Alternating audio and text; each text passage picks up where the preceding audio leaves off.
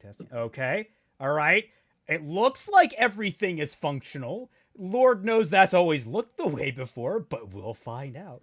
Hello, everyone, and welcome back to the Team JYCT podcast. I am your host. What? You interrupted me in my spiel. You threw off the Emperor's Groove. No. I think it's Discord again. I'm sorry. You know what must be done, Kaiser. You know what must be done. Right out the window. I'm made of steel. I can survive it. Not from this high up. Woo!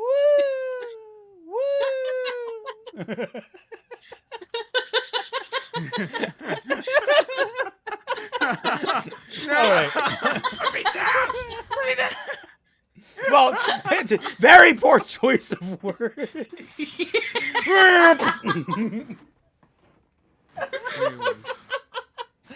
Good thing there weren't any spikes at the bottom.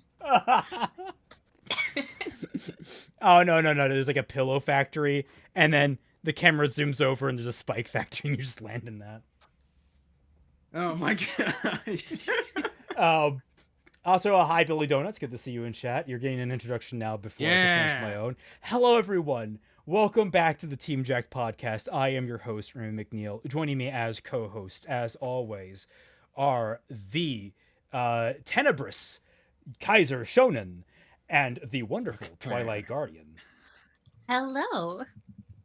Today, we are continuing our dive into... Again, one of the worst Isekai I have ever watched in my life. Which it's not the most extensive, background that I've had in media, but it's still significant. Josh, Raymond, if you want to follow up this series, React might suggest Wise Man's Grandchild. It seems to can't seem to decide if it wants to its story ID. Wants to be and make some weird story ideas. Oh, I've seen that. I could probably talk about that one. Okay. Teddy Bear Paladin, Funko Bear, And so, as friendship was solidified, the nightmare found itself vulnerable. Action girl figure, and then you took it down like the big hero. Funko Bear could have let me finish. Action girl figure, come on, it's you. Of course you won. They're an old married couple. Yeah, I was just about to say, I ship these two. Yes, 100. Uh-oh. Also, I've seen the wise man's grandson, as was mentioned before. I can probably. Yeah, no, I said I'd be down for that. Hopefully, possibly, we'll see. Is it as bad as they say? I would have to rewatch it, but I didn't remember it being all that awful. But I'll take one for the team to test it. Josh, I could not turn Teddy Bear Paladin's story into an animated series. For one, I don't own the rights. That's Teddy Bear Paladin. And two, I don't have the means. I live at home. I literally am in perpetual fear of one of my parents breaking in and saying, "Hey, help us with this leak that's happening right now in the kitchen." I'm glad that you clarified that you lived with your parents, because I'm like, Raymond, technically everybody lives at home. I think people know what you mean when you typically say that as an adult. You're like, okay, that's. Anyway, yeah, I don't have the money for that, unfortunately. I also have. If I had the money for that, it would be going towards something like Sentinels.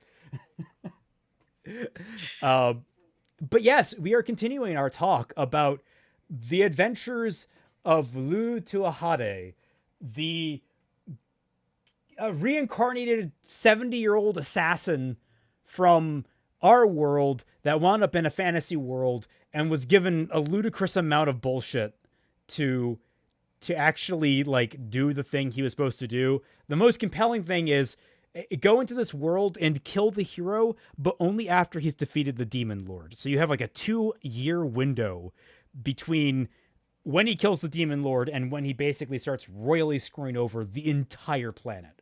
So that's your window to kill him. Pay attention to it. Go do that. And then he just basically got everything he fucking needs to win the game. Yeah. Which robs a lot of the tension in this story. There is no stakes in this story. So far. And along the way, he has so far accrued 3 simps who follow him to the edges of the earth. And it's not really explained what they see in him, other than him being kind of vaguely heroic, but also just kind of a distant asshole. Yeah. Does anyone, do either of you want to recall some of your favorite tidbits from last time? Because I'm obviously the one recounting all of this. I'm wondering what stuck out to you in particular about this. Because I understand that can be a struggle with this show. Well, I mean, I guess that depends on if you're talking about anything that's good about the series or just the worst thing that you can remember. Because I like the girls, and the whole little segue with the girls, that was legitimately good. The orphaned girls or whatever they were. Yes. Yeah. Yes. I want to clarify that because I don't find Dia or Tart all that very compelling. Yeah. Oh my god, I keep forgetting that's her fucking name, dude. Someone's got to tell Japan that tart is a insulting word for women. Oh right, I forgot. Oh yeah, but oh no. Yeah, I was gonna say. I mean, that's what they called Molly Malone from the Irish song Molly Malone, aka the tart with the cart. God. I learned that while on a tour of Dublin. How do you spell the girl's name? Tart. I believe it's Tarte. I want to say there's an e in there. I can scroll. Yeah, it has an e at the end. The Earth has an edge, but the Earth's an oblate spheroid. When did I say the Earth has an edge? Oh, the edge of the Earth, right? Okay. I forgot that's a turn of the phrase. I'm so used to using it as a turn of phrase, I don't even think about it. Isn't her name pronounced Tarte? Probably because it's Japanese, but that's just because the Japanese pronounce like a lot differently than us when they read English. I have no doubt that her name is supposed to be Tart. Yeah. With if this were on Crunchy, well, if we were looking at the dub of this stuff, then like maybe they would pronounce it that way.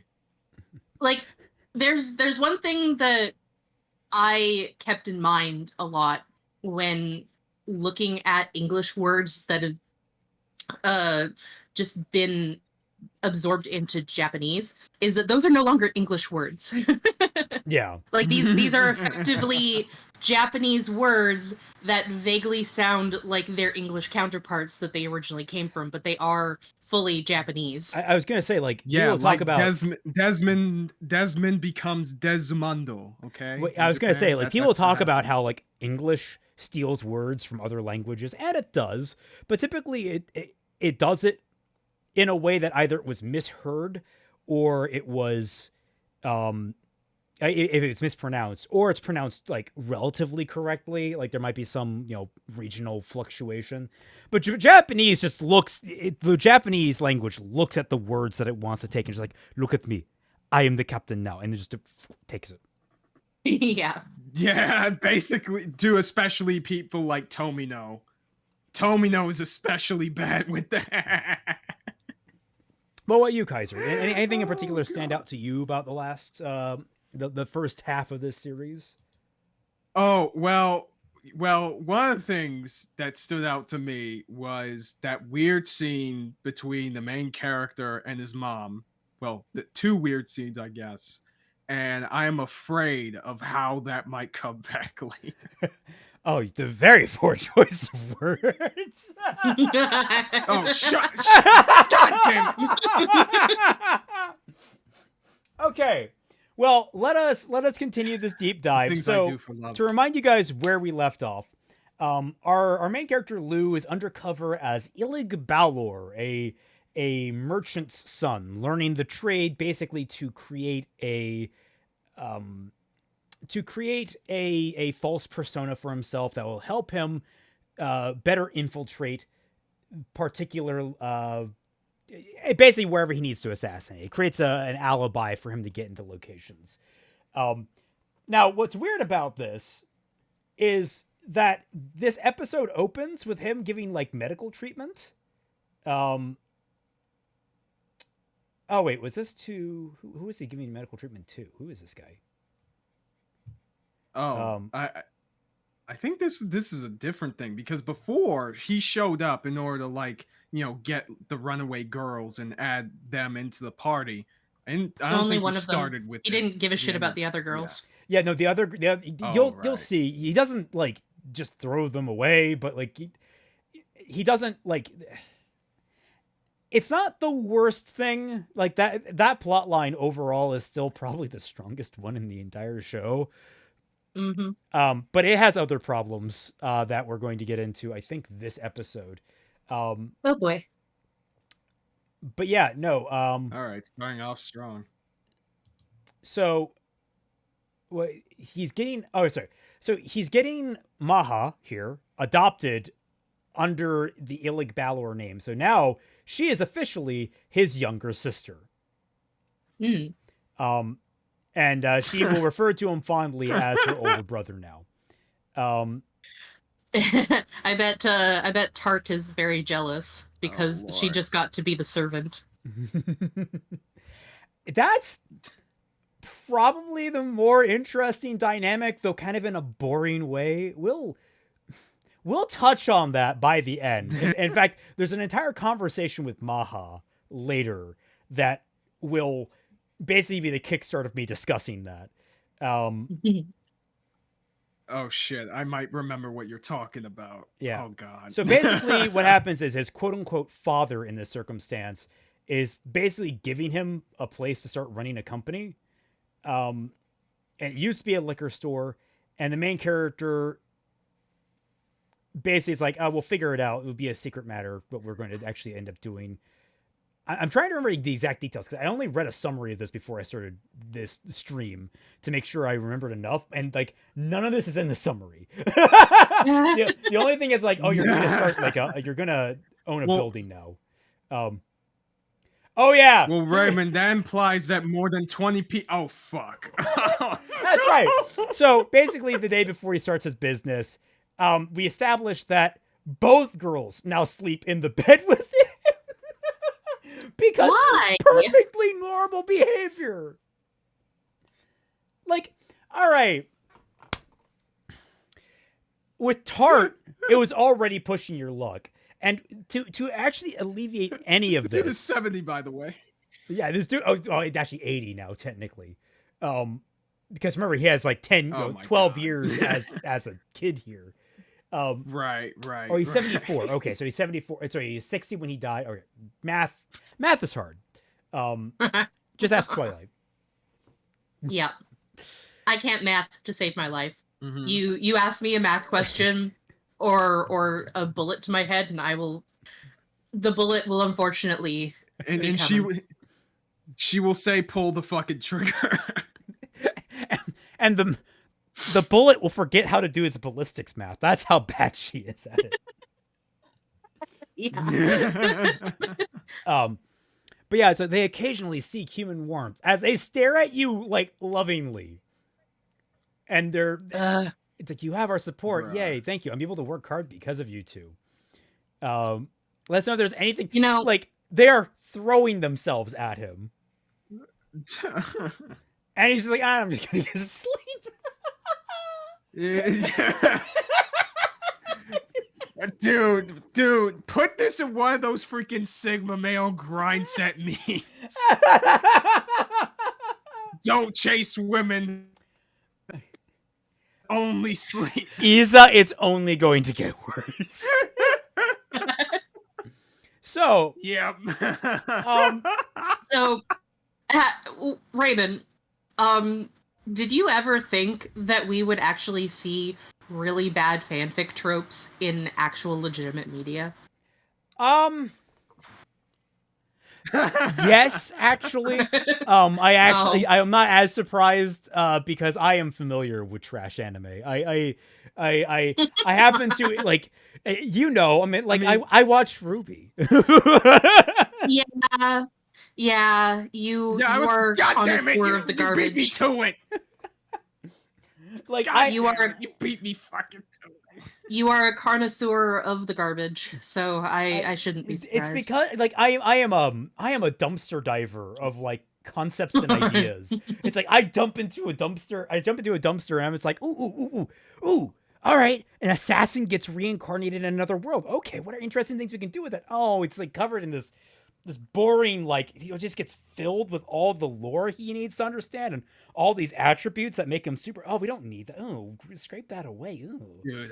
Oh, maybe, but if I can find. Dude, that's how I felt about like when I was binging so many isekai. I'll be digging in like another anime. It's like, oh come on. There's several of these like cool like core premises. Is there any like character development here? Oh, there's one that has sort of character development here. Oh, that's why like.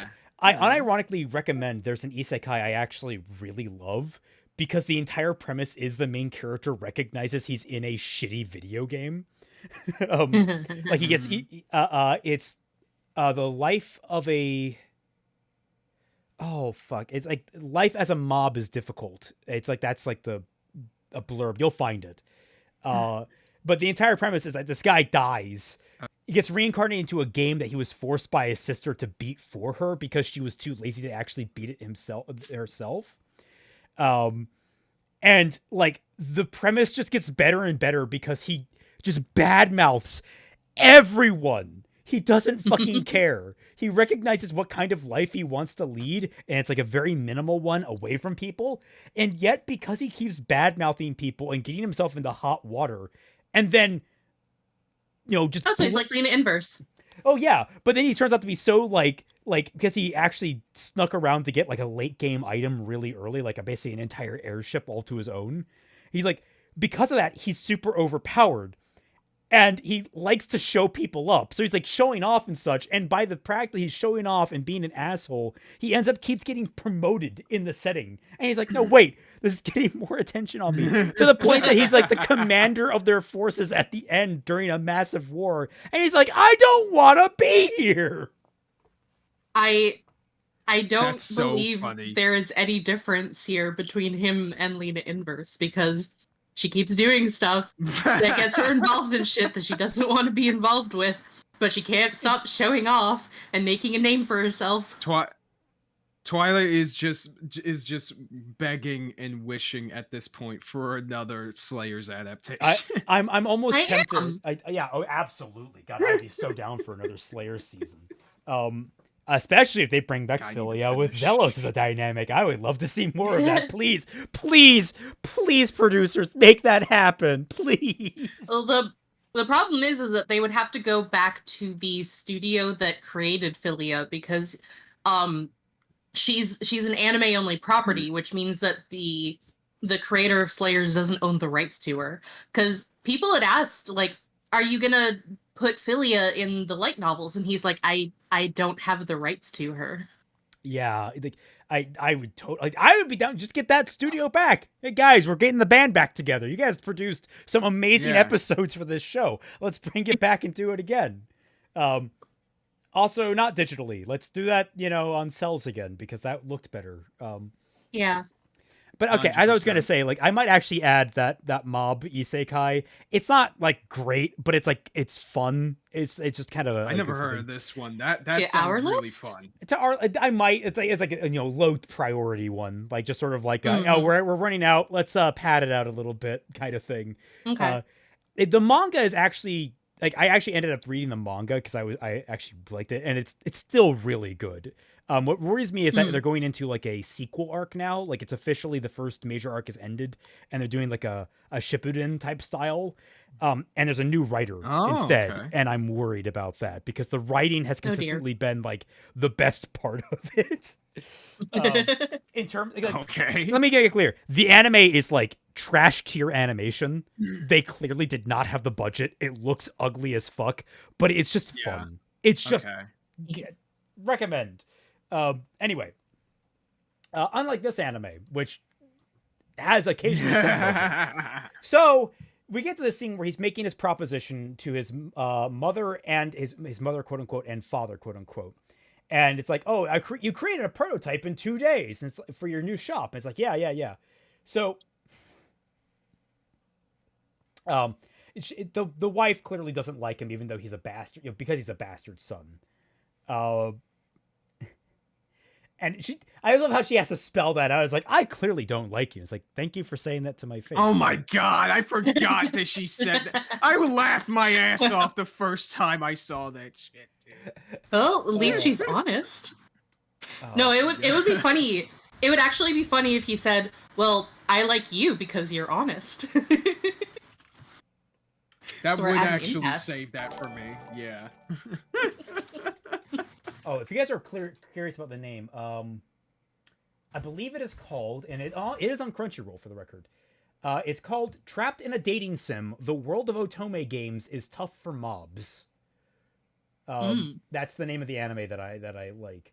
And actually, it's actually a pretty good contrast with this show. There's another element in it that I actually really enjoy. The relationships between characters, because he actually has 2 simultaneously good romances in that anime, and it's an OT3 that starts to actually really work. Wow. Because like the girls themselves between each other actually have a really good relationship too.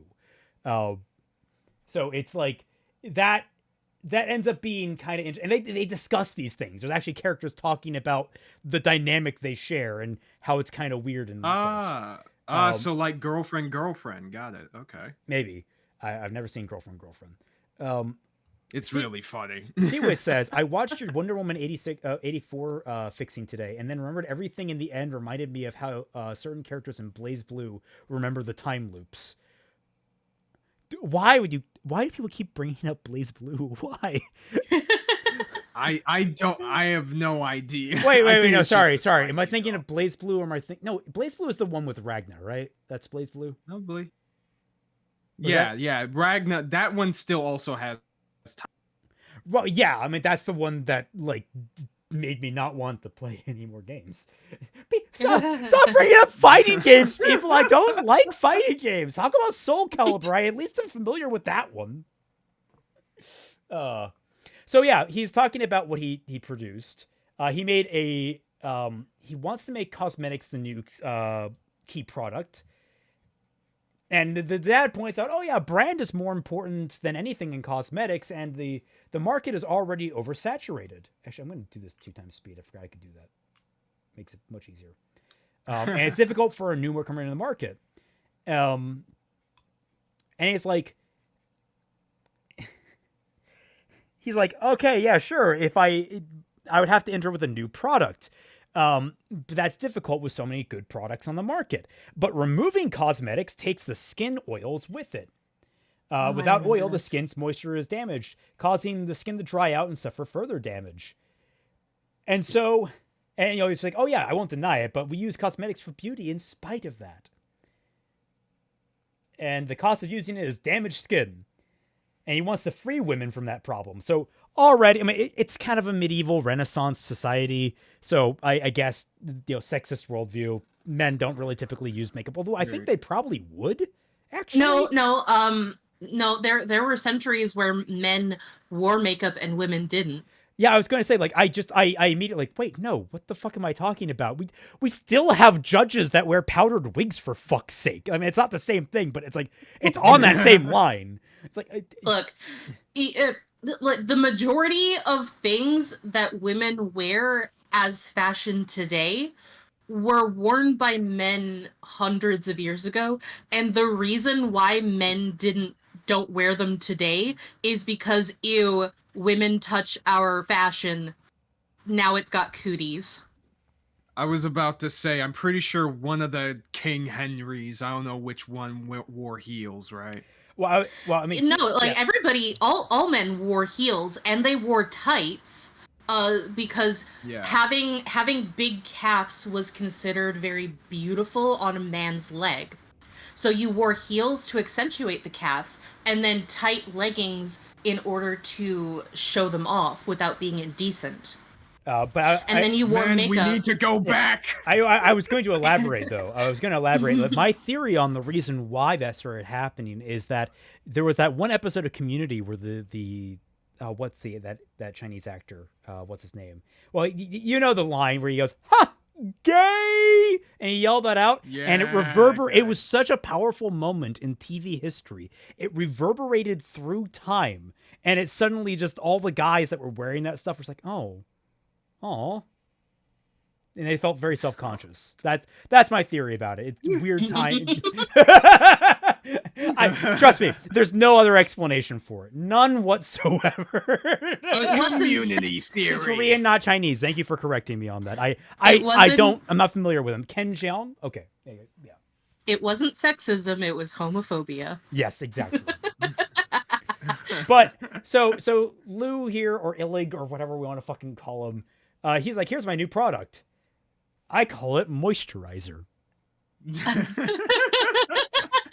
I could feel the rage emanating from that one line. I had to pause and do like a dive of research. It took me 5 minutes. No, not even 5 minutes. 30 seconds of Googling the Wikipedia.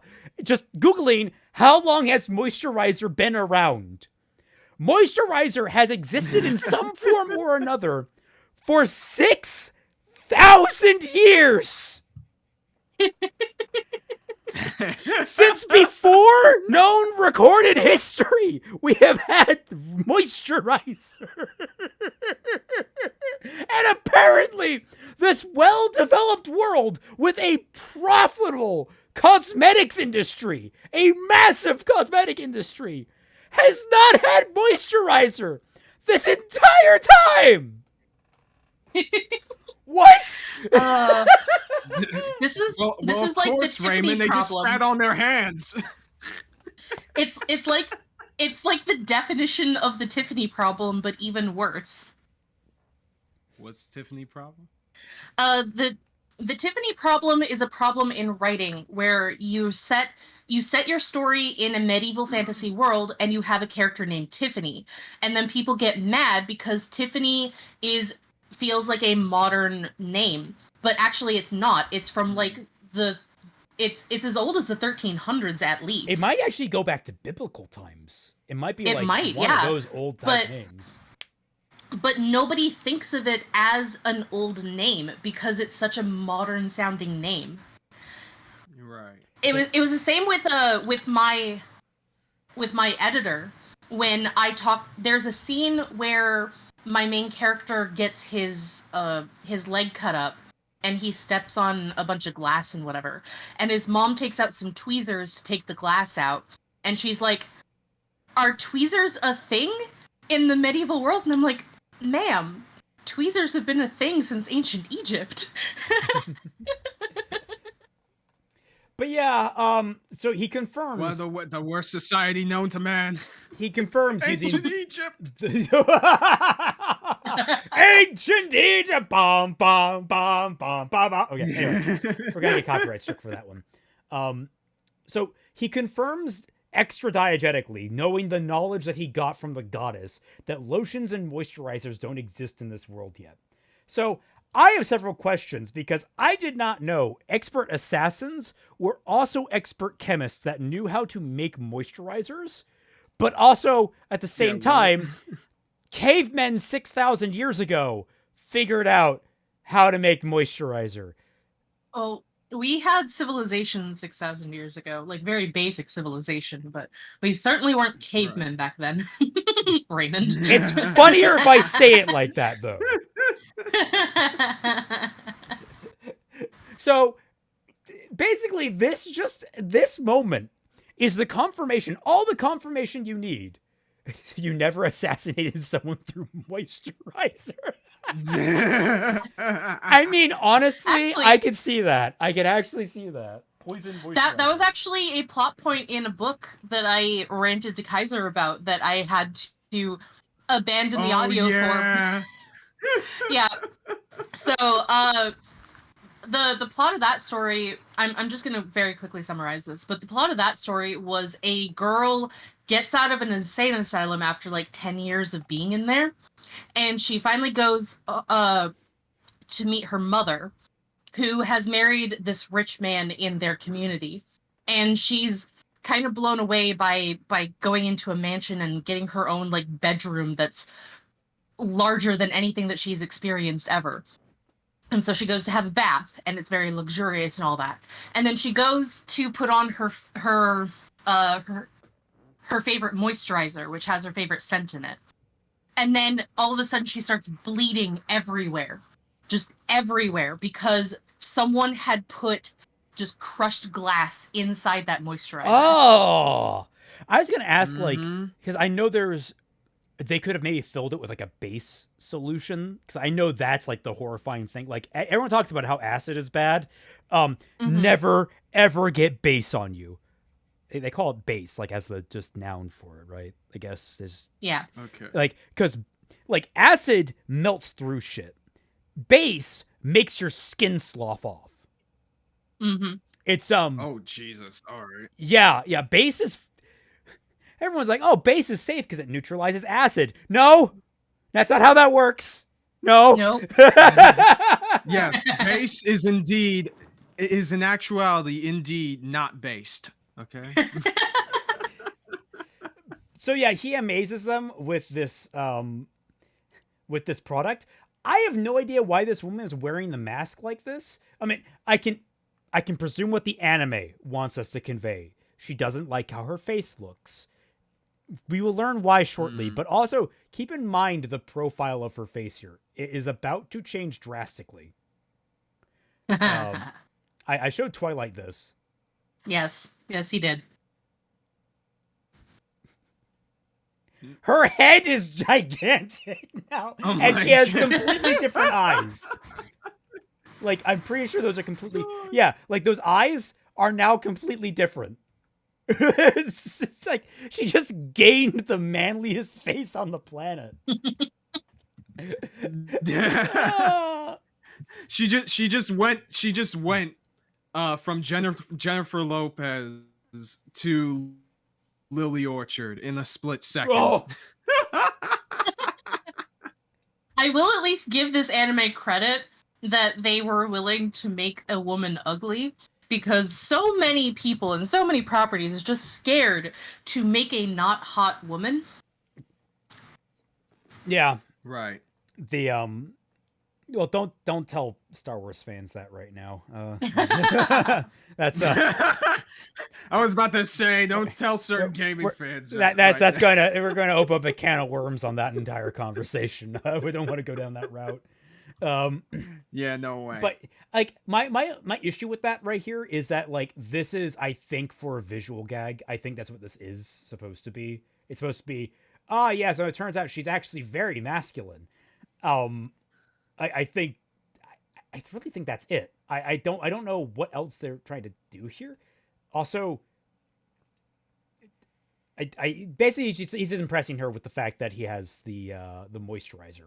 That's it. And it's like, oh yeah, now I'll accept you as my son. Great, good job. Wait,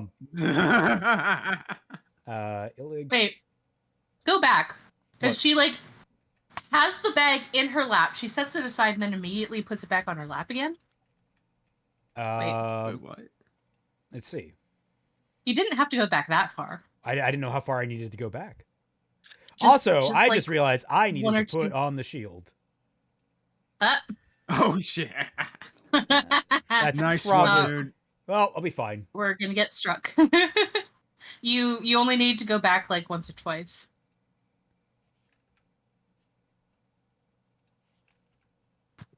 There we go. Do you like it? I hate you, but I'll be keeping this. I know it's there on her side, and she puts it on her lap. Maintain Okay. your mock disparage you whether you mate illig, but that thought is banished from my mind. Okay, so it's not as bad as I thought that it was, but it's still like, why would you not just take your bag, put it in your lap, and then put the moisturizer in there? When Raymond goes back, he goes all the way back. Look, we get, like, you want me to rewind? We're going all the way back to the beginning of the episode we're watching. Oh my god! We have to be thorough. Right, we have to go back to that scene with the main character and the girls on the bed with him. Okay, that is a very important part. So I love this line. I call this horse child my own son if it meant I could get more of this moisturizer. I'll say I think that's actually a genuinely funny line. It's just because it's so stupid. Like you're just insulting this man to his face so badly. It sounds like a has-been hotel line. Exactly. That's exactly it. How much can you produce in a week? Currently, just me, so I can make 200 bottles a week at most. You can hire more people. If you don't mind people finding out how this is produced, then I will. So now the entire implication is we're going to hide the secret of moisturizer from everyone else in the world. Oh, she did put it back on her lap. Yeah. Sorry, I got it back. I thought she'd taken it. Whatever. I'm Tuahade. Oh, that's right. He's also he's back funding this to the Tuahade, and I just realized this now, motherfucker. You are supposed to be creating an alibi identity right now. Yeah. Why are you linking your main business back to the Tuahade, the Assassin's Guild that you are actually a part of? That is the worst idea. Really stupid move. As soon as I heard you say that, I'm like, wait a minute. Dude, I never realized this until now, but yeah, this is really dumb. Like, it's like if freaking Batman with his like multiple different personalities was all like, yeah, let's back this to Wayne Enterprises guy. Like, I admittedly, you could do it through like a shell company, and I'm pretty sure they're trying to do it secretly here. But like, you would need to like bounce it around a bit before you actually did any of that. Yeah. I can't make the moisturizer without this medicine. In Tuahade, we can protect the secret, and I can make them promise not to sell it to other companies. But how about this? You don't have to have them keep it a secret by just not fucking involving them. Yeah. Admittedly, your family's getting a kickback for the shit brain. you're doing here, but like, we need lecithin to mix oil and water. It's made from soybeans. They can be grown into ahade. If we're able to sell a lot of this, it'll benefit to ahade as well. And even if people find out where it's produced, nobody can sneak in onto the land of the noble assassins and steal their secrets. What if why bother keeping the formula a secret? Why bother doing that? I won't teach the Balor Trading Company how to produce lecithin either. It'll guarantee they can't cast me aside. Impressive, Mr. Illig. Yes, everything is according to Keikaku. Yes. There's Maha being lewd. So here's what happened to all the girls. He hired them on as his store staff. And so the Balor Trading Companies, which, you know what? I'm actually kind of happy with this. It's a fine ending for them. Like, they're not really in any bad position. Yeah, because in this kind of utilizes the skills that they displayed, like trying to show people around the city before. So I get that. Also, I mean, come on, the Yuri ship writes itself. Come on, guys, I'm so angry about this. How dare you stick Maha with a plank of cardboard over there? Oh, I thought you were gonna be mad that they're just shoving the fact that this chick got her face fixed in our faces again. Oh no, that's also bubbling in the background. Don't get me wrong. That's also there. Just I have several reasons to be angry at this. But the Yuri got what they stole from us. But yeah, no, Illig Valor is now a famous man. I can sneak in anywhere now. This has been a huge success. It's not... You don't sneak into places. You can gain access to places. There is a distinction between it because they know Illig Valor will be in attendance. Sneaking implies that no one knows you're fucking there, buddy. Yeah. The shop overflows with your kindness. What makes you say that? You hired Maha's friends. Everyone's so lively, they seem to be having fun. It wasn't me who chose them. It was Maha's decision, because Maha's in charge of all of this right now. Still, young women with beautiful skin make perfect representatives for the store. You know what would have been really cool about this? If one of them had horrible facial deformities that your magical product actually managed to cure, or managed to help mitigate in some way. Or if some way she strode around more confidently about it. Or if she maybe had to adapt and had to do like a backstore thing because it would be negative for the attention. Give us something! Anything! Please! Actually, this makes me wonder. Does healing magic in this world have similar properties to, like, can act as like a moisturizer in a way? Like if you have damaged skin. That is the only logical explanation I could figure for the fact they don't have moisturizer. Now, that doesn't explain how they have a thriving cosmetics industry, because I'm pretty sure many cosmetics require moisturizer as a base. But at the same time, it doesn't seem like medical magic is easily accessible. We've seen that he's an on-call doctor, and he's a well-trained noble. So, like, we've gotten nothing about this world that's so centered on him. And this is the problem, again, with the fact that our main character has all this information, but we don't. Like, if you had come into this without this information, he would need to learn about these types of things to reflect on that. Like, him learning, oh my god, this world doesn't have moisturizer? It doesn't make fucking sense. Well, I have an Nishin, like... Well, also, like, the weird thing about it is that they're talking about how they have cosmetics. That includes, that includes oils that people had used for thousands of years in order to get rid of their stink or to hide it. So, like, oils are very famously moisturizers. So how does that work? The Kool-Aid Man is red. That's how it works.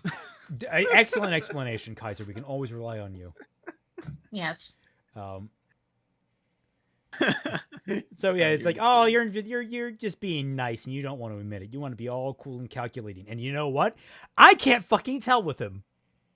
No. I don't know if he's his actual genuine kindness or if he's a cold-hearted bastard that just so happens to keep helping people, because one makes it seem like we're not really privy to his internal monologue all that much, if that's the case.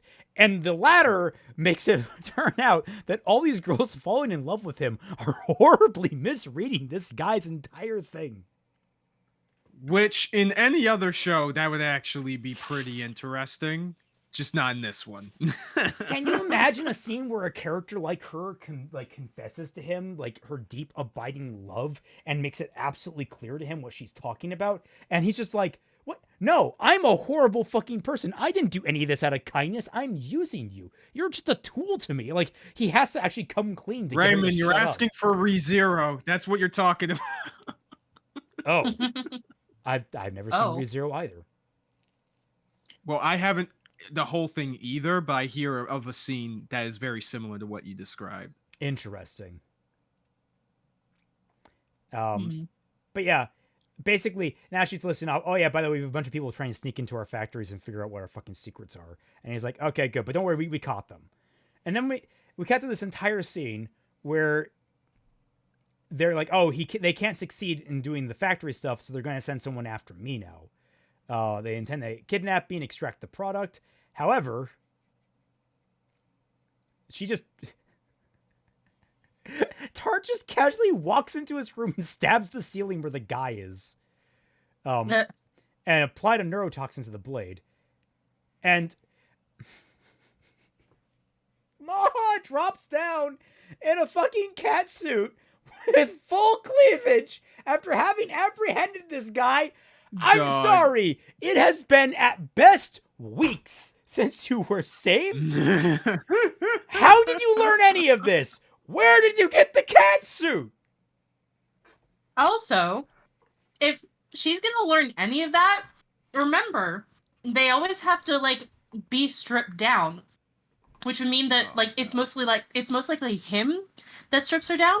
And she had to live for at least a year at minimum, constantly afraid of that very thing. Yeah, it's like, yeah. I'm trying to think of where to even start. So I don't know. Is she trained in his arts? Let me see what they say. It's like, oh, I'm sure secured. I'm impressed too if you notice the intruder. I'm proud of you. I'm pleased to hear that. It motivates you for what comes next. That's not an explanation. Oh, wait. Are we getting... Oh, no, we're getting the torture scene. Right, they're going to torture the guy. Oh, yeah, I forgot about this. Oh. Yeah, there's a torture scene, by the way. I forgot because it actually doesn't really amount to much. No. I'm pretty sure the guy, offs himself. Or he's not going to give up information and they just kill him. What does it say in the summary? Because I don't really care about this scene. Help, captures a spy. Unable to gain useful information, even with... Okay, yeah, So it's just like... Great, we're going to subject him to torture, and he doesn't give up anything. Meanwhile, back with the comedy subplot. Yeah. Oh my god, I forgot. Yes! The world's finest MC gets summoned. Why? I don't know. I kind of love this. What's great about this, it really characterizes this goddess as just throwing shit at the wall and seeing what sticks. I kind of love that. Dude, the divine is useless. Dude, that time Eminem got reincarnated.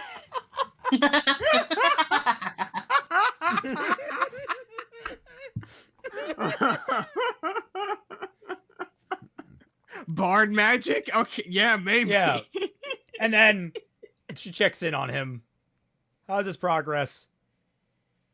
Oh, he's a commoner who's doing barely any work. He's in this era, he's just insulting people. Which, dude, what the fuck? It's a great blip of just, all right, there was some fun writing. I wonder how much of these scenes is just the writers of the anime being fucking, this show is terrible. I gotta have something good in here. And just let's just write some comedy routines. Yeah, because as far as I know, the manga didn't have that.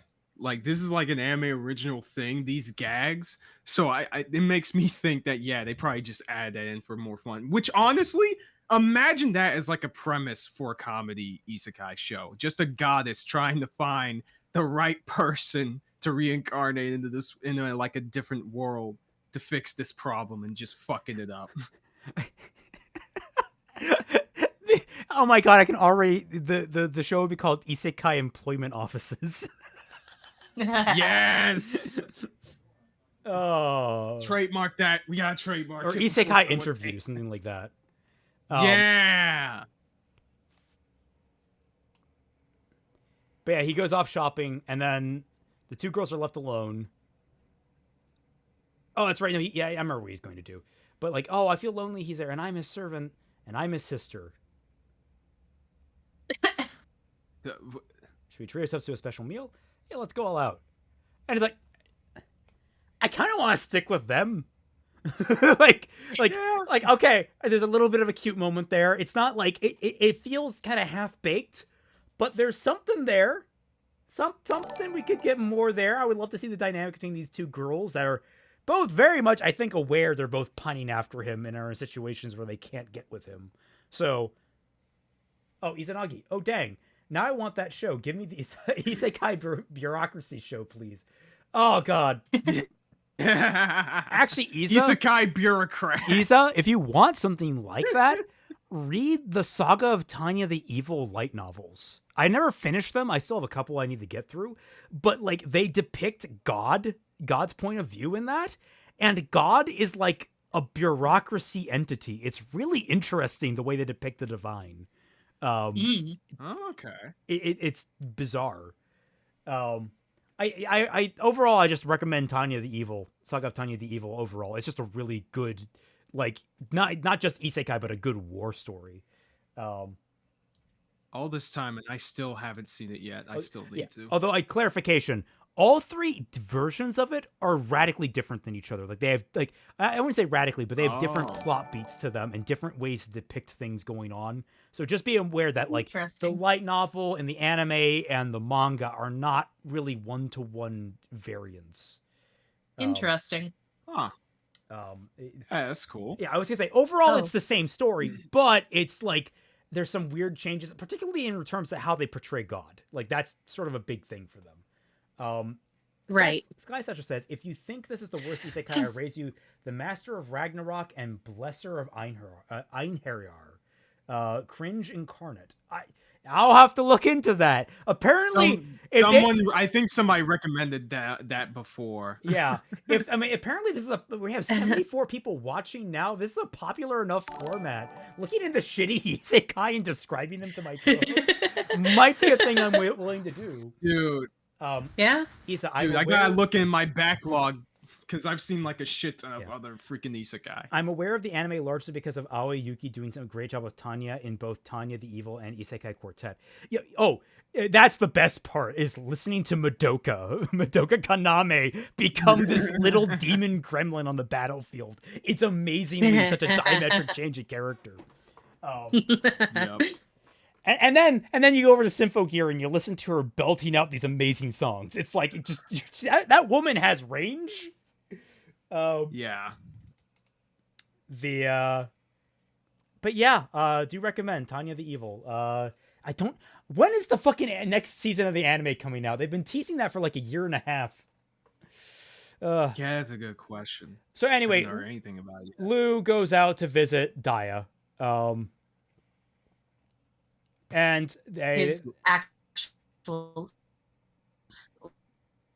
Did he go in through the window? Yep. He flew there. He flies now. Yep, he flies now. I guess so. And basically, he goes out to pick up all the actual magic that she's produced. And you know, they do their exchange of like spells, which I'm fine. It's consistent enough. It's still kind of boring how they're handling this, but it's at the very least they're maintaining consistency that they've been doing this regularly. Right. Oh, also I forgot to note, he invented chocolate too. That was the thing that kind of went under the radar. Wait, what? Back the fuck up. Hold on. I approach it from a different Wait a angle. minute. I already respected you. Is that a gift you brought? Yes. Black treats. They don't look particularly nice. Ah, they're bittersweet, rich, and tasty. I've been thinking about selling sweets under the Orna brand too. Good idea. They will go well with tea. They probably make a nice cake too. See, I'll bring more next month. Okay, I look forward to it. Vince chocolates. Bro, ain't no fuck. Okay, the moisturizer, I can. You know what? No. Actually, the moisturizer is still worse. Yeah, the moisturizer is still worse. But like, don't tell me that not only do they have like cacao seeds and all that, and apparently they're close enough to this Northern European-esque world when it's a tropical plant, but apparently no one has used this plant to eat things until this dude invented it. Also, why is there a very bumpy orange right there? Yeah, because it's actually a tangerine. Tangerines are still not bumpy like that. I'm with Isa on this. Where the fuck is South America in this world? Well, yeah, that's like the question. So for the people that don't know the history, chocolate in many different variations has been around for about 4,000 years. Like it's been. Yep. It has only ever made it over to Europe within the last 500 years. Mm-hmm.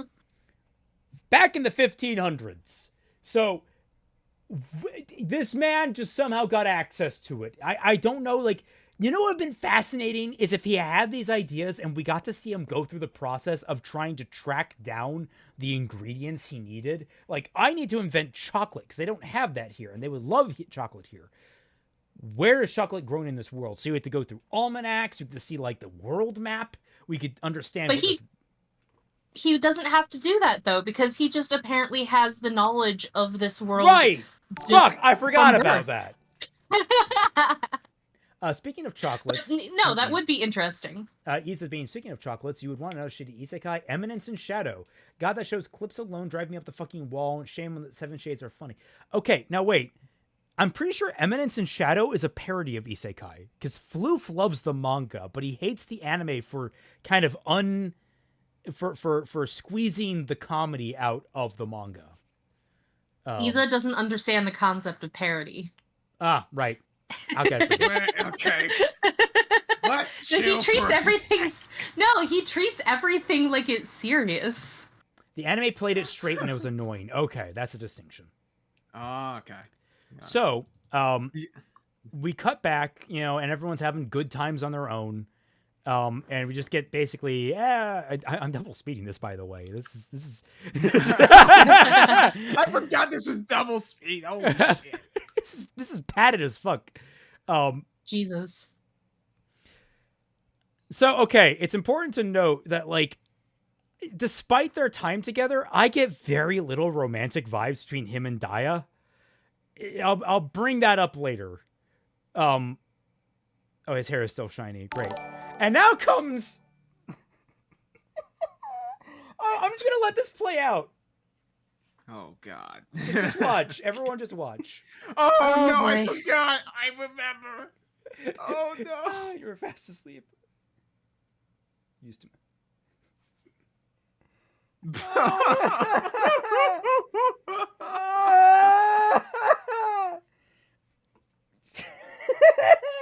Oh. Fucking... So, I don't know if this manga author has ever had an ejaculation. Somehow I doubt that. But I wanna make it known. It doesn't, especially when you're wearing pants of any kind and are covered in a blanket, it can't really be smelled. It's not exactly that pungent. Like, so the fact that the two girls are immediately like, "What's that smell? Let's go look at your crotch." Not only that, but like they waited until he woke up to smell that. Yeah, it's like, oh, and then immediately, like, he starts explaining, like, what happens, like, how you can have a wet dream and it doesn't mean anything. And he's, like, panicking. Okay, dude, you are a 72-year-old Bro, man. stop. Which, first of all, you shouldn't be sleeping in a bed with two girls. But if you were in this situation, you just say, oh, yeah, I guess it's kind of awkward. Can you guys go so I can get changed? Like, that would be, like, the immediate reaction. I would not be in this circumstance, but were in my circumstance, I'd just be like, can you guys just leave? Just leave so I can get changed, please? Yeah. It still fucking floors me that he wants to, like, just sleep in this bed with these two women and not In the middle of puberty. Okay, I need to remind you now. I need you guys to remind you now. Tart is his age. She is 14. Maha is 12. Yeah. Oh my god. Wait. Okay, I gotta use this. What the hell? Yeah. Reminder about that. She has not she had her birthday when around the time she was saved. So wouldn't it be funnier if he had dreamed over the girl who had died on the plane with him? You know what? That would be dark. Okay, if they had implied that he and the girl had slept together, like at some point as like a kind of a fuck buddies type thing, because assassins don't care. They're not supposed to have emotions. So like, oh, it's just an exchange, whatever. Like, if they had built up that kind of dynamic with them and he had dreamed about her now, like, I feel like that could have been something, maybe? Yeah. But don't worry, guys. We're not done yet. No, Oh, we're boy. not. No, we're not. Because immediately following this, the girls are immediately ready to jump in. You call me your sister, but your body is honest. No. We're on a listen. All right, to anyone who's watching, we do not approve of any of this. I just tried It's not everything. wrong. I wanted this girl to be cute with her blonde friend because they actually have chemistry. And they're approximately around the same age.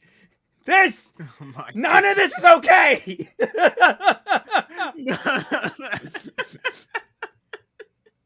If both your sister and your lover, rather than choosing one, it's absolutely necessary that I take care of you in this way. I don't think we need to think too deeply about it. You wouldn't want to get pent up. So it's just like they keep trying. It's just part of my plan too. It's like he doesn't know. What the? He doesn't know. Okay, so Twi. The episode just ended. Yeah. Twi and Kaiser. I put in chat a spoilered image. It is it is an excerpt from the very end of the summary for this episode. If you would please unspoiler it, and one of you volunteer yourselves to read it out loud. Go ahead, Oh. Twilight. Okay. Go ahead. Jesus. Take one for the team. Okay. Sorry, just give me one sec. I had this in my other window with Rahi Tuber, and it was That's fine. kind of. As his business grows, Lu temporarily leaves Mitlu and visits Daya in order to increase his magical knowledge. To his own surprise, he discovers he ejaculated while Maha and Tart slept alongside him, implying that Lu is starting to see his partners as more than just pawns. The way No. No, it doesn't.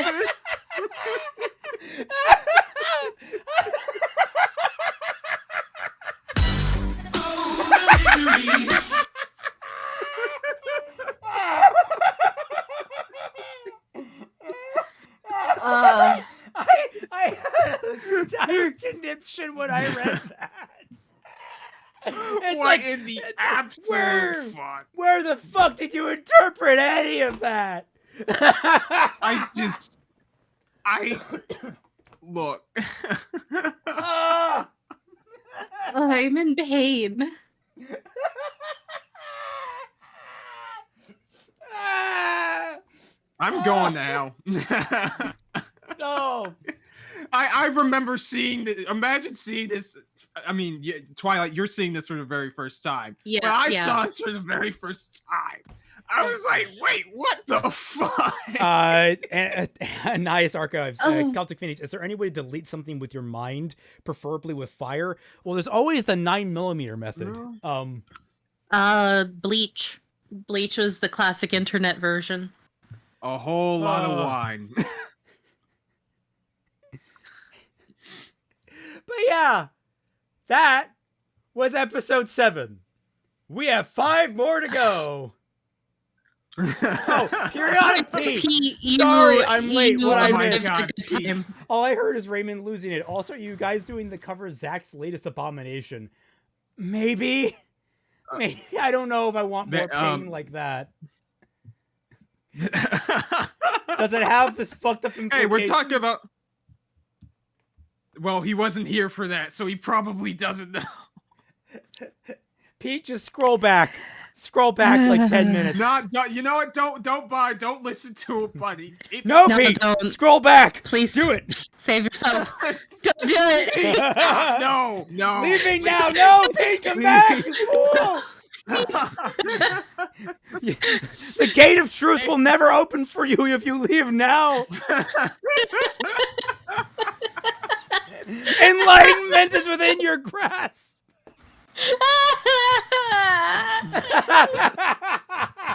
Don't say grasp in this context. Well, we both saw the same episode. There was no grasping involved there. They wish that they grasped though. That was a hands-off experience. Shut up! Shut up!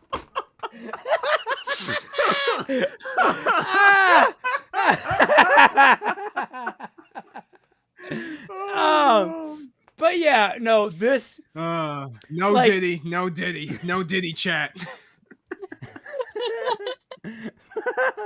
My commissar informed me we have committed heresy and we must now all die as the Emperor commands. You know what? I surrender myself to the Imperium. Take me, for clearly Slanesh has possessed us. And congratulations, you've learned about 60% of the lore of Warhammer 40k that I actually know. It's all coming together. But yeah, so this was the point where I'm like, surely it can't get worse than this. I don't think it does, but it gets fucking close. Yeah, if I remember correctly, it definitely gets pretty close. Saito, Why are you you being don't want to know what happened. Just stay with us, man. It hopefully will only get better from here. Yeah. So let's see. I'm trying to remember what happens here because it's not. This isn't being detailed somebody in tries the to- summary. I think it's just today our main characters are being targeted, and then heroes come in and save them because Maha is apparently a badass now. Maha. Reminder. Like, Of the group of girls, Maha, except for maybe the brown-haired girl, Maha was the youngest. No, Pete, no. God damn it! Yes, Pete! No! Pete! Don't do it! Don't do it! No! Watch the series, No! Pete! No! Watch the No! series, Pete! Watch the uncensored version! You and I can share a cell! On the list.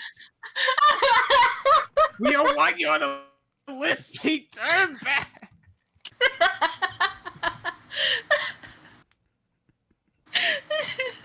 Also, I have even gone with from- the fact that Maha could use magic, it's still really, really iffy. Right, yeah. I have gone from absolutely not recommending this series to trying to force it on people so I'm not alone.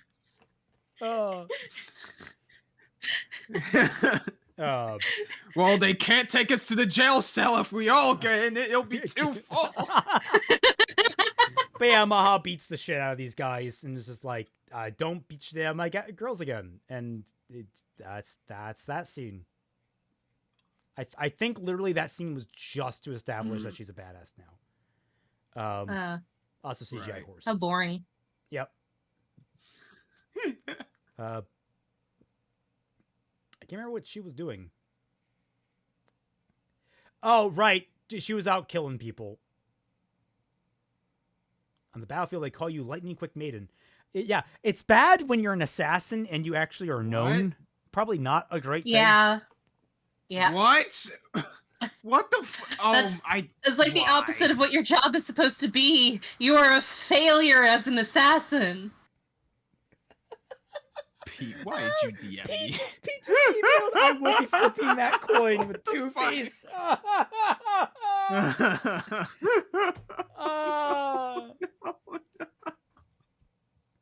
Please don't call me that. Oh, she's embarrassed by the name. That's why. We needed the cute scene where she's like, oh, don't call me that. I'm embarrassed.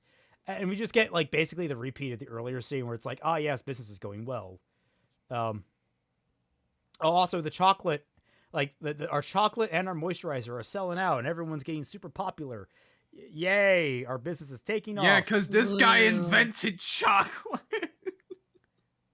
And fucking lotion. What the fuck, dude? I kind of want to make a remark about lotion, but I'm not going to. Stop. No. Hush. Illegal. Go to jail, Raymond. Go straight to jail. But yeah, basically it's established he's leaving Maha in charge, and she's going to become like kind of his intelligence network for him now.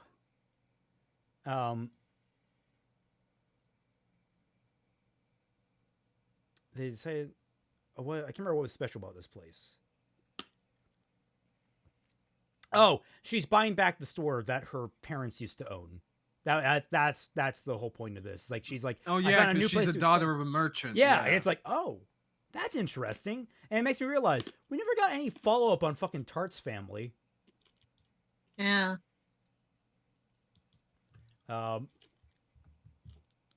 Yeah, and they murdered Maha's parents. Maha was left on her own. She wound up in Milto. First shop her father opened. She intends to reclaim his company. It's a stepping stone towards that. And he's like, oh yeah, do as you like. I trust your abilities. I won't tell you not to bring personal affairs into our business. But if you're going to, then you must achieve results. Which is like, kind of genuine. Like I kind of, it's like a moment of like, oh, okay, there's something here. It's not much, but there's something. Yeah, you know, some basic character. Yeah. Oh my fucking Thank you. God. Oh my God, I didn't realize she's doing yandere face right now. Those fucking eyes. I love you, brother Illig. Oh no, Utao, stop. What? Wait, is this the same voice actors for Utao? No. But like, I was. Oh, yeah. Okay, yeah, I get it. Yeah. Noite's here. Girls. And I think they gave him a goodbye gift. Well, herbal tea you'll like. Okay, 10-1. We're going to later learn that it's like an aphrodisiac tea. I don't think we do, but like I'm betting on that.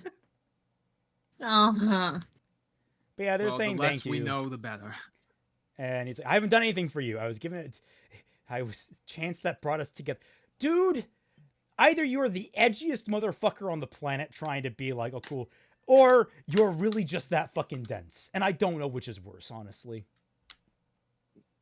Yeah. Especially since this is like a 70-year-old man who should know better. Yeah, like, also, it would be fine. Perhaps it was just random luck. Either that's bullshit or that's hilarious. Like especially given like in the earlier episodes how he targeted like Tart and constructed the situation in such a way that she would be loyal to him. Ryan, so maybe the reason they would be like an accident, like, oh, it's a rare herbal tea, and they just didn't realize, oh, it has these properties. I could see a comedy gag going like that. That's about it. You know what? I don't put anything past this fucking show. Maybe they did it intentionally. Maybe they wanted him to get it on with Maha. I don't know. No idea. It was a proposition of like, oh, this could be a joke that I could see this stupid show making. I fuck to see how that would play out. Please don't forget us after you leave. I can't forget you. You're part of my balancing books. I have to pay your fucking salaries. No matter what It would actually be funny if he was just straight and honest like that. Like, yeah, like I can't forget about you, even if I tried. I literally bought you guys a house. You know how much that cost? What the fuck? I appreciate. Is that like I the said, dad? Oh, right. I do that was the dad. Yeah. That was the dad. I appreciate there is an even-handedness to some of the fan service going on. Like, oh yeah, no, we got naked dudes here too that are built and stacked. Okay, great. Yeah. Hope y'all don't have any Isekai- daddy issues. Isekai OC shouldn't have kept their memories during the past life. That's how reincarnation in another world works. Yeah, no, I agree. I mean, in this instance, I can understand the goddess keeping the memories because he's an assassin and he always was, but then it's also at the same time kind of redundant because he's born into assassin family anyways. So it's like, he'll learn all those skills anyway. What is kind of the point of him keeping his previous memories? What gets me is the point of an isekai, I think, is to actually keep the character's memories. It's that many isekai go overboard where it's like, okay, you get to keep your memories, which for any character coming into a fresh, brand new life with a complete, absolutely clean slate with all of your past lives' memories is already such a leg up, especially if you're like born as a child. That can be such a beneficial moment because like you're suddenly super smart compared to all your peers. You have all the time you need to actually buckle down and get a trade. You have actually all of your self-control intact. Like, I think about what would happen if I got reborn in a new world and I had all my memories. Fuck, I'd be unstoppable if I could get my ADHD under control. Which might still hold me back, but I at least would be aware that I have a problem. Unlike the first time around. So it's like that's so having your memories as an isekai protagonist is basically the superpower you're supposed to start with in a typical isekai. But so many feel the need to just keep shoveling on more and more powers and abilities just to make it even more bullshit. And that's on top of, whether or not those memories turn out to be in any way important to the story anyway. Which a lot of them, in which case it really isn't. It's just a fantasy anime with extra steps, which is why there are so many fantasy anime shows right now that people go all like, "Hey, is that an isekai? It looks like an isekai, but it's not. It's just a fantasy show." It's free reign. It's just all. Shut the fuck up. No, all right, everything else was bad, but that crossed the fucking line. No, I was going to say though, I completely concur with that. Like, I'm thinking about it. If you just remove the isekai, prospect from this and just had at some point in his life, like as a child, a goddess came down and was like, "You have to kill the hero," and it's like, okay, what changes? Not much. Well, I guess he can't construct a freaking tank. He can't make tank magic. True. Is that the only relevant thing? There's barely anything else that would change too much. I mean, like, he had like knowledge of things like, ballistics. He created like firearms. He's created chocolate and moisturizer. He's created balanced nutrition. Fuck, I forgot about that. Jesus fucking Christ. Yeah. His family is the only one who gets all of their daily vitamins and minerals. Also, I love she just wipes his hair once and magically all the onyx powder comes out, or the obsidian powder, or whatever it is. It's like, fucking, what? Where does the powder go? Wait, is that what you really look like, Tart? She hasn't... Wait, she didn't change. What was she wearing earlier? Yeah. Where's... What? Also, don't give the author any more ideas, Kaiser. He doesn't have any ideas. Well, except in redoing Yeah, Miller, in which case those are some really bad ideas. Oh, it's because she's wearing like Oh. this. She's wearing this, and she looks like nothing different. No, like wearing a different outfit doesn't mean that you're a different looking person. Jesus. Yeah, well, this isn't Clark Kent disease. Come on. No, like Oh. there is at least some precedent for the Clark Kent thing, because glasses actually change the structure of your face, because the majority of someone's recognition of you is through the eyes. So the fact that you have something around the eyes changes how people recognize you to a certain degree. And that's also why a lot of autistic people have trouble recognizing faces, because we don't look into the eyes that often. Yep. But like, this is just changing a goddamn outfit. It has nothing to do with your facial recognition. Yeah, if anything, since she is already a maid for Lou anyway, shouldn't she also have a hair disguise thingy thing? Yeah, why not? Like- I don't know. I don't know why she didn't go more undercover. I don't. Yeah. Also, Robbie Hughes likes to point out lots of celebrities have entered lookalike contests and lost. So there's that. Like Charlie Chaplin, famously, lost his own Yeah. lookalike contest. And I know there was that thing that Henry Cavill did, where he actually stood in Times Square wearing a Superman T-shirt in front of a giant billboard for Batman versus Superman, and no one recognized. I think like 2 people recognized him in That New is York Square. crazy. That is insane. I mean, I it's never New heard about York. Nobody pays attention to other people in New York. Let's be real. I True, suppose. but that's still really funny. But yeah, so Tart's like, I'm sorry, I'm the only one coming. Oh my with him. god. And she's like, I'm proud that things are there are only that I can do to help Brother Lou from here. And like, that'll be a whole thing with her dynamic with Lou going forward. She's just gonna be in this other house. I gotta say, I like this touch. She gives him one of the little dolls that they would make as a little like parting gift for all the people they took on tours. That's like of all the characters, I think Maha is easily the strongest in this entire show. Yeah. You must doubt them first. What? Before you can trust Since people, when? you must doubt them first. Since when did That's- you doubt him? That's really stupid. Well, and you wanted me because I had mana. Like, that's what she thought. What I hate is like, okay, fine, but why haven't we seen any of this jack shit? Yeah, what? Like, it's Yeah. the fact that we haven't. Is a part of it also the self-gaslight mindset that there's no way this guy on the billboard is here right now? It has to be someone else, right? Possibly. Yeah, something like that. Also, Josh, he says Okay. she doesn't need a disguise. Everyone's looking too south to look at her face. Not in her other outfit. Her other outfit covers her boobs. I will say, as a personal anecdote, I didn't even like put glasses on. I put in colored contacts to change my eyes to blue, and I put on a Halloween costume and walked around my city's mall on Halloween. I passed my cousin and I waved at him, and he did not recognize me. No. I've always wondered if I just shave like, Damn. my hair and my beard, would people be able to recognize me at all?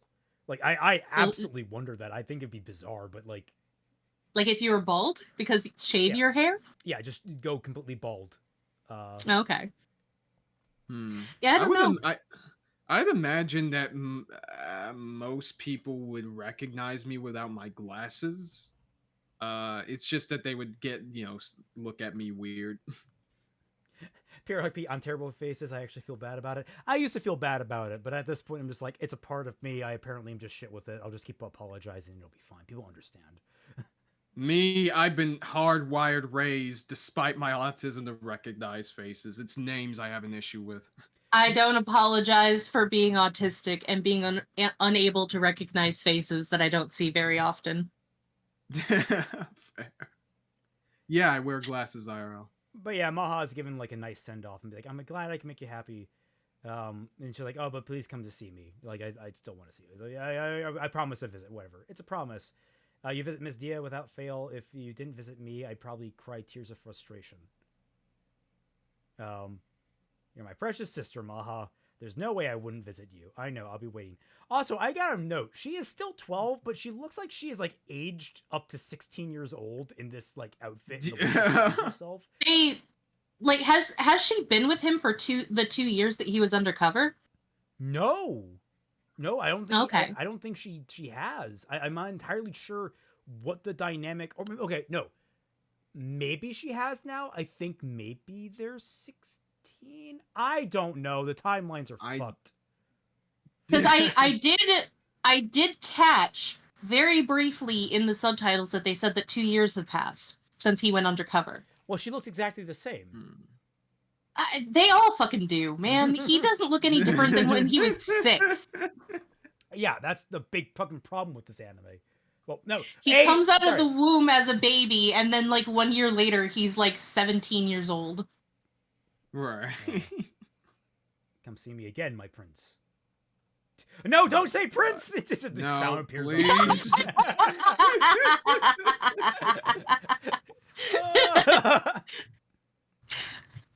You shall call me king!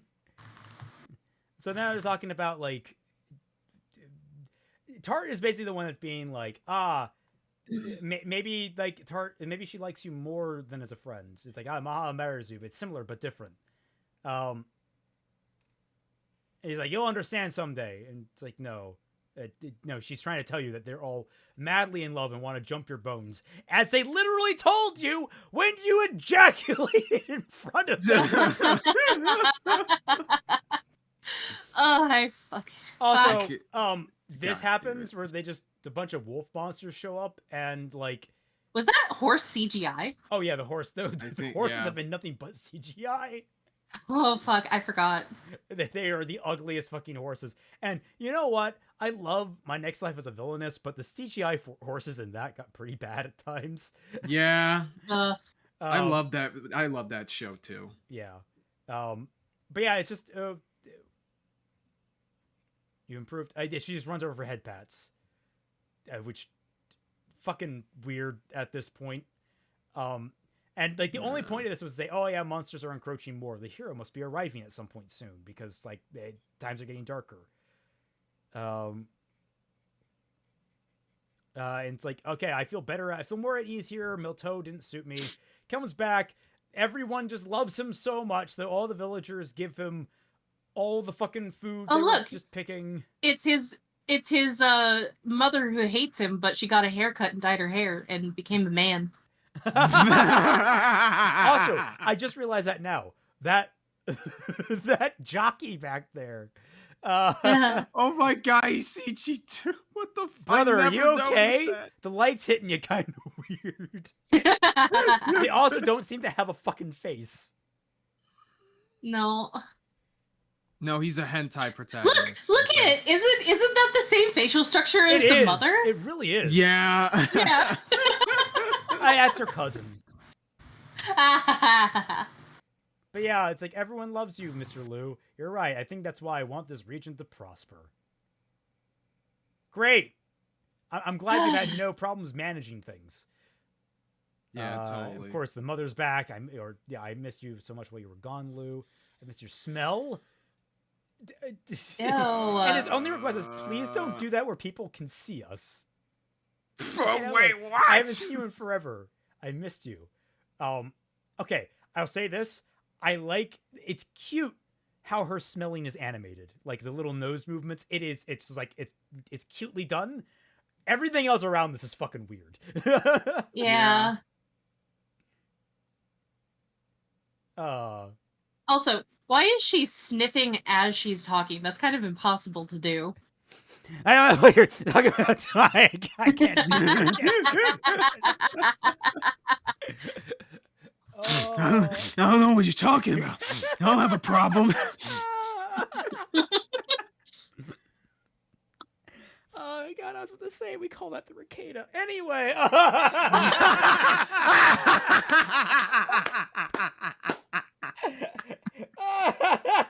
Yes.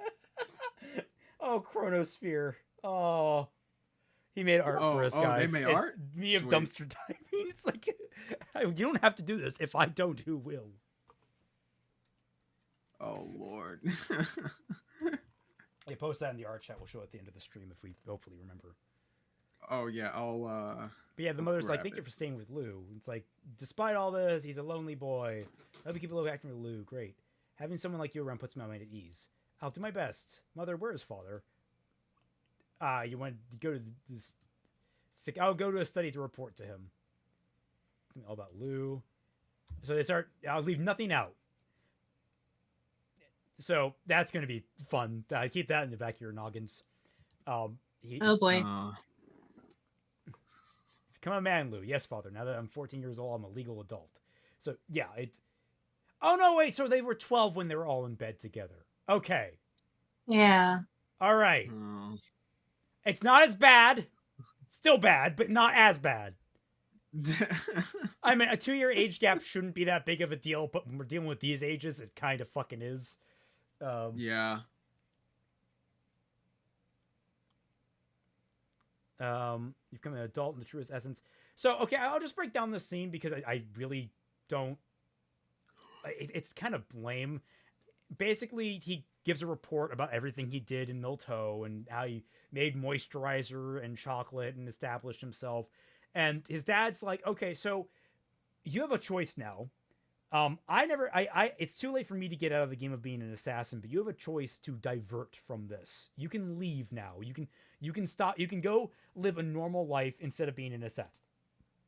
And what it's ultimately arrived at, where is, to do.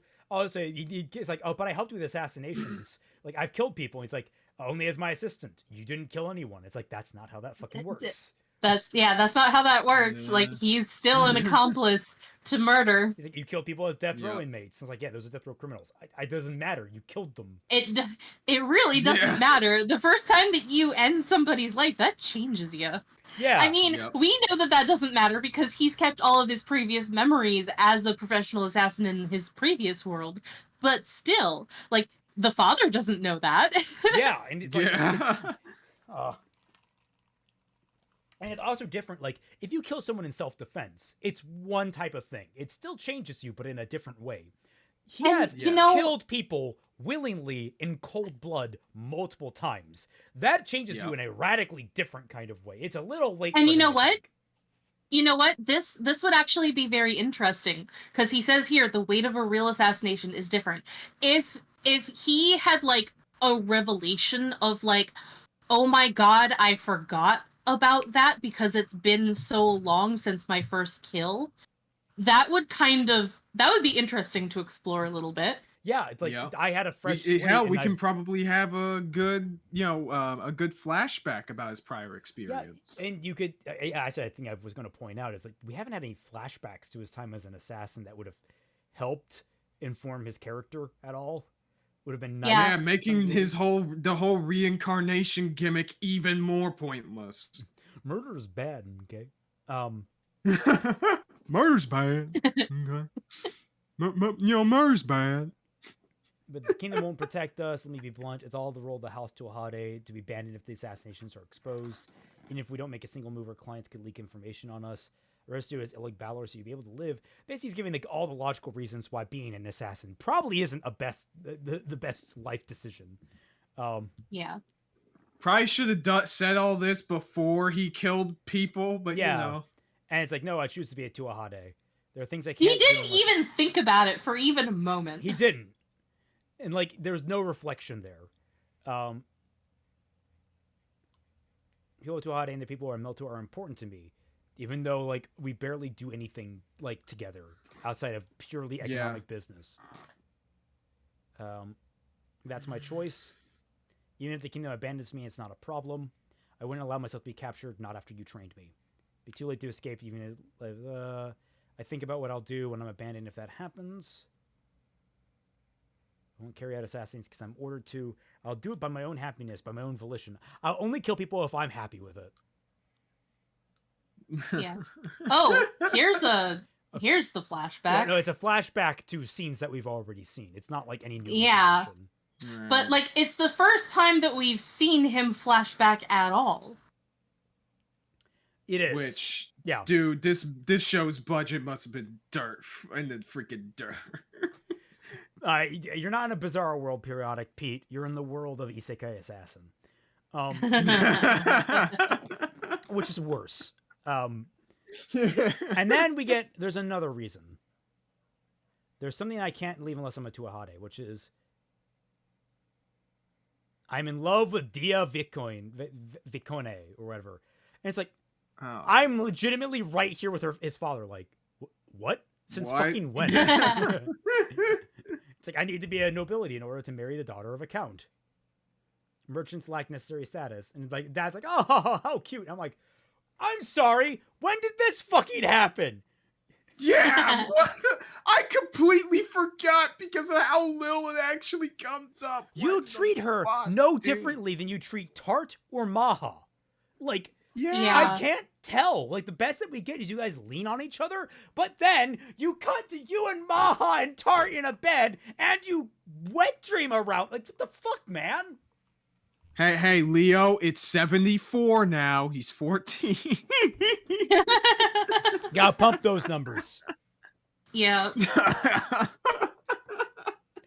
But yeah, he's just like, I want to be an assassin. I want to marry Daya. Now, completely ignoring the obvious question of, well, won't marrying her bring her into a life of assassins, which would put her out constantly in threat of danger of retaliation for the actions you partake in? No meditation whatsoever on that. Nah, you'll be fine. He saw his cousin. Don't spoil that. Oh. There's no one. I'm not looking at chat. Yeah, I'm not looking. Yeah, I'm at, not looking at chat either. He said. I mean, I probably said it last stream if I'm being completely honest, but there's. I've forgotten probably. Yeah. He sells military secrets to neighboring kingdoms in exchange for drugs, which he distributes throughout the kingdom. He's scum to make people suffer. He needs to be removed from the kingdom as soon as possible. I won't interfere. Kill him your own way. They'll do a perfect job. I'm Lewd Tuahade. Yes, you are. Thank you for stating that. I'm glad. I'm glad you know that. I was worried that you might not at some point. Yeah, he's not our enemy though, so he doesn't get the privilege of us needing to say his full name. Yeah, and so that was episode 8. Just kind of vacuous, just kind of moving things, crawling forward.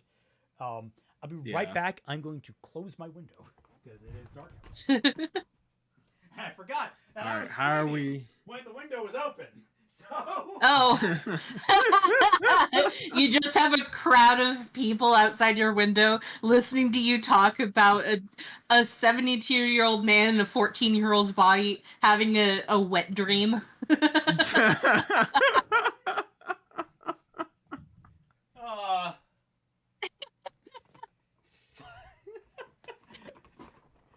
Thankfully, in the court case, I have the VODs.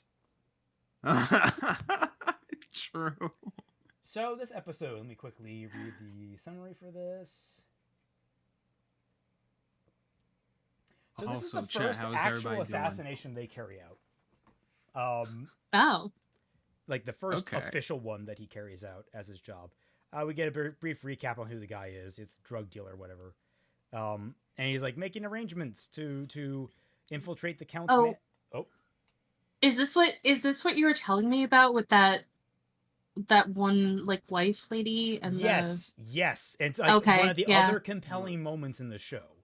That for the record is a ball that has dropped really fucking hard, but by God, they had something there. Kaiser, your stream is paused again. God damn it. Dang. I don't get it. I never minimized it, and I can still show it. Should I close my stream and reopen it? Yeah. We'll go biblically accurate for a moment. Yeah.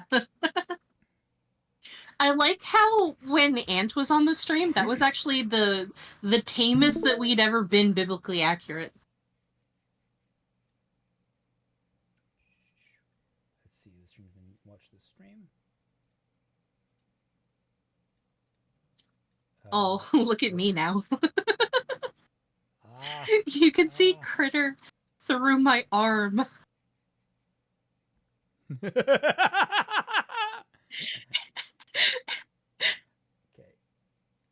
Kaiser's is loading. Kaiser's is loading. Kaiser's is loading. Kaiser, can you still talk? Uh-oh. Kaiser, can you disconnect? Oh dear. He might have to restart Discord. Kick him from the call. Sure. Wait, you didn't give those powers? I didn't give those powers to you? I don't think so. No, I do not have those powers. Okay, I will, I can give rolls, though. That's strange. Oh. Or no, I can click on his rolls. Okay, are you back, Kaiser? Are you back, Kaiser? No, he's not. He is not. Oh boy. Just restart Discord, Kaiser. I hate it when Discord does that to you, where it's like you're having mild issues, so you leave the call and it just makes things worse, so you have to restart Discord.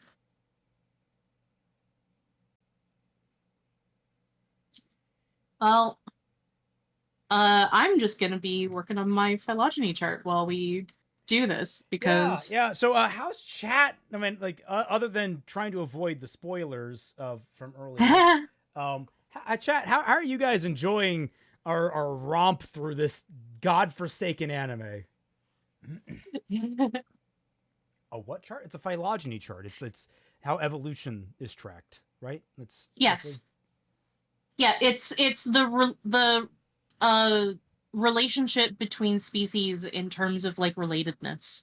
So what species are more closely related to others and all that kind of stuff. And I'm doing that for mythical creatures, which is proving to be very difficult and also very surprising how many creatures there are that are mythical creatures in folklore around the world that are so diverse. Like, did you know that there is a mythical sea cucumber? Because I didn't. All right, Kai, you're back. Good. Yeah, Discord needed to be restarted again, so sorry about that. Yeah. It's still paused. You know what? We're living what? with it. Oh no, it's back. It's back. All right. Okay. Oh, sweet. We're back. We're live. All right. Back into the cringe. Yeah. So yeah, they're planning their assassination. They send messages off to Maha to start getting information from Orna's network. 3 pigeons to guarantee that she gets the message. Or it guarantees that someone gets a fucking message. Probably not the greatest thing. I hope that's fucking coded. Yeah. All right. So no, he's the bestest assassin ever, so of course it's coded. You know, I find it very interesting because there's a guy in my comment section who started a discussion about 1984 because he's like, well, propaganda can be the main villain of the story. And it's like, yeah, I mean, no, because like that's just the bait on the anglerfish. Like you're focusing on the bait. You're not focusing on the fish that's about to open his giant toothy mouth and eat you. Like the main villain can't be propaganda because by definition propaganda has to be operated by somebody behind the shadows.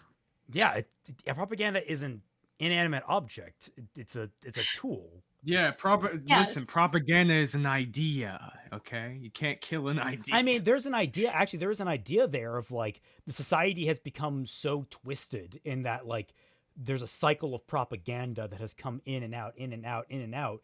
That it's like not even people that were making it to begin with know what it's about anymore, and they've like kind of lost control of that as an element. Like, that could be cool as an idea, but I don't. That's not what 1984 is about. Yeah. Yeah. No. But like it's just that idea of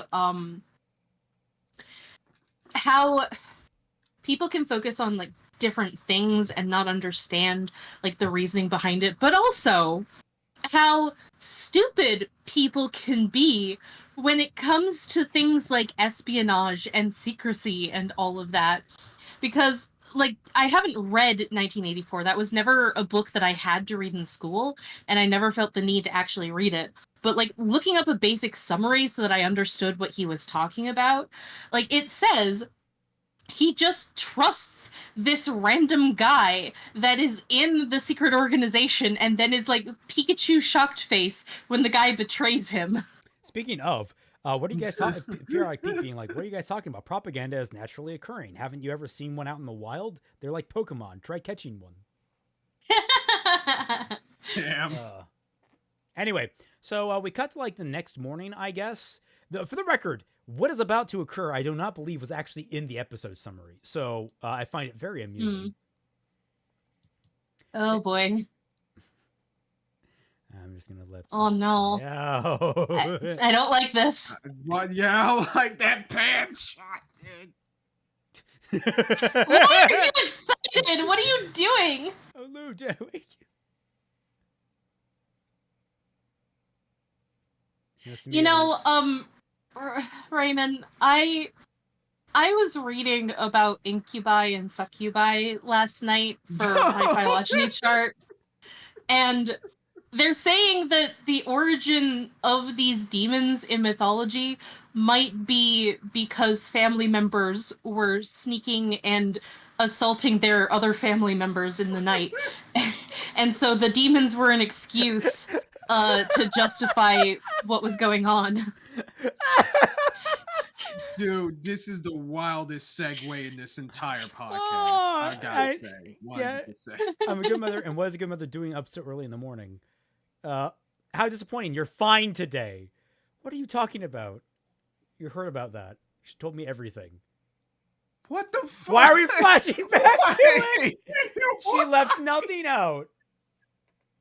Don't be shy. Let your mother see. What? If that happened every day, I'd be seriously ill. Like that. Very much so. I love how adult. instantly we went from like 57 viewers watching to 70. I know. Legitimately. Oh! I hate it here, bro. That woman needs to be on a fucking list, but they don't exist yet. So someone get the fucking Inquisition out here. Yeah. No, Lou has to invent that. It's like, Tart, we need to talk. I'll talk with you. I help you change. Of course, I'd like to see how much your body is. Thank you, Lou. Thank you. Yeah. Thank you, Lou. What the hell? But of an arranged marriage meeting, obviously. They're all beautiful girls from good families. That was delayed. Thanks, Discord. Yeah.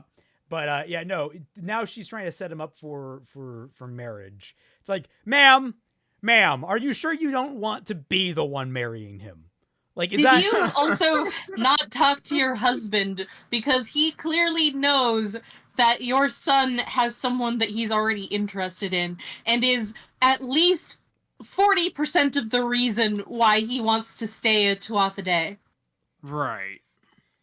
I don't intend to do any arranged marriages. I'm here to see my grandchildren. So you can... He's just ma'am, turned 14! Ma'am, I don't want you near any grandchildren ever, all right? Yeah, please, no. Yeah, please keep this woman away from all children. No Diddy. He's not too young. He's an adult now. He only just became one. If you take too long, I'll turn into an old woman. Ma'am, you'll be young forever. You won't turn into an old woman. Your flattery won't work on me. or will you bear Lou's children instead, Tart? And yes, Oh ma'am, of my course I bear his God. children. And like, Oh my. look, That's actually a good idea. but I was gonna say, like, there is a crumb of a good comedic beat in there. Like, I could see this exchange. Yeah. I do kind of like the character blurting out before they really think it through. Like, that kind of thing can work. It's just the context around this entire scene is just And, awful. Like, I don't mind that in this world, the characters become adults at 14 or whatever, because that's usually when a lot of people throughout the majority of history became adults, was when they went through puberty. Yeah. And it was Sure. usually a big deal. And like, but children, and this is also kind of also in line with like actual medieval society as well, because it usually is the people in higher places of class that they marry young. It's usually the commoners that didn't marry until their 20s and all that kind of stuff, because the responsibility was more towards your immediate family, and then when you're established enough, then you can get married and all of that. And it's usually the higher class people, usually the royalty, that marries really young in order to be able to secure the next in line for generations, because it is very hard for children to not die before the invention of modern medicine. Izanagi says, evidently this scene was iconic enough for Crunchyroll to clip it. God fucking damn it. Yeah, no. After I watched the show, I was scrolling through shorts, and that scene did in fact cross by me as a short, which baffles the fuck out of me. Dude, anime Colleen Ballinger, dude, this chick does look like someone who would respond with a ukulele to fucking assault. And it's great that you could immediately begin trying to conceive. Like, she's like, listen, of all the What good the reasons, that's what Lou wants, and perhaps it's not too soon. Mother, please stop teasing Tart. Immediately, Tart just shot down. Yeah. Like, dude, are you not paying attention that Tart is literally saying that, like, I guess I'm all on board for this, actually. It's like, You know what? I wouldn't actually be surprised if he's known all along that Tart has feelings for him, but he just doesn't care. But then that also means that he's a bit of a dickhead, because he's like, he allows her to sleep in the same bed as him. Twilight, Yeah. no, he doesn't know. He doesn't. There's going to be an entire. That was the conversation that he had with Tart in the car. He doesn't realize that Maha has feelings for him, and there will be a later conversation with Maha that confirms, yeah, no, he does not fucking realize that these two girls are ready to jump his bones. Are you fucking kidding me? The same dude who gone through freaking light Yagami ass detail in order to get this chick to be his maid, his combat maid in the first freaking place, can't tell that she is into him after all this? It's very... It really shoots itself in the foot, because like, it has the knowledge that he needs to be cunning and needs to be forward thinking and to have knowledge of psychology and all that in order to be able to do his job. But also, it, like I said, it shoots itself in the foot because it needs to do these anime tropes, and these anime tropes usually are the dumb, naive protagonist idiot who doesn't know anything about anything, because that's how shonen protagonists with love interests in harem anime work. Kelvin Schubert, this anime really blew its too. load. Oh. Repeat that. On. You both talked at the same time. One of you have to repeat. Sorry, yourselves. Kelvin Schubert said this anime really blew its load. Fucking damn it. Kaiser, you Yeah, speak I first. said, Now I'll talk about the whole isekai protagonist thing. Right. I was just saying, yeah, the show wanted to have its cake and eat it too, which makes even less sense given how old the guy was in his past life. Well, yeah. I think what the anime wants us to believe, and I'm not saying it's good, for the record. I'm not going to pretend anything in this anime is actually good. Even the good ideas are just sort of like, well, they're ideas. Yeah. what it wants us to believe, he's so focused on his goals that he doesn't even consider romance whatsoever. So it's like it's just sort of like a complete blank space to him completely. But we've already seen, he's madly in love with Dia or whatever her name is. Yeah. It's like I don't know what this anime wants me to believe about this guy and his mindset on shit. Yeah, Like, no. wouldn't it be interesting if he, like, okay, I realize I have feelings for this person, and I'm also aware that, like, Tart and Maha are into me, so let me set this boundary real quick. I will So that, elaborate on more about that in the Maha scene whenever it crops up. Oh, man, okay. Because there is something that I remember hearing about this show that, like, when I was trying to do my initial research, that was like, oh, interesting. It's a show that actually it's a series that decided to actually go this direction. I'm interested to see how they play it out. Safe to say, I was thoroughly disappointed, but we'll get there. Oh, damn. But yeah, like when it comes to scenarios like this, I can understand when Miyazaki says the anime was a mistake, because like this is actually what he meant, where anime doesn't have original ideas anymore. It is just cannibalism now. It is pure cannibalism. Also, I should point, the big development in that scene back there was that he figured out how to use a tone of voice that'll get his mother to back off and not annoy him as much. That's it. Wait, it took him 14 years to learn that? Because now he sounds more like an adult. Right. For the record, there is no noticeable different tone of his voice. No. Also, I keep pointing the point that's out. He has the fucking Kirito fit right now. He does. He has the British Kirito fit. Like, I love, like, high-collar jackets as much as the next guy, but come on. This is... Also, that is actually how they travel places, for the record. I'm going to do that at normal speed. Just Sonic Run. Yeah, they use magic to Sonic Run. It's kind of fucking hilarious. Going around at the speed of sound. Got places to go, gotta follow my rainbow. I just thought that it looks so silly. Like, we're just gonna, fuck horse carriages. They're just gonna run everywhere. Yeah. Best gag back.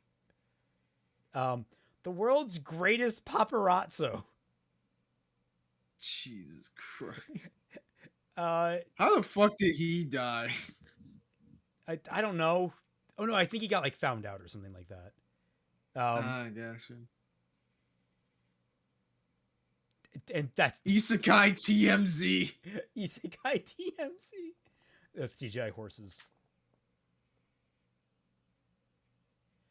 I don't know what his plan was there exactly. Oh, what the fuck? I think his plan was to get a picture of him being hit by the carriage to get blackmail. I don't know. It's one of the weirdest ones. Like, what the fuck? You just got yourself run over by a horse. I mean, that was his plan, but then he was also surprised by it. Like, yeah, what the fuck? Wait, are these also the Isekai guys? Are they, like, all injured and battered and bruised? And that'd be like hilarious. I mean, that would be hilarious. It would be funny if he came across Isekai people. I was gonna say that's another fun element of that mob show that I discussed. The world is hard for mobs. His younger sister, who forced him to play the game, got Isekai'd into the game. That's what the manga that I showed you. Okay. And like the whole thing is that she actually gets like the harem that she wanted to like be she wanted to have her brother play the game so she could benefit from just knowing all the story and getting the harem. But that's why he's so good at the game, but she still gets it when she reincarnates. She supersedes the actual heroine of the story. And she gets the harem and she's fucking miserable. And it's amazing.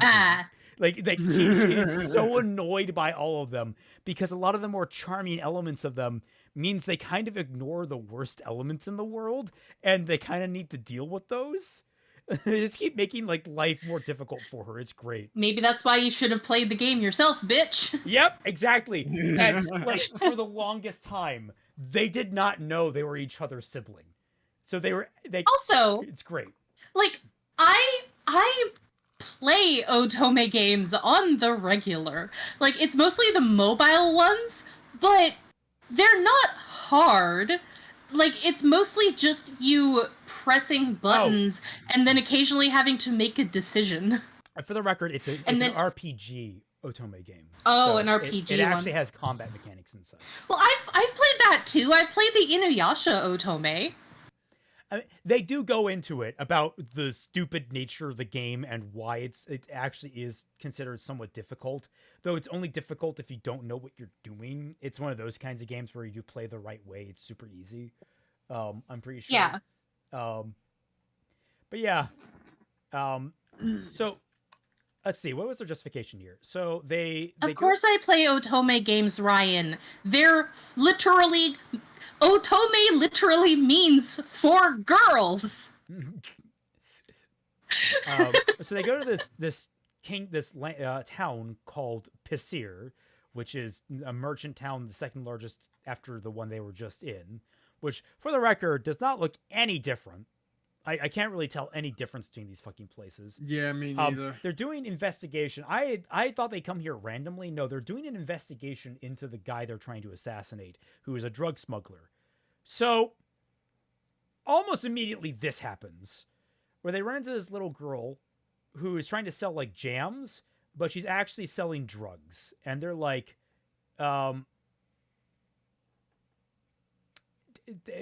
they start basically playing against... Oh, and of course, through this, she's playing Lovebird, like, oh, we're actually lovebirds or whatever, as our cover. And it's like, what the fuck? It doesn't amount to anything. Why didn't you establish that earlier, before it's, like, right in front of this lady? Yeah. But immediately they do, like, the hero thing where it's like, would you like to quit? And it's like, I'll give you an opportunity. Because it turns out everything she was actually smuggling was drugs. Like, it's not jam, it's drugs. And a bunch of these guys roll up because they're the actual people behind it. And they just beat the shit out of them. They don't question them, I don't think. What? Oh, that's fucking okay. Yeah, and then she's like just trying to gather the drugs, and she's like, "Oh, my mother, she's addicted to the drugs." So they go to her mother, and she's kind of a bitch because she's jonesing really fucking hard and having a withdrawal. Yeah, she's crashing out. And like, this is another story that I saw completely uncategorized, and like, again, it's like one of those things like, oh, this is kind of cool. He's like helping this girl out, and he just magically cures her of her addiction, although her mind isn't cured of it. Her body is. Her body no longer needs the drug, but her psychology dependence on it can't be cured. It's like, that's like 90% of the problem with drug addiction. It's not, the body stuff, honestly, is like, you could sit down in a room for a couple of days at times. No, I can tell you that a lot of it is also the psychology of it, because, as somebody who knows a family member who is addicted to drugs, it doesn't matter how often they go into rehab if their mind isn't ready to get rid of the drugs. No, that's what they I'm can be saying. completely cleared of it. No, that's but their mind... If their mind desires it, they will still get some, even if their body no longer wants it. I was going to say, like, the show kind of paints him as though he's, like, this hero for having solved the problem. And I'm sitting there and I'm like, guys, the mental addiction, like, you acknowledge it, sure. But, like, I don't even know what the fucking point of him curing her physical part of the addiction. Usually that shit wears out. Like, the physical element. The psychological element is the really difficult shit you got to clean out. But yeah, no, that scene's just over now. Yeah. They just did that. Okay, I've been curious. What is Twilight Guardian's name a reference to? It's not really a reference to anything, honestly. Like, it was something that I briefly had for one of my OCs, but I quickly kind of abandoned it, but I just kept the name because I didn't like the previous internet handle because I made it before I was introduced to the internet. But if people want to say that it's a reference to, like, Legend of Zelda Twilight Princess or .hack Legend of the Twilight, anything like that, I'm fine with it. Or the books. No, I'm kidding. I'm not going to actually tie you to that fucking thing. Yeah, no. I actually, some people tried to bully me over that because they saw my name was Twilight Guardian and they immediately thought that I was like some sort of Twilight Saga apologist, and they immediately left me alone when I told them, guys, my name has nothing to do with the Twilight franchise. I actually hate the books. So off-topic question, but I think started we watching the show talked called about this Lucifer, and I before. wanted to know, is it a good show or not? That's the one that ultimately, it's the live-action show, right? The one about Lucifer, like, helping out with police investigations and shit, right? I think. I think. I don't know anything about it. I know it eventually wound up canon in the CW fucking superhero Arrowverse, shows, yeah. Arrowverse. What? Uh, Why? I don't know. So I would presume it's not good then, if that's the case. Oh God, there was Earth 666. I forgot that was the. Anyway. So yeah, they got a delivery from Orna, and this is how they get the information from Maha, is that she sends a delivery of the goods, which I think is that's a fine way of transporting it. So it's like basically he invented fantasy heroin. He bribes higher-ranking nobles. The official explanation and protections used. The royal family can't punish him, and so it means it's his job for the Tuahade. So they're going to go assassinate him. Oh, there's the mother and being. Actually, she was not as scandalous as some of the 12-year-olds. Yeah, that was relatively tasteful compared to the children. Why? Like, I don't care all that much, but I do find it very odd that Japan just doesn't seem to give a shit about anyone over the age of 20. I kind of want to make like a parody thing of like, oh, you're like 15 years old, one more year and your life is fucking over. You might as well just like end it. You're not like you're a 14-year-old and you're not married yet with like 20 years of experience in your job. What are you doing with your life? You haven't saved an entire planet yet? What are you fucking doing? Yeah. You haven't cured cancer? What the fuck? Oh, here we go. It's been a long while since it's been less than a month since I left Milto. So it's like it's only been a month. And they're heading to the gala together. But as long as I'm I just realized. What? Sorry. Like Milto, like it just sounds way too much like milk toast. Yeah. It's like this show. And Orna sounds like horny for the author. Oh my fucking stop. So yeah, she's like, I wanted to see you. It feels like we're so simple. Izanagi, isn't the whole age thing the idea of a Christmas cake when it comes for dating basically out of fashion or undesired after 25? I don't know. I've never heard. Josh, I'll do you one better, Josh. There was a live-action TV show that I knew of when I was growing up, and it's on the list to watch whenever we get back to the pilot episodes from my childhood. Although this one, we can't actually watch the pilot episode, so I can only give you, like, episode 4. But the premise of that show was nobody lived past the age of, like, 25. So there's a whole government conspiracy where they hyper specialize children so that they graduate from college at the age of 12 ignorant to literally everything else in the world but their profession, and that's so that they can keep power in the world. Oh, what was I going to say? I am aware of a one-shot hentai manga that people were talking about, like it circulated for a while, where the premise was that people die at like 50 years old, so being 25 is considered middle age. So it goes to explain why a bunch of characters are into like a bunch of 14 15-year-old girls or what have you. But also most of them are 14 15-year-old guys, what have you. But the big thing, I think the main character was an Isekai protagonist, or he just was weird, and he actually likes, like, the older ladies. Meaning, he likes the women who are like 25. And I think that was also the same one where that was the same one where after a woman's prime, they're like put into slavery. It was like the premise was really fucking highfalutin. Like they're put into like they like a common thing to happen is they sell themselves to slavery to support their family or something like that, and then like he ends up buying the mothers of all of his former adventuring companions because they kicked him out of the party, and then all the women are like falling in love with him. Wait a second. I've heard. Wait a second. That's not a hentai. That's an actual manga. I know the one you're talking about. Wait, that's not considered a fucking hentai? There's a full-on sex scene at the end. I know, but it's not a one-shot either, apparently. Well, I heard about that, but like I haven't seen any chapters pop up otherwise. Oh. Not that I'm keeping an eye out for it, but it's like it would come across my feed. I'm sure of it. No, but I saw it like once or twice because like everybody was memeing on it. They've got 20 chapters. Yeah. What? When did this happen?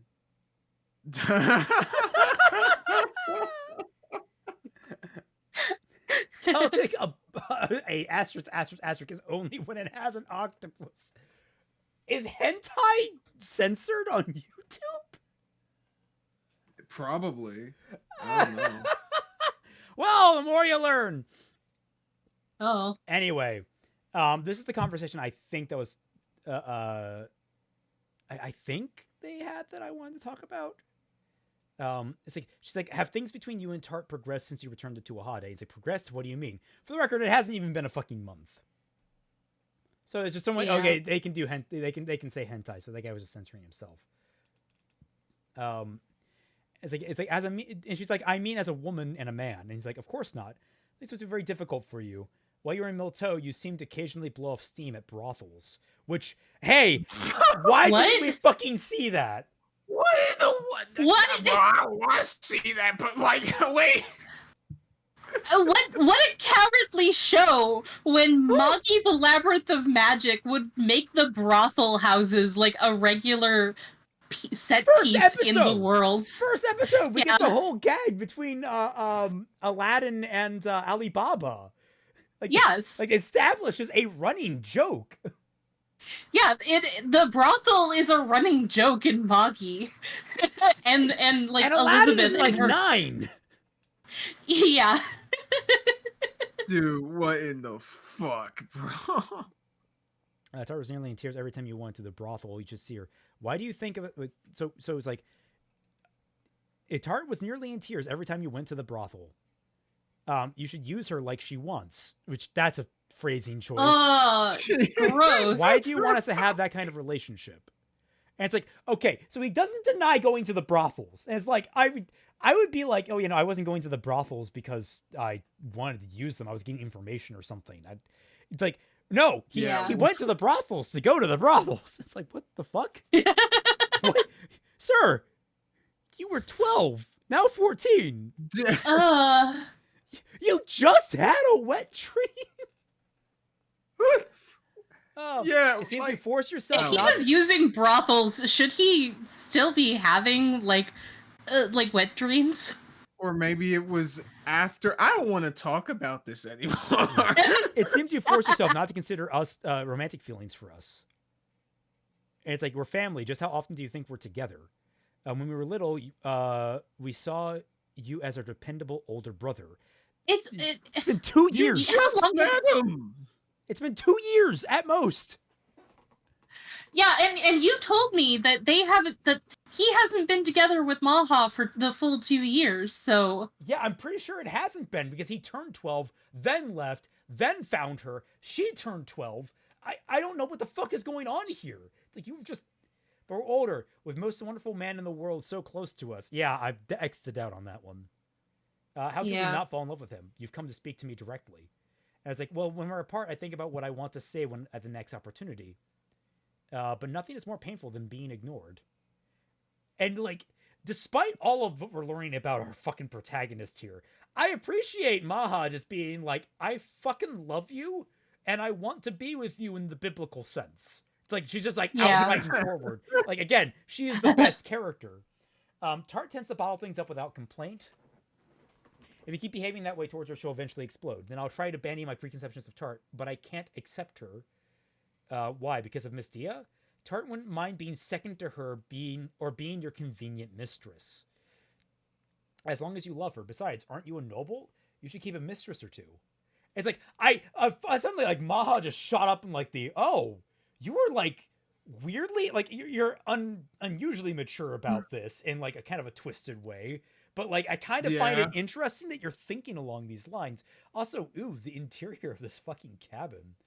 That feels Also, weird. like, I'm gonna fight back against this woman just a little bit. Like, yes, it was very common for noblemen to have mistresses and stuff like that. And in France, it was almost expected for you to have them.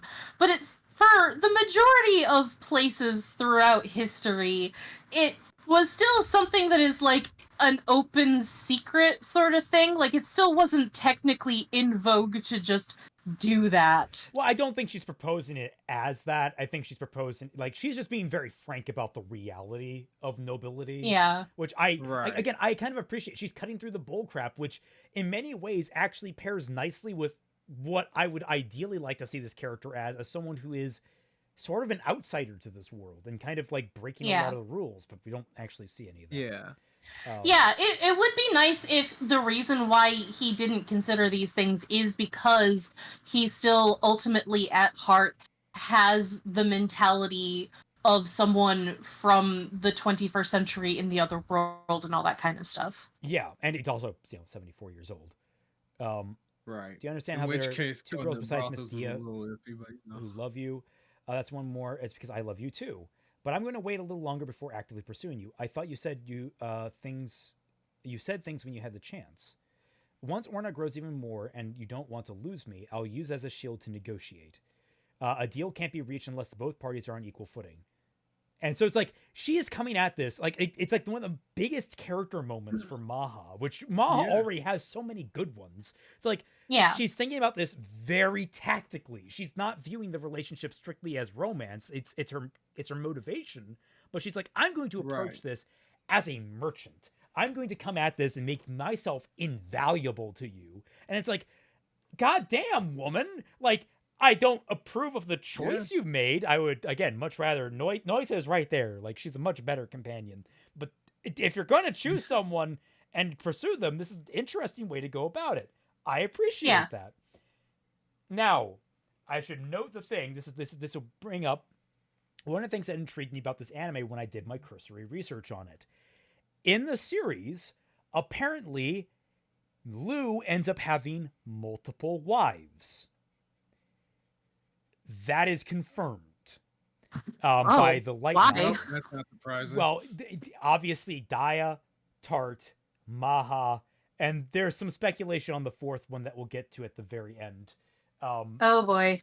But like the idea that like, oh, so this anime is just taking the idea of a harem by the like this, me going into this like it's going to take the idea of a harem by the reins, and it's going to be like this character having to kind of build these relationships, and things are going to progress naturally, and all the girls are going to have this dynamic with each other in order to try and understand where they fit into this relationship that they're all in on this one guy with. Like that had been my hope going into this. And honestly, I had forgotten that hope by the end of like the second or third episode. So I actually had to remind myself that that's one of the reasons I was intrigued, because this anime is fucking garbage. It's so bad at this. This is what I mean when I say that a polyamorous relationship like this isn't the answer to the love triangle. Because polyamory and love triangles are not the same thing, and you still have to work on the relationship between the main character and the other love interests and the other love interests with each other in order for it to work properly. You can't just say... I'll be right back. Yeah, you can't just say that in order to solve the problem of the main character not being able to choose which love interest they want, to just say fuck it, let's go with both of them. Like, it doesn't work like that. That is still bad writing. And the whole point of love triangles being bad writing in the first place is because people are usually too lazy to properly work it out. And you know from the beginning who the final option is going to be, because clearly the writer has a bias. Like, it was true with Twilight, where Edward was always going to be the option that Bella settled for at the end. Jacob honestly didn't need to be there. He was never a candidate.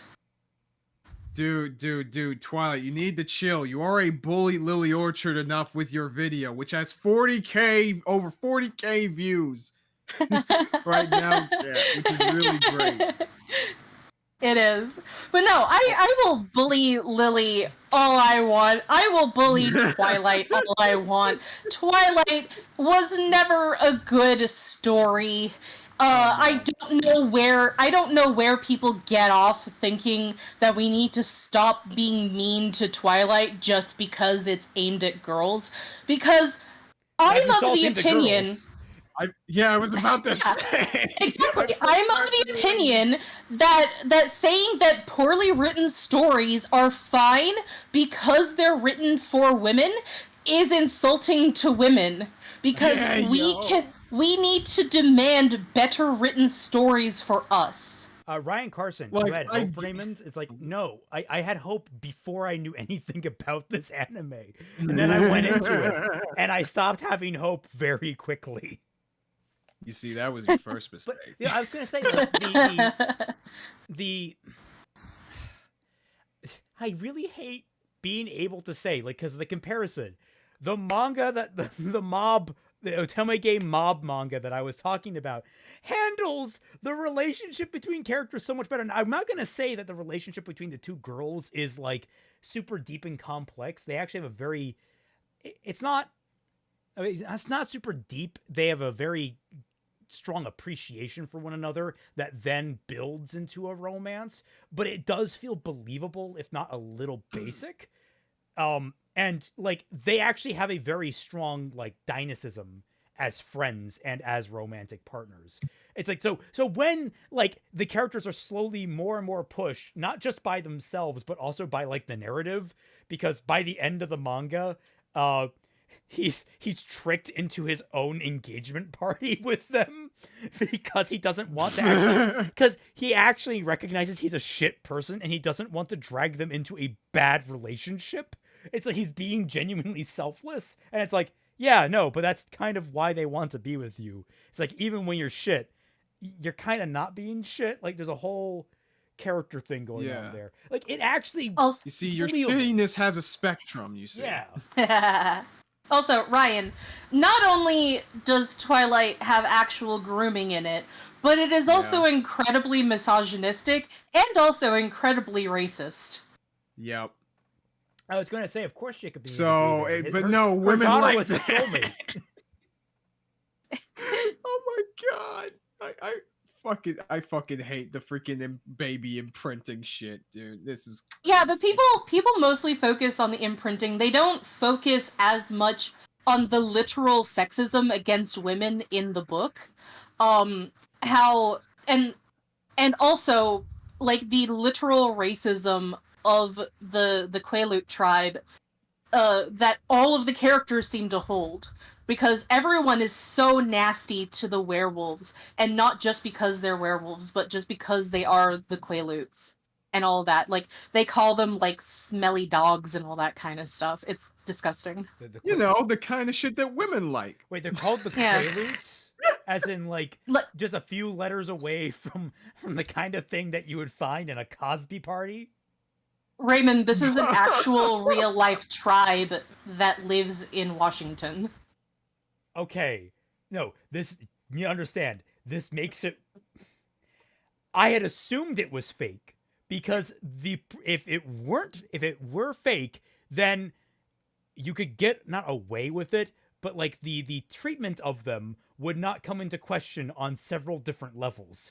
Now knowing that it's a real tribe, I retract my joke, which was not meant in any way harm because I had thought that it was actually fictional.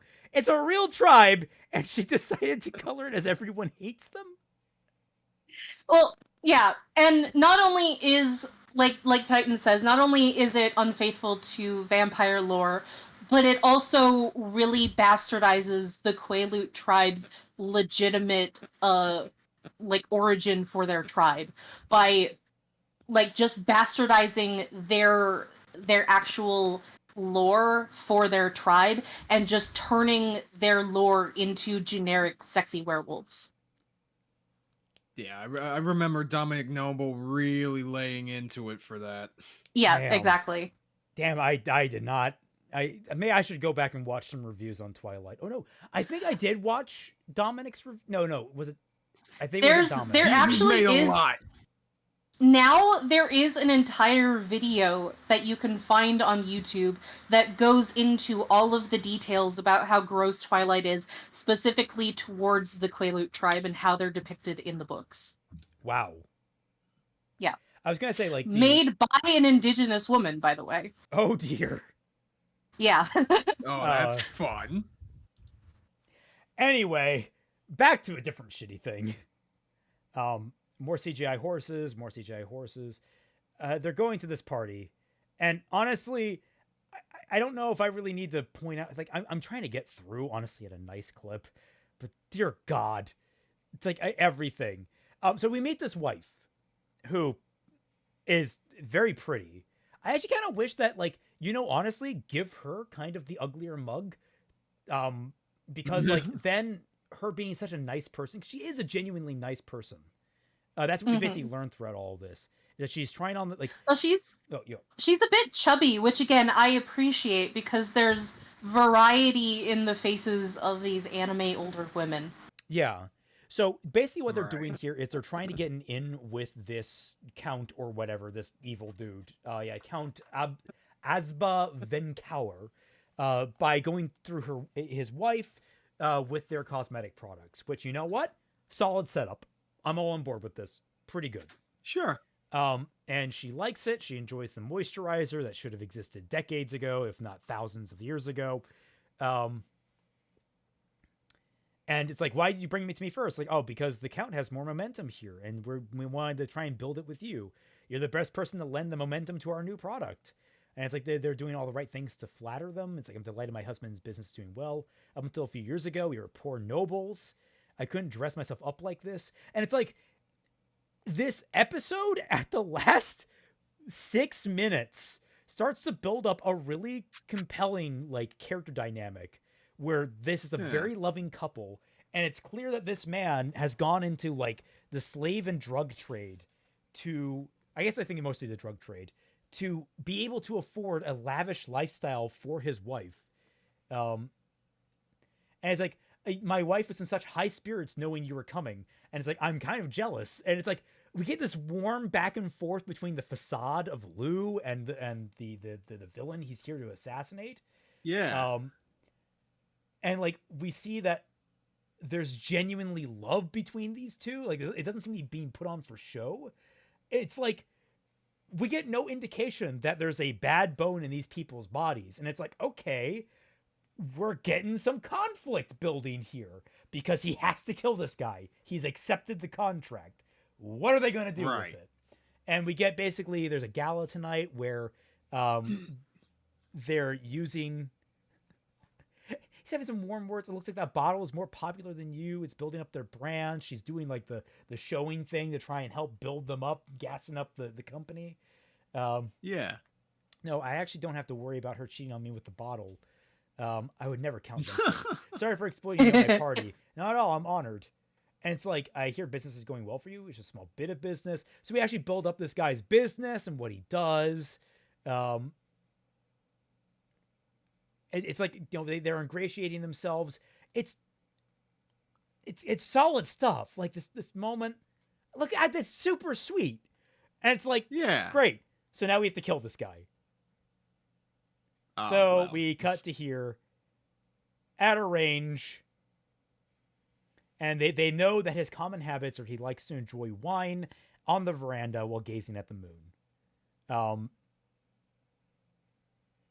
So he uses his super special eyes to see his brand. He summons... She's guarding against the trees, I guess. She's going against the Lorax, okay? I don't think she needs to be quite that vigilant. The Lorax only speaks for the trees. He's not packing. Well, some artists out there. Well, and he listen, he's in Isekai land, so you'll know.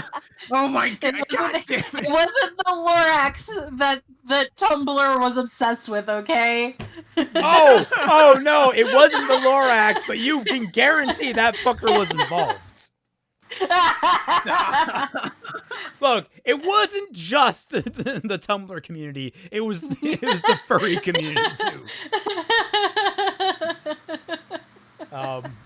But he's like, I'm more interested in killing the tool. I decide for myself whether or not I'll kill someone. And this time I've decided that this man should be killed. Goes out, stare at a veranda, target confirmed. Of course, with the royal orders and the principal's house to Ahade, I shall... And yeah, he takes the shot, kills the guy. Which, for the record, the animation here is kind of wonky. They speed it up to regular speed. This guy just, like, instantly falls over. Like... slow fall, instantly down. Dead. And he's doing the Yamcha. But you know what? The way to go out, having a nice glass of wine, looking at the moon. You know, if I had a better beverage than wine, I'd probably be pretty happy if that were my end. Yeah. So overall, not the worst way this guy could have gone out. And then we see that. In the past, killing never moved my heart. That's right, I was a tool. And also, you're still kind of a tool now. Anyway, but now... Tart, why are you? No reason. You just seem forlorn. Did I? Yeah, I'm surprised she could tell. I couldn't fucking tell. Sorry, let's go. Yes, sir. I don't regret this assassination, but I won't forget it. This is who Lu Tuahade is. Which is basically ending that last part is actually pretty alright. Yes and no. I'll give it a solid 4.5 out of 10. Yeah, I'll say 4 of that 0.5 is being carried hard by the wife. Yes. Oh yeah. And for the fact that it was like not even half an episode to build that up to that degree. If the show was shit like this more consistently, yes, I would probably have far fewer problems with it than I do. This is the kind of shit that I was kind of hoping to see, because what I wanted to see more of was the character actually struggling with the fact that, like, oh yeah, no, that was her husband and she genuinely cared about him and I've taken that away from her. She is innocent in everything as far as I can tell. And also to like establish the dissonance between how he was in his previous life to who he is now. Like, why didn't something like this affect him in his previous life? That would have been interesting to know. Yeah, what kind of experiences did he go through back then? Like, we never get a cutback to compare then versus now, or any kind of like him relying on his old training. It's always just shit that he would have learned anyway, apparently. Yeah. Say that was episode Ryan 9. Carson, Lorax. I am the Lorax, and I speak for the trees. When I say, please keep your pants on. Jesus Christ, you hoos are way too interested in me. Get a real life, you lonely weirdos. I read that in Danny DeVito's voice. Oh my. Oh, somebody record that.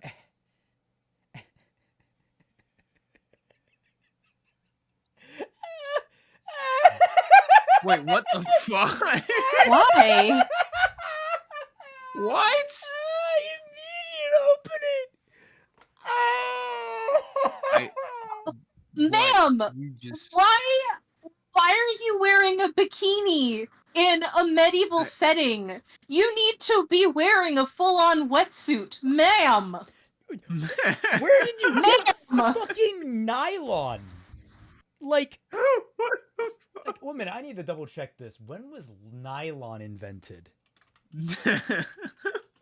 It's a pretty recent-ish invention, I'm pretty sure. 1935! Yeah. Jeez. Like, it was Yeah, invented that's around the same time as jeans. Oh, I didn't know that. Actually, I think jeans were probably about 20 years earlier, I want to say. Yeah, that I was said around the same time. let's see. So, basically we pick up with them. Also, this is a modern fucking sailboat. Like, I want to point that out. Yes. Like, this is a plastic hull. And a badly CGI one at that. Yeah. And it's like, oh, Lou, I see land. All right, just as I planned. We're heading back home already, huh? Normal lives are waiting for us. I enjoyed living on an uninhabited island together. Besides the fact that we had all our meals were fish. When we get back, let's go hunting. I'll make us some cream stew. Yes, sir. So, What were they? Oh. I guess they were there for like They'll another explain. job. but yeah, Maha's also there. In another fucking bikini. I forgot about that. She's signaling to them. Why? God damn it! I don't know. Like, they have like modern lounge chairs. Even I guess he invented that too. Yeah, that's what I'm saying. Like, ma'am, you need to be in a full-on body wetsuit. Like, we didn't start wearing bikinis and stuff until the last, like, 60 years or whatever. Like, There's in another the- manga. There's that I don't like the manga. It's like really disconnected. It's really hard to fucking follow what's happening in it. But the anime actually did a really good job of streaming things along. But one of the episodes / chapters was that the main character, another isekai protagonist, she wanted to have a beach day, but traditional, like the swimsuits she wasn't used to weren't made. So she made all these modern ass swimsuits for her and her teammates to go to a beach. And it was, obviously an excuse for a bunch of cute girls to dress up in cute swimsuits and go to a beach episode. Sure. They get fucking arrested for lewd and indecent acts in public because they're wearing modern bikinis. That's so fucking that would be really funny. heresy. That manga never completed, as far as I'm aware. It just like became a Aw. disassociated mess, which like I think that was please make me average in my next life. And then she learned like that was her wish to the goddess. Like that's her special isekai power is like I'm average.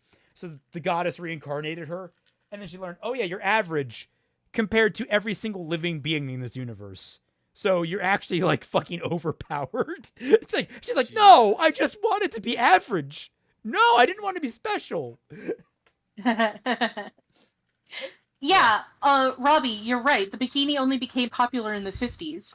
Like, you're setting this in a medieval world. Stop having anachronistic modern day shit. It's either that or In he this. invented them and he was like, no, trust me, it's going to be good. And it's like, and you know what?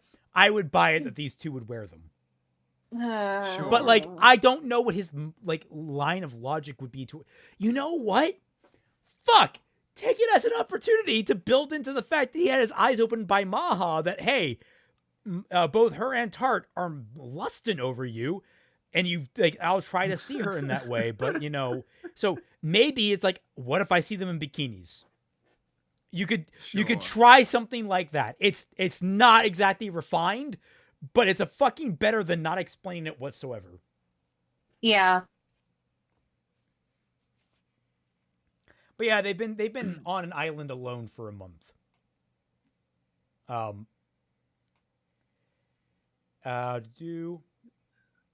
And it's like they only learned about the island because of a shipwrecked survivor that Maha heard about.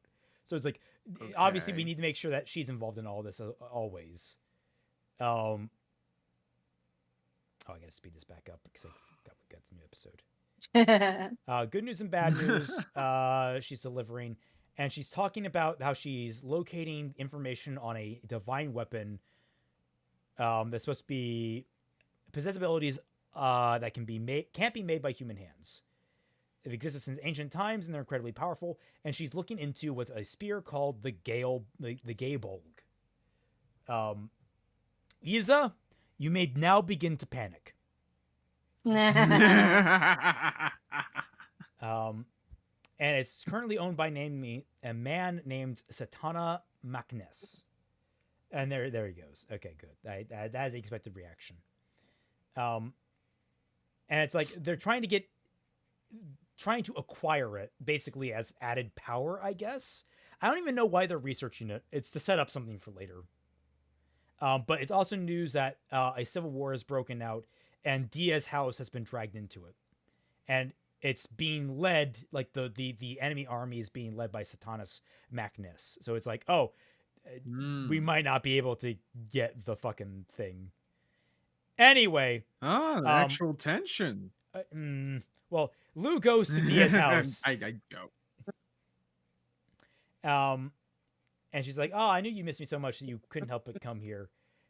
Did you bring a chocolate today? Sorry, not today, but I'm looking forward to it. That's fine, though. Just getting to see your face makes me happy." And he's like, basically he goes into, hey, look, there's kind of a war going on. And she's just like out here like, oh, yeah, it's all so far away. We don't need to worry about it whatsoever. We have plenty of magic users. I heard impudent noodles insulted the royal family and started a rebellion. Just a small thing. I do actually like how she's being kind of cute and excited around him and bubbly.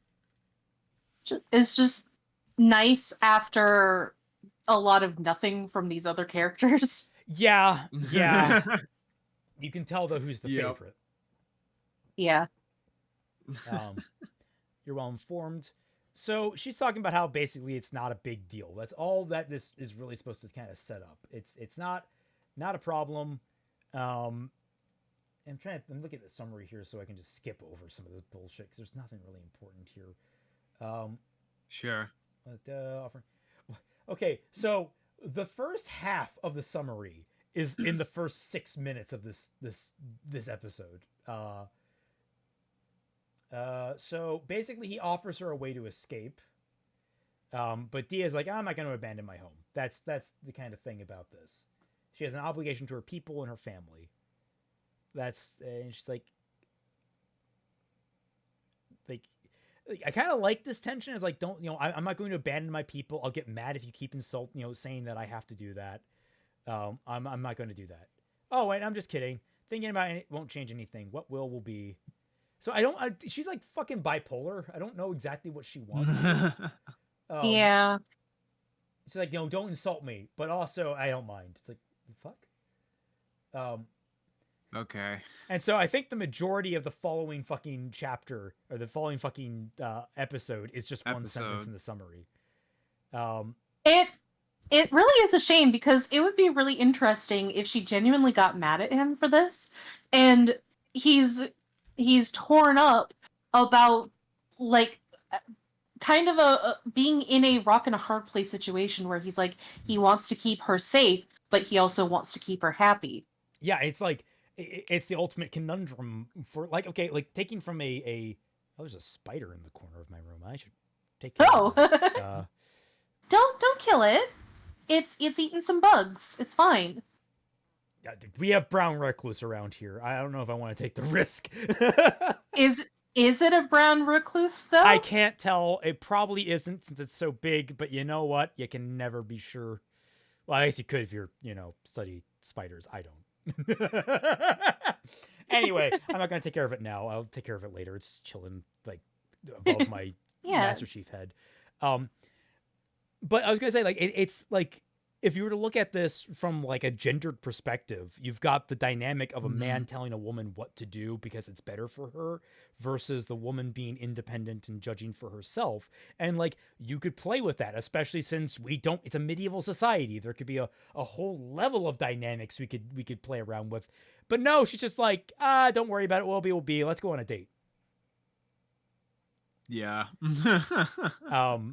I'm just a dumb little girl, and I need to do little girl things like go shopping. It's not quite that. I'll give the show more credit. We'll see at the end of the date. There's more going on here, but Okay. it still pissed me off a lot because it's like she's doing kind of the opposite and dismissing his concerns Yeah. here. It's like it's It's giving me a lot of mixed signals here, you know. Also, Yeah. BRB real quick.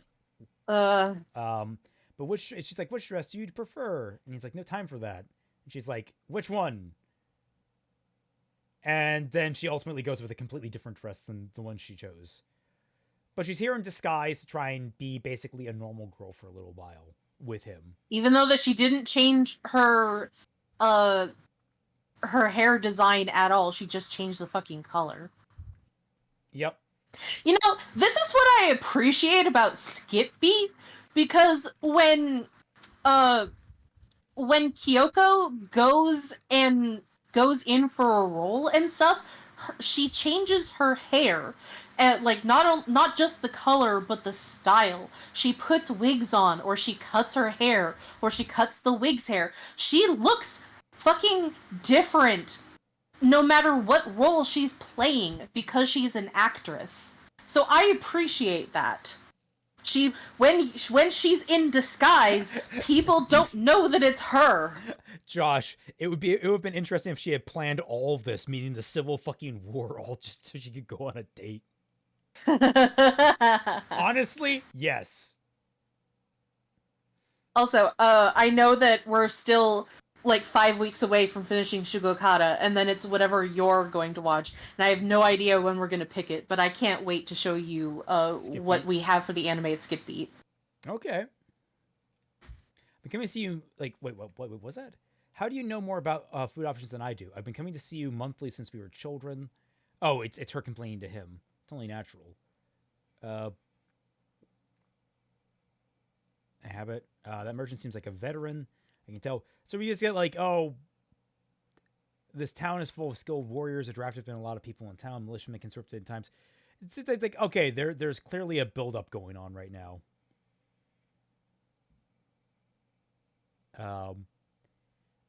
It's just them doing date stuff. They go to this archery range. And she gets mad at him for using his magical powers. Jesus! Go right in front of the arrow as he's about to shoot it. Admittedly, Do you want to die? It's a suction cup arrow. I mean, it's still probably going to fucking hurt, but... Yeah, like, if it got into her eye, she could still severely damage it. He has magic healing. And remember, we saw that she gets the magic eyes later, right? So don't worry, you get that flash forward. Later? Yeah, because we got that flash forward back when the main character was first killed. Was first firing a sniper rifle. Like, I do not remember this. Yeah, that's how the show is. I had completely forgotten until we rewatched it, and I was like, oh, she has the magic eyes. Right, that implies a couple of things. Bye, Relic. Bye, Relic. Good turtle. But yeah, she's like, oh, you can't use your magic to do that. And it's like, I'll use my skills to determine, and I'll guarantee my second hit. It's like, no. She's like, stop cheating. And it's like, I'm literally just this fucking skilled. What do you want me to do? And his solution is to basically do the romance thing where he has her fire for him. And like it, you know, it's supposed to be just a cute scene. Also, yeah. She gets a teddy bear. Yay. Also, I don't know how many of these indoor shooting galleries exist in the Middle Ages. It's like, it's just, it's all the shop seems to do. It's like, also, why are you ringing the bell indoors? You're not at a festival. That's what that's supposed to do, to attract people's attention. Yeah. It seems, I don't know, that seems very Japanese. Like a very Japanese thing to do. Like, I guess maybe it's like, this motherfucker played Legend of Zelda and thought that was the Ocarina of Time and thought like shooting galleries were just a regular thing in medieval time. Yeah, like, I also find it very, very kind of funny and weird that Japan just can't help but put a lot of Japanese traits into a clearly meant to be European setting. Like bowing, for instance. Bowing is something that the Japanese just can't get over. Yeah, no, I find that partially annoying. I mean, it is a fantasy setting, so technically speaking, what goes goes. But like at the same time, it's very clearly it's just there to make it more comfortable for Japanese viewers into like actually diversifying any of the actual interactions in the setting culturally. Yeah. But it's just very weird how no matter what they do love the concept of medieval Europe, but they also put a lot of Japanese like Japanisms into it because they just can't help themselves. We have medieval Especially Europe not... at home. Yeah. It's so weird.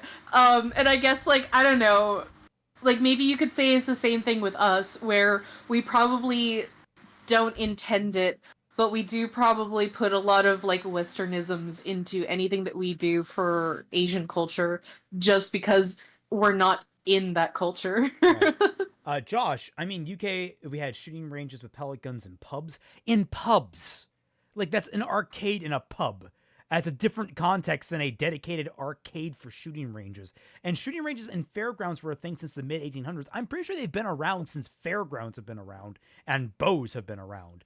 But, like, fairgrounds are not a dedicated owned building space for that particular purpose. That's all we saw in that shop. Yeah. Also, I have returned with waffles. Oh. You lucky bastard. I have potato chips, but I'm scared to open them because of the last time. Goddess stuff. She reincarnated the best teacher in the world now. And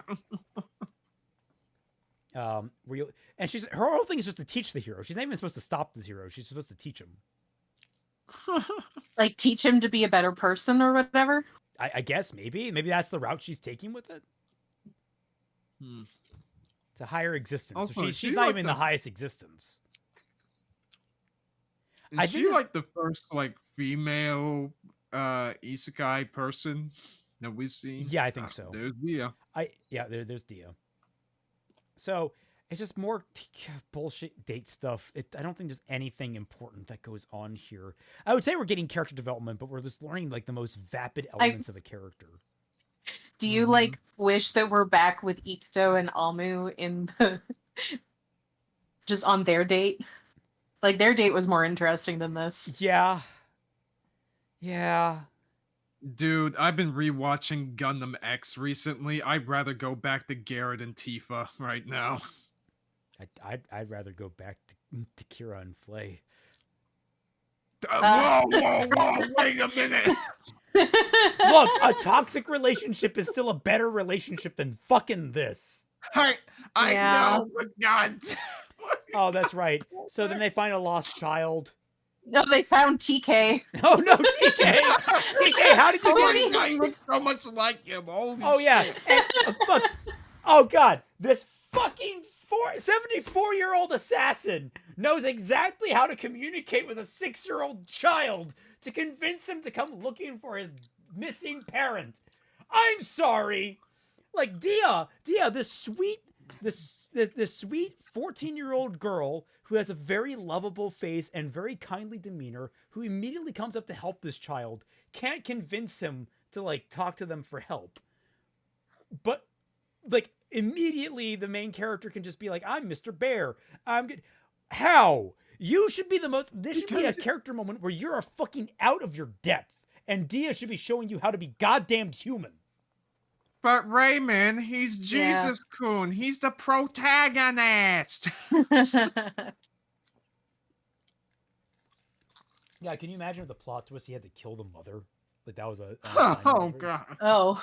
Like that. That's the kind of shit that I would like to see in this show. It's like, oh, I saved a poor child that was looking for his mother. Oh, that's my assassination target.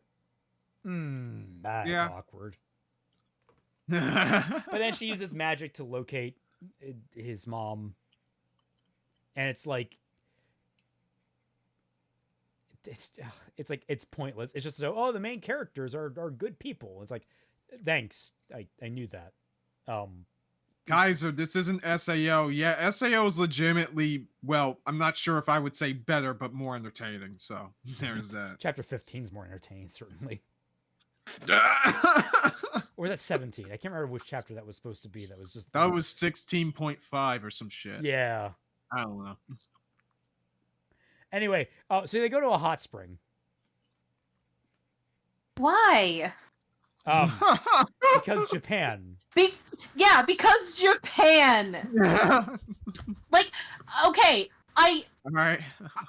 like there's a hot spring scene in my novel too, but that is specifically because I grew up around a hot spring. So like I get it, but considering that this is Japan, they can't not have an anime with a fucking hot spring in it. Look, It's like required. Okay, this isn't Great Britain. This is Great Japan. Okay. Oh, it gets better. I'm not British. I know. God, imagine Twilight. Who's on the Canadian dollar, Twy? Who's on the Canadian dollar? Anyway, A loon. I thought the A queen loon is on the Canadian dollar. It's a bird. I thought the queen was on some of your money. No, the queen is not on the money. I thought maybe The queen's been dead, Raymond. Why would she still be on the money? I'm not saying recently, but it would still be in circulation. You didn't specify what side of the coin you were talking about. So I said there's a loon on our dollar.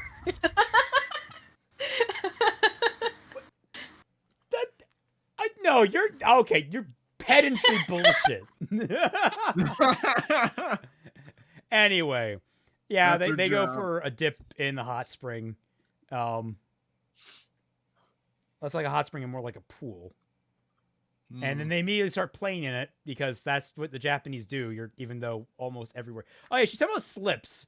There's like this underwater ledge that apparently no one's decided to take care of. That she just decides to fall down and give us a shot of her ass. Loser. But she falls, and he catches her. Use her lungs as a flotation device. For the record, yeah, this is uncensored in the uncensored version. So, Mhm. That's nice. Okay. yep. And then, yeah, they just chill there naked, trying to get through this quickly. She talks about Yeah, how much she please. loves her town. Why do you even bother doing up your hair if you're just gonna get the whole thing wet? Like, I get you slipped and stuff, but now you're just laying in it, getting it even more wet. It's like it's useless now. That's why. Yeah. I mean, she didn't have to. She's constantly wet, so she's always useless. my- Fuck! I I'm almost sorry. choked on my waffle, Twilight. Fuck you. I'm sorry. I'm pretty sure that's Tart and his mother. That's why they're also useless too. But yeah, then this happens, where yeah, Oh my god, I forgot about this. they drop their disguises, they kiss, and I Do they think have sex in I'm the hot pretty spring? sure it's implied they have sex in the hot spring. Which hot tip to everyone out there that's not had like actual sex before. First of all, why are you watching this stream? It's 18 plus. But for all the adults out there that have been unlucky or just putting it off, whatever. Word to the wise: water is a terrible lubricant. Especially one that's rich with things like silt. Your dick will rub off. It is not fun. Yeah, why do you think Diddy has 10 billion freaking bottles of baby oil? I love the lawyer's response. Diddy bought that in bulk. That's why he had so many of them. That's yeah, not the question we asked. What do you say? There's like a Costco, there's like a CVS down the street. Yeah, he buys them in bulk. He's a rich guy in a big mansion. He's like the only person in that mansion. He doesn't need all that shit. I would actually genuinely love to learn that they can determine that there was actually no like promiscuous reason why he had the lube. The only reason, or he bought that much baby oil or whatever, the only reason he bought that much is so he can make the world's like slickest slip and slide. Like that was it's like the most innocent reason ever compared to all the other horrible things he's done. What fucking store stuff? Costco probably. Yeah, I think it was. I think he did say Costco. I don't remember the lawyer's exact quote. The lawyer's been hard trying to fucking damage control this shit. Are they cousins, Raymond? Stop spoiling that in chat. We learned that at the end of the episode, guys. Why are you spoiling this? We got a prime reaction out of this shit. Ryan, what did I yell about that either? I yelled about that earlier. Do not spoil that. Rude. Absolutely rude. Huh. Well, there goes that. That was Kelvin that spoiled that, to be fair, not just Ryan. Oh. You too, Kelvin. You get that yelling too. I'm looking at you. Chad has a memory of a goldfish. Okay, everyone shame Kelvin and Ryan. Everyone. Shame. Katana! Anyway, so he's leaving, and she actually seems a little depressed. And she's like, "I'm going to be busy for a while. I doubt I'll be able to see you before things calm down. I'll let you know how they go. Take care." And they leave. He walks away into the sunset. His Kirito-looking ass. I'll take you for that lasagna. It's a promise. She's like, "Okay." And then you can stop now. And it actually was like kind of a neat moment. Well, sort of. I mean, so she tells everyone to stop now, and it's revealed that the townsfolk were just acting. It was all play acted. They knew the entire time who she was. And then everyone throws their clothing off, and they're just instantly in like full night regalia. I don't know how that works. That's some Power Rangers level shit right there. Right, it's Morphin time. And she drops the act, and it's basically she's resolving herself that the Civil War is going to end poorly. Like things are not going to end well for her. Meanwhile, back at she's like, so this was her last date, her last moment to be with Lou. So that's what this entire date was about. That's all that is. Lou, meanwhile, back at his estate, was chilling in a field like a Kingdom Hearts character, and then, he comes to call him Castle Oblivion. Anyway, well, at least it isn't at nighttime, so he's pretty safe.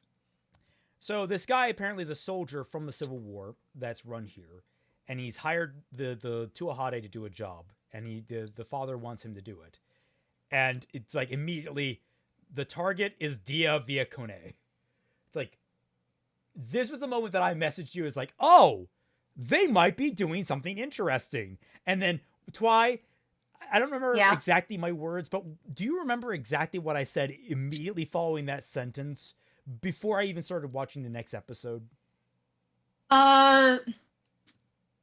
No, but I think it was probably along the lines of like basically what it is every time that you say something. Oh, they're not going to do anything with it, or they're going to find some bullshit way. Basically, abandon all hope. Abandon all hope. Let's see how they ruin it.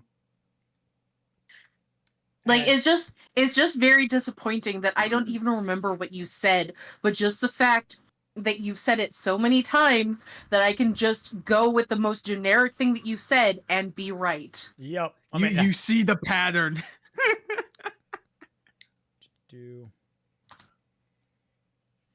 Say, you must assassinate Dia. It's like, there's a job you can turn down. You decide what you do. I have questions. How's it going? Are nobles of Swigweld a neighboring kingdom? It's not unwise for us to meddle in another kingdom's affairs. You're right. If our involvement were discovered, it would become an international problem. So that's problem number one. House Tuahade conducts assassinations from the benefit of the Alvin kingdom. For the record, I have no idea any of these kingdoms in relation to one another. There's never any map provided, anything like that. Like, I get really pissy about shows that are too too lame or too lazy too to provide me lazy. any kind of geographical reference for where these kingdoms are or what their like stake in the international play is when they are relevant I to the think- story. Yeah, I think that's sort of like one of the big reasons why Mushoku Tensei got as big as it is. Like, I've seen a good chunk of the story from the manga before the anime came out. Overall, I don't think it's very good, but compared to most isekai, I can understand why people like it because it's one of the few isekai that actually does pay attention to the actual world building. I was gonna and the say, location relative to each other. I mean, was it? I'm pretty sure One Piece is a pretty thoroughly mapped world at this Oh, point. 100%. Yeah. And then Magi has a pretty well mapped out world. Yes, it does. Very well mapped out. Obviously, it's stuck to a mistress for the most part, but Full Metal Alchemist is a pretty mapped out world. Yeah. Mhm. It's the same problem that I had with freaking a Witch from Mercury. We never actually got a clear picture of the different locations in relation to one another, so I didn't know who was where when and like how pertinent that was. It kind of ruined That's some things, unfortunate. especially during the second season where it seems characters just kind of hopping all over the place. So it's like it's not bad, but it's like you could do better with it. And here especially, it's like we have multiple different factions going on. And like, Yeah. the entire idea of like, oh, killing Dia will end the Civil War. And main character's like, I don't believe it'll accomplish anything. It'll accomplish that goal.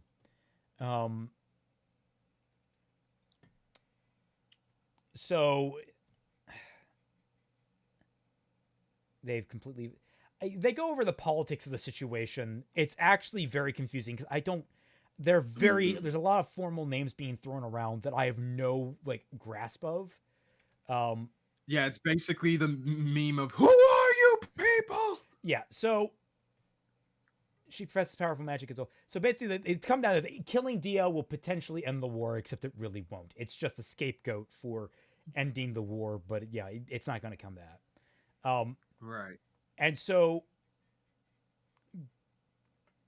the solution that like this is actually being sent by Dia's father to here, like I'm just going to get through the scene. Like the vassal will allow them to hand over Dia. So if he surrenders Dia, it might end the war, but it would of course damage. It would be like horrible for Dia.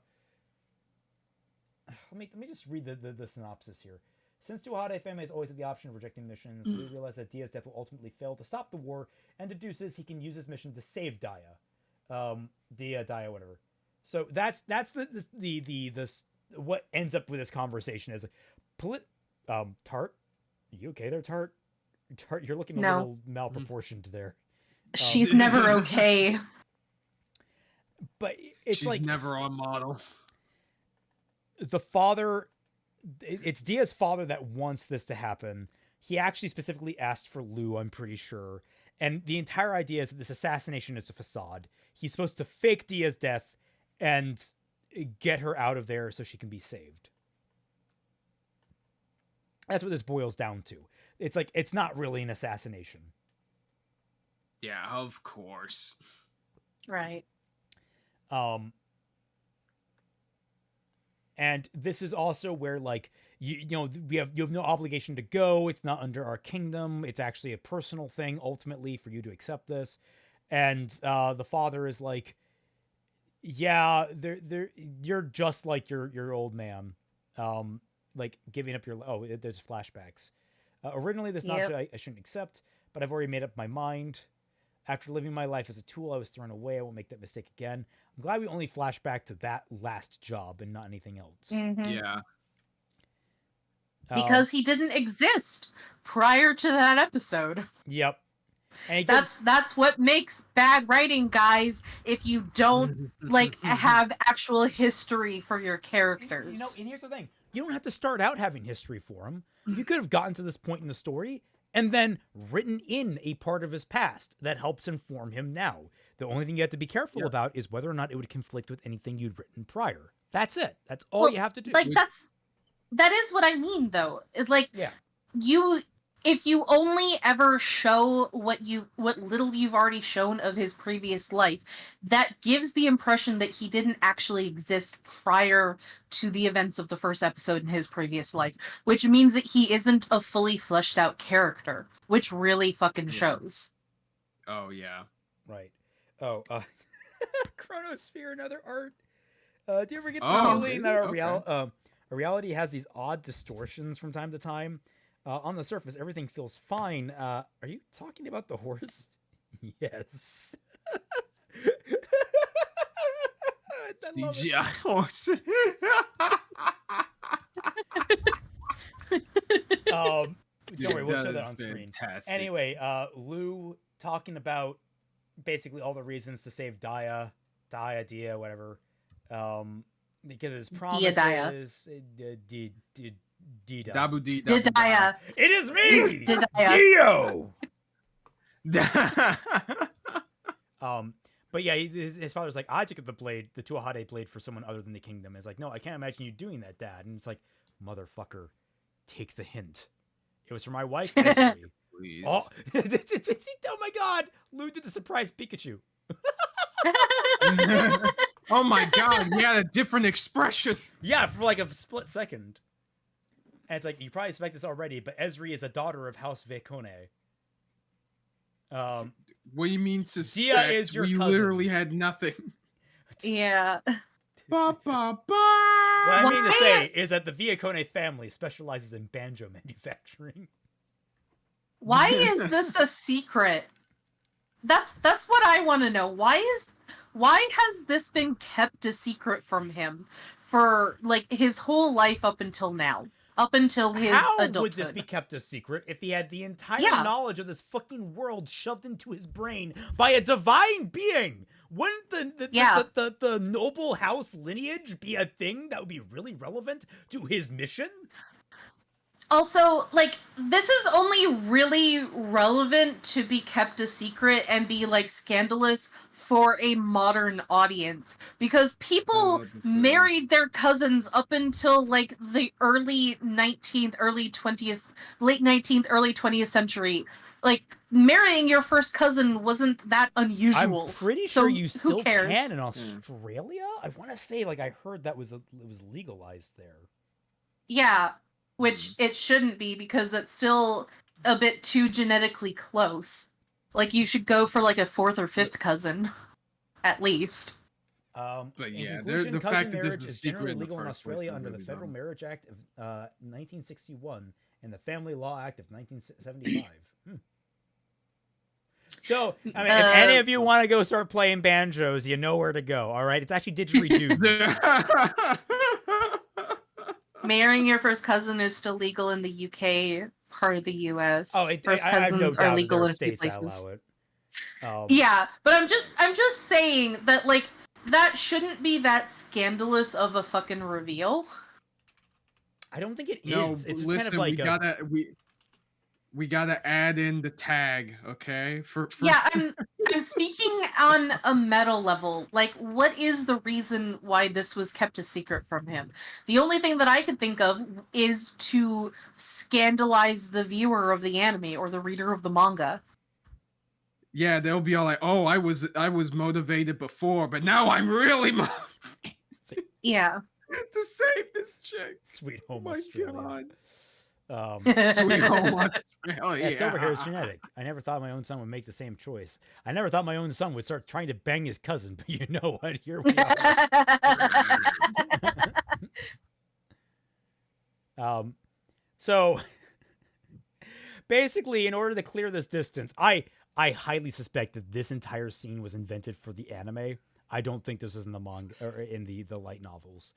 But Okay. basically, Tart is going to use her magic and run alongside Lou to basically help spare his mana usage by using wind magic to create like a wind tunnel that would reduce the drag on him while he ran.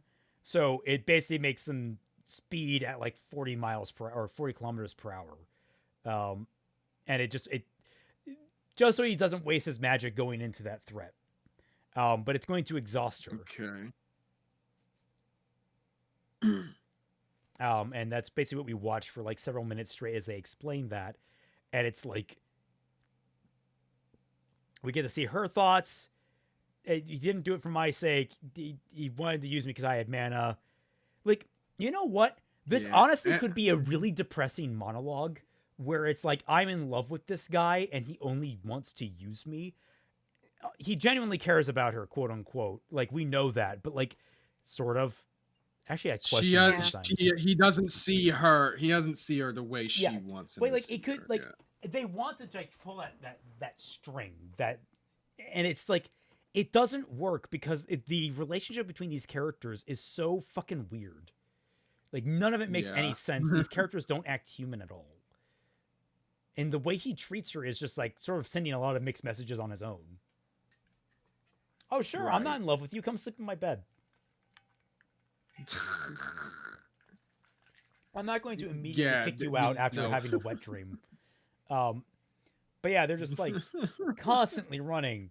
Constantly. Just, it's more running and she keeps pushing herself harder and harder and they go faster. And it's just like, she hated the idea of becoming a tool. It's like, just, it's a lot of telling, not showing. And it's pissing me off.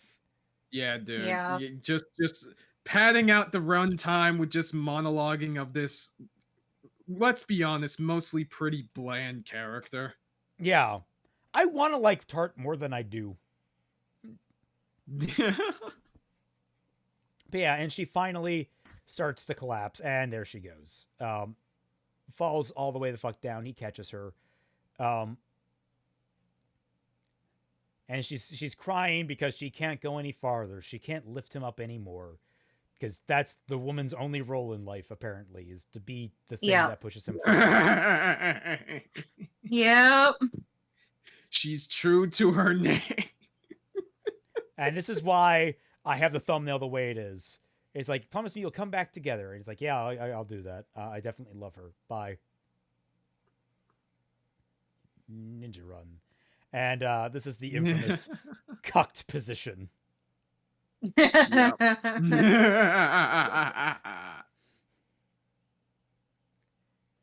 Like, there could be a good tragedy where she's like feeling like she can't get what she wants and that she's like leading herself down a road of destruction trying to have it. But like, there's nothing. Mm-hmm. And it's like, I'm sitting here like, oh, they're having a discussion about Lou and they're trying to be like warm and reflective. Oh my God, that fucking cutaway. But like, I'm sitting there like watching the mother and the father talk so whimsically. Like, don't pretend like you didn't just try to molest your son like 5 hours ago. Yeah. It also like makes this scene incredibly hollow when you told us that he marries all of them in the end anyway. Yeah, go with the harem option anyway. Yeah, so it's like this scene to me, I don't care because it's gonna be undone anyways. I disagree. In a better show, I would disagree a moment like this. That's irrelevant because this isn't a better show, Raymond.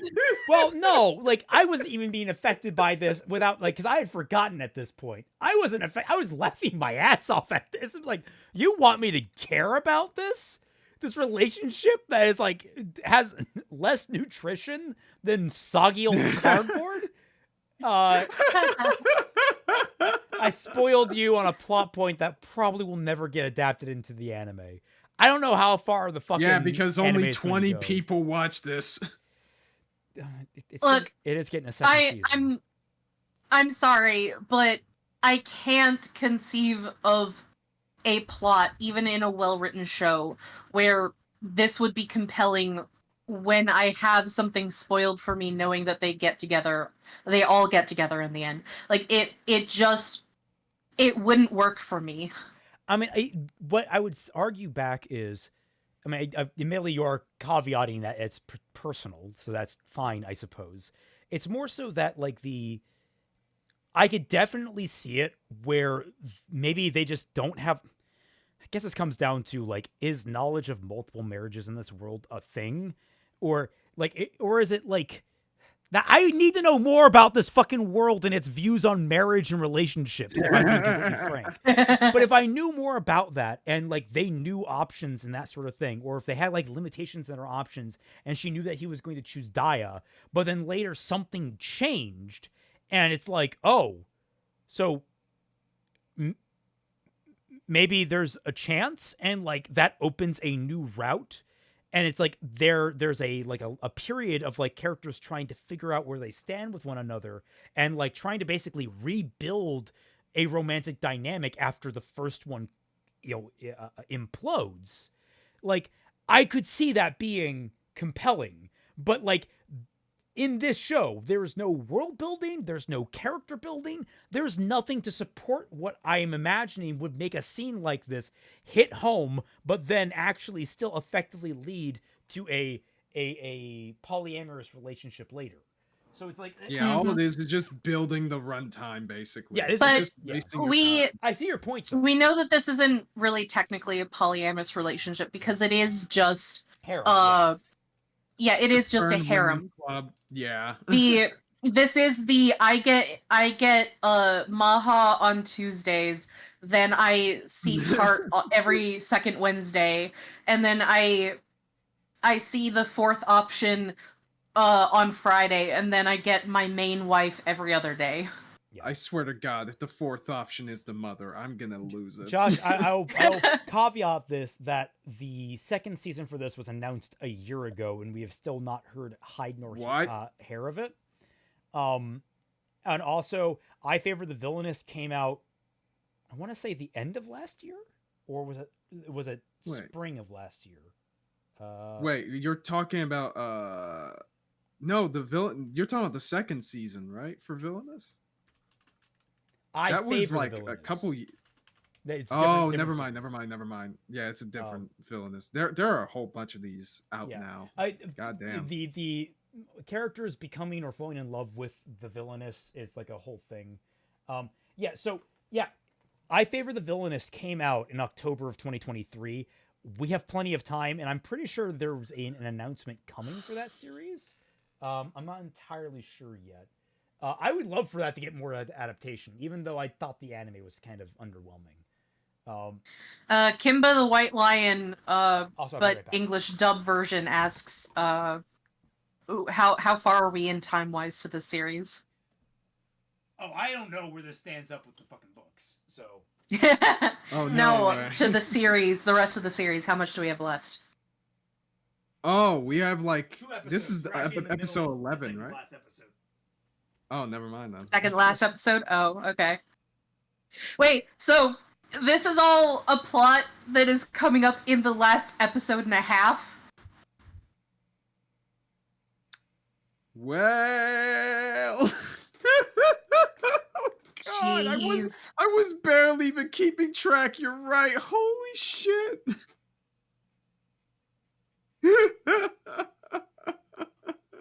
Abandon all hope, ladies and gentlemen. Abandon all hope.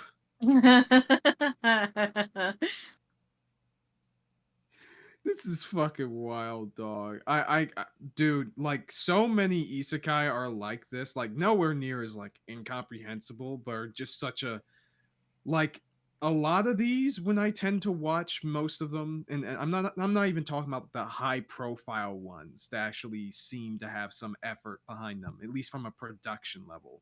But with just like these ones that I have a feeling, I can see the A1 picture stench on them, right? I just zoink out my brain while I'm looking at them. No, hey, so look, this is what I consider like the empty calories of anime, and I'm fine with it in that regards. But like, I started like what really pissed me off. I mean, it's like this little thing down at the bottom. Oh, I'm scrolling on the wrong side. You'll notice it has a 94% out of 1,994 votes. Why? What? And it has like a 73 on Mal. It's like, wait, what? I'm pretty sure. Okay, this has to be fucking. But let me act. Okay, you're gonna check. No.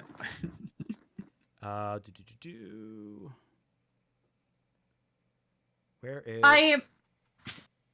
I'm not surprised because there is a movement lately that if you watch something, then you have to give it a good rating. That's been a problem with the yeah. book community for a number of years now, where if you have experienced a book, you are required to give it 5 stars. If you give it 4 stars, then you are insulting the author. And I'm liking what that, I like, say is that yes, I am, and you know what? I'm not apologizing. we'll look at some of the reviews afterwards because I imagine we'll have some fun there. Anyway, Yeah. back Oh my god. back to the goddess, who I think this is when she comes to the conclusion of she has to get the assassin guy. Or like she runs upon them and it's like she's like calculating all the percentage chances of them succeeding, and that doesn't work out.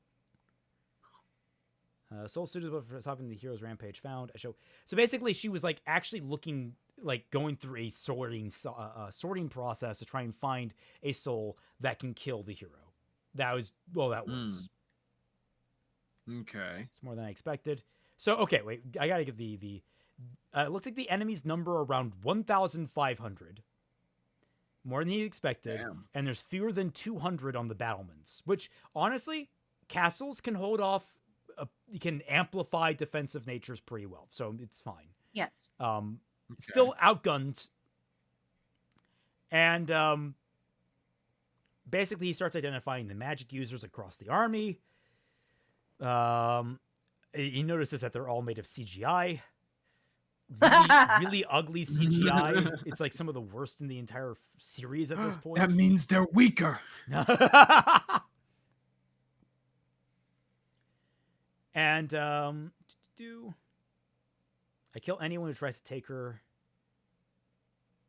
Well, Yeah. you know what would actually be interesting is if they really wanted to go for a romantic angle at this in order to fake her death, they could have done the Romeo and Juliet thing. Potentially. Yeah. I think somebody in chat earlier mentioned Romeo and Juliet. Oh, did they? I'm not paying attention to chat anymore because I've been disappointed in chat too many times this stream. But yeah, he starts like clinking off. I love you, chat, though. He starts killing a bunch of the guys, and it's like they responded quickly. They must know what guns are, which means that Dia has also been firing at them. Which, you know what, I appreciate. Dia was one of the first people to learn that, so yeah, it makes sense. So Dia's just been like That's plinking so at them with goofy gunfire. looking. And now he's using wind magic. Like, he's basically just fucking with a bunch of the troops. Yeah. Dude, they're only aiming for the magic users. Actually, wait, what did he call? What was that? What was the phrase he used for that? Gun create, and it becomes a bow. Those are bows. That's what the fuck? Okay, and so now he creates arrows for the far stones that he had. Oh, remember the far stones, guys? Yeah. So yeah, he just starts mortaring these people. Oh my god. Yeah. Yeah, remember this thing that they established like in episode 2, and now freaking what was it? Like 7 sorry, not 7. The CGI enemies. Wherever episodes and so play. the Count's castle launches a counteroffensive now, and I don't know fucking why you would open the gates to your fucking castle. You have arrows. They're in disarray. Just start firing at them. Yeah, these so- fuckers deserve to lose. So he grabs this random girl's corpse. Okay. And basically, I guess, finds a way that's deserted, like using wind magic, which just allows him to case an entire building simply. It's like, this is incredible amounts of magic that's being used. Like, there is a spell in Pathfinder that's a 5th level spell, I'm pretty sure, that allows you to case a building in an hour. It takes an hour to do, and it requires you to use like a rodent. Like, it requires you to send a little rat in or a little bug or something in to case the place for you. It's a 5th level spell. That means you get it at like 11th level. That's more than halfway to maximum level. It's really powerful because it recognizes casing an entire building. Very strong. Yeah. So This guy just did it no cost. Yeah. And he has to fool all of her people. Like, that's why he brought the corpse. They reunite. It is kind of strange how they don't, like, kiss when they regularly reunite, because I kind of thought the implication that they were already kind of at that point in their relationship, but I guess not. I find it kind of weird with a lot of anime that they treat kisses with a lot more weight than anything sexual. Yeah, because, like, Yeah. honestly, first kisses are usually, like, a huge big deal, but then first time, also kind of a big deal, but, like, it's kind of like an afterthought. Yeah. It's sort of like it's sort of kind of, at least from what I've noticed, it's sort of treated as like, okay, once you got to the kiss, it's sort of like this, getting in the bed with each other is just gonna be the expected result after that, where it's all like, okay, of course, this will lead to that thing, but the first base is the really big deal. I think it kind of comes down to just Japanese culture and how Sure. Japan had treated sex throughout all of its history up until the modern day, where, like, I heard that with a lot of Japanese society in the medieval period, you were considered kind of freakish if you didn't lose your virginity at, like, before the age of, like, 15 or whatever. Damn. Yeah. Like, something was wrong with you if you didn't, like, have sex as young as possible. Mm-hmm. So yeah, we go back to I gotta scroll down for the people. So yeah, the goddess is still, like, going through the preservation system, goes naked for whatever reason, and then finally summons our main protagonist. That's literally her entire plot line in this anime, because they couldn't figure out a way to integrate her with the rest of the main story. Yeah, it's just a giant flashback, I guess. That really has no bearing on anything, but it is just funny. So Yeah. But yeah, he arrives, and basically they're just trying to come up with a plan to try and sneak her out of the Tuahade region. That's this entire opening segment, is them trying to come to terms with, like, what to do in response to all this stuff. It's actually kind of boring. It's just, like, it's all just talking tactics. Locked us in here because I sense I intended to survive. So his people locked him in here so that he wouldn't surrender. It's like, but guys, I'm in charge. What the fuck?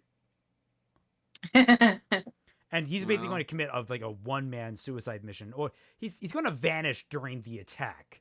So it does kind of make it sound like he's going to actually cause a whole bunch of mayhem for his servants and then vanish. Like, I don't know. I don't quite get a read on this guy. Their plan is to have Dia, quote unquote, commit suicide by burning down the room with this corpse inside.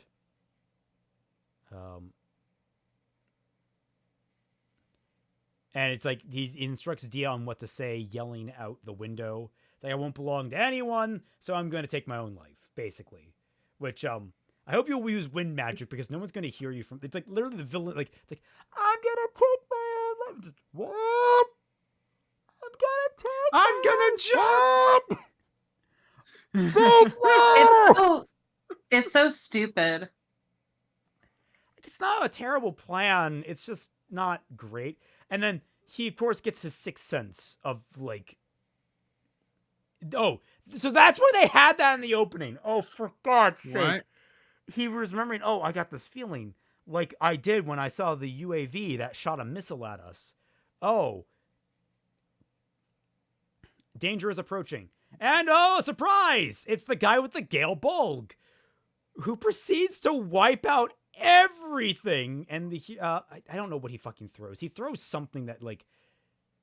Probably one of those Far Stone thingies, yeah. Probably. it cuts through it anyway and still like goes through the building. And then it returns to its master. It's a decently cool depiction of the Gaebolg, but and this is where he pulls out the nuke magic. Yeah, and he just immediately hits this guy with it, which I thought was fucking hilarious. But unfortunately, we learned that the reason why the author was okay with this, because in this world, anime bullshit exists. It's like, oh, that's one of my assassin techniques. I use it to kill far distance targets. It's like, I'm not sure I know what assassination is anymore. You and me both. It's like genuinely one of the first natural reactions. Like, I don't know what the fuck is going on anymore. If you hit it, nothing would be left behind. But unfortunately, this guy has so much magic in him, he can resist it.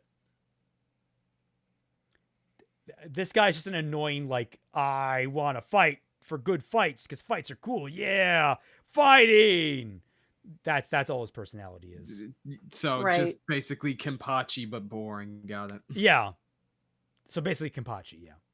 Kenpachi. We have Kenpachi at home. But yeah, basically he was here because there's a woman with troublesome magic, and he's like, oh, do you want me to slaughter every last one of you, or you want to duel with me like a knight? A duel. If you win, I'll withdraw all our forces and never allow them to step into these grounds again. Are they using magic to speak? Because he's like across a fucking meadow. Yeah. I don't know either. Just a constant case of, what?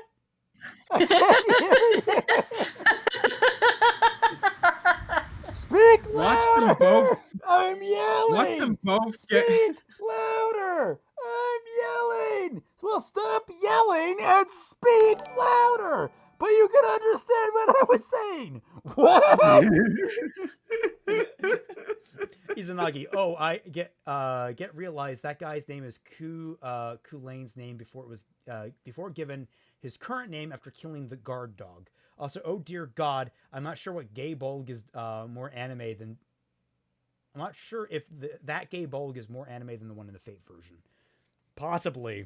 It's probably more. I have no idea what Isa just said. None of that was English. So yeah, Kulane's old name was Satanta, and that's what this guy's name is. Yeah, that's still not English. Old Irish legend man have big pointy spear that killed people has different name, and that was what this guy was named, who has Gaebolg. Cool, I guess. And no, this is thank you for dumbing it down to idiot me. This is absolutely more anime than the Fate version. The Fate version is just like an actual fucking spear with magic attached. This thing is like a goddamn lance, which Gaebolg isn't. Like, they confused a spear with like a lance. It's a lance. You know what? Splits up into like a freaking tactical missile thingy. It's more creative than the Fate version, so I will give it that. But yeah, Lou gets challenged to a duel, and if they win... Oh. What? He has a shadow mustache. Oh my God. Oh, that is unfortunate. He's French. Has anyone told you that you sound a lot like Yuri Lowenthal? I'll get you, Shredder! Oh, sorry, it's Shocker, not Shredder. What am I talking about? Spider-Man fighting the Shredder. You know, honestly, I don't know. I could probably do a pretty decent Yuri Lowenthal from time to time. It's at the... I don't know. I feel like I can't quite hit some of the notes he can. Depends on which role. I'm far better at doing a crow as done by Vic Mignogna. I'm far better at that. They select him rationally. The odds are an ordinary human possesses both berserk skill and express side effects. So basically, Lou is like, is this the hero? Oh my God, it might be the hero. So I'll probably have to kill this guy. Here's the mom looking thoughtfully out the window like it means anything. his dad. I forgot about this. Oh, it's a messenger pigeon.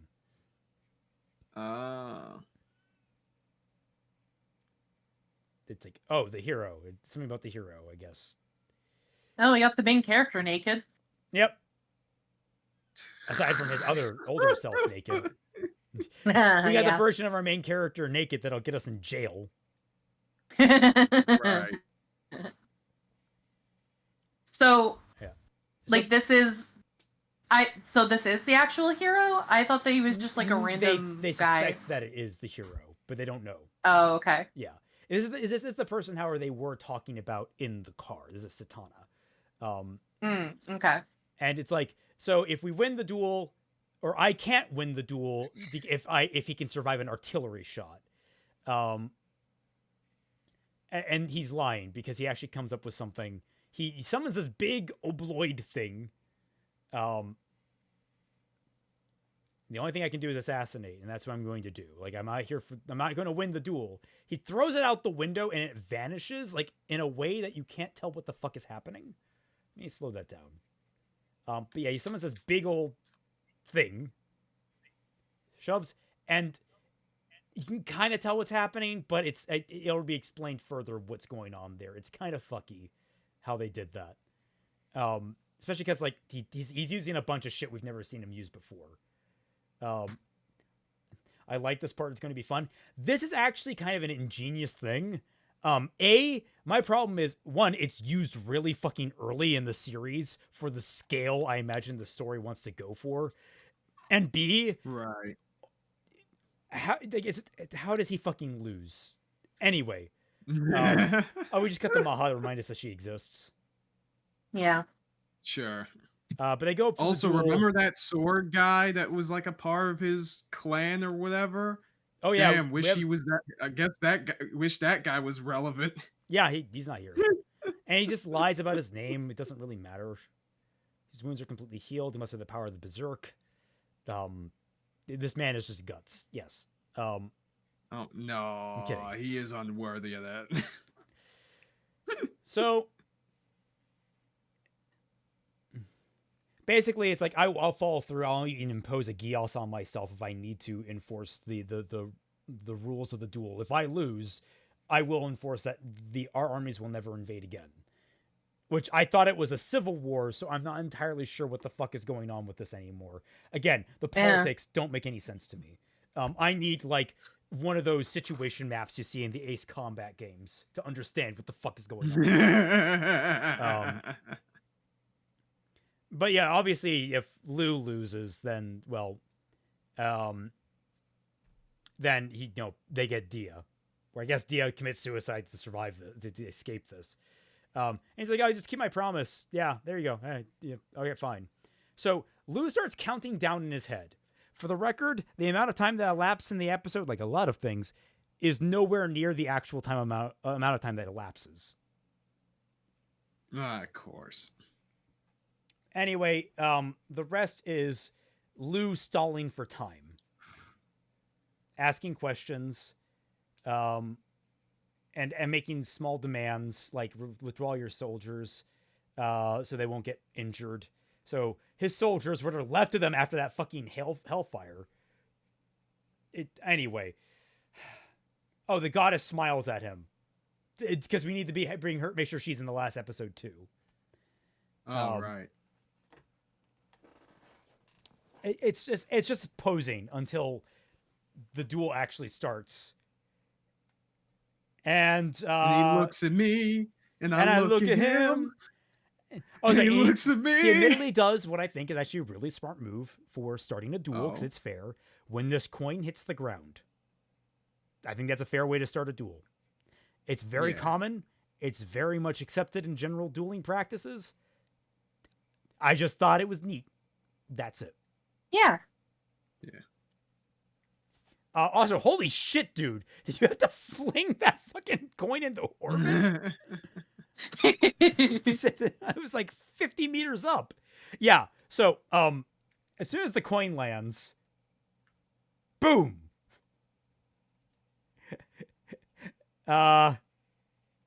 I'll slow this back down because Jesus Christ. Oh my god, we gotta see the Keikaku. The assassination spell is based on a space weapon being developed by a country from my previous life known as the Rods of God. Metal is dropped from orbit. This is just an Eureka 7 thing. Well, I mean, it's the orange. Yeah, it is a real thing that is in development. Yeah. It's a matter-based weapon. Basically, you just dump a tungsten rod. There are issues with launching and the amounts of and the burning up from the atmosphere. But the idea is you get a sufficient enough weight, and it just lands from the kinetic energy stored up from the landing. It'll basically create a miniature nuclear device. And what he explains is that by using wind magic and the like, he negates basically all the negatives of what sending a tungsten rod into space would be. Like all the negatives. He sends it up, has it turn around, uses wind magic to protect it from falling down through the atmosphere, and it comes down.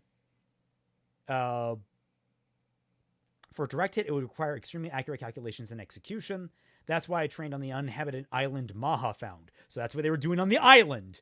They were literally shelling it with fucking mini nukes. Which is not hot take. You don't want to be on the island when those go off. Just putting that out there. Yeah. Yeah. Izanagi, Lu replicated the rods from God. What the fuck? How is he not considered a tactical weapon by his nation? This is presumably the first time he's using it in public or in actual combat. Yeah. But yeah, the duel ended the moment I threw that tungsten spear. It lands, and this guy was just fucking obliterated. How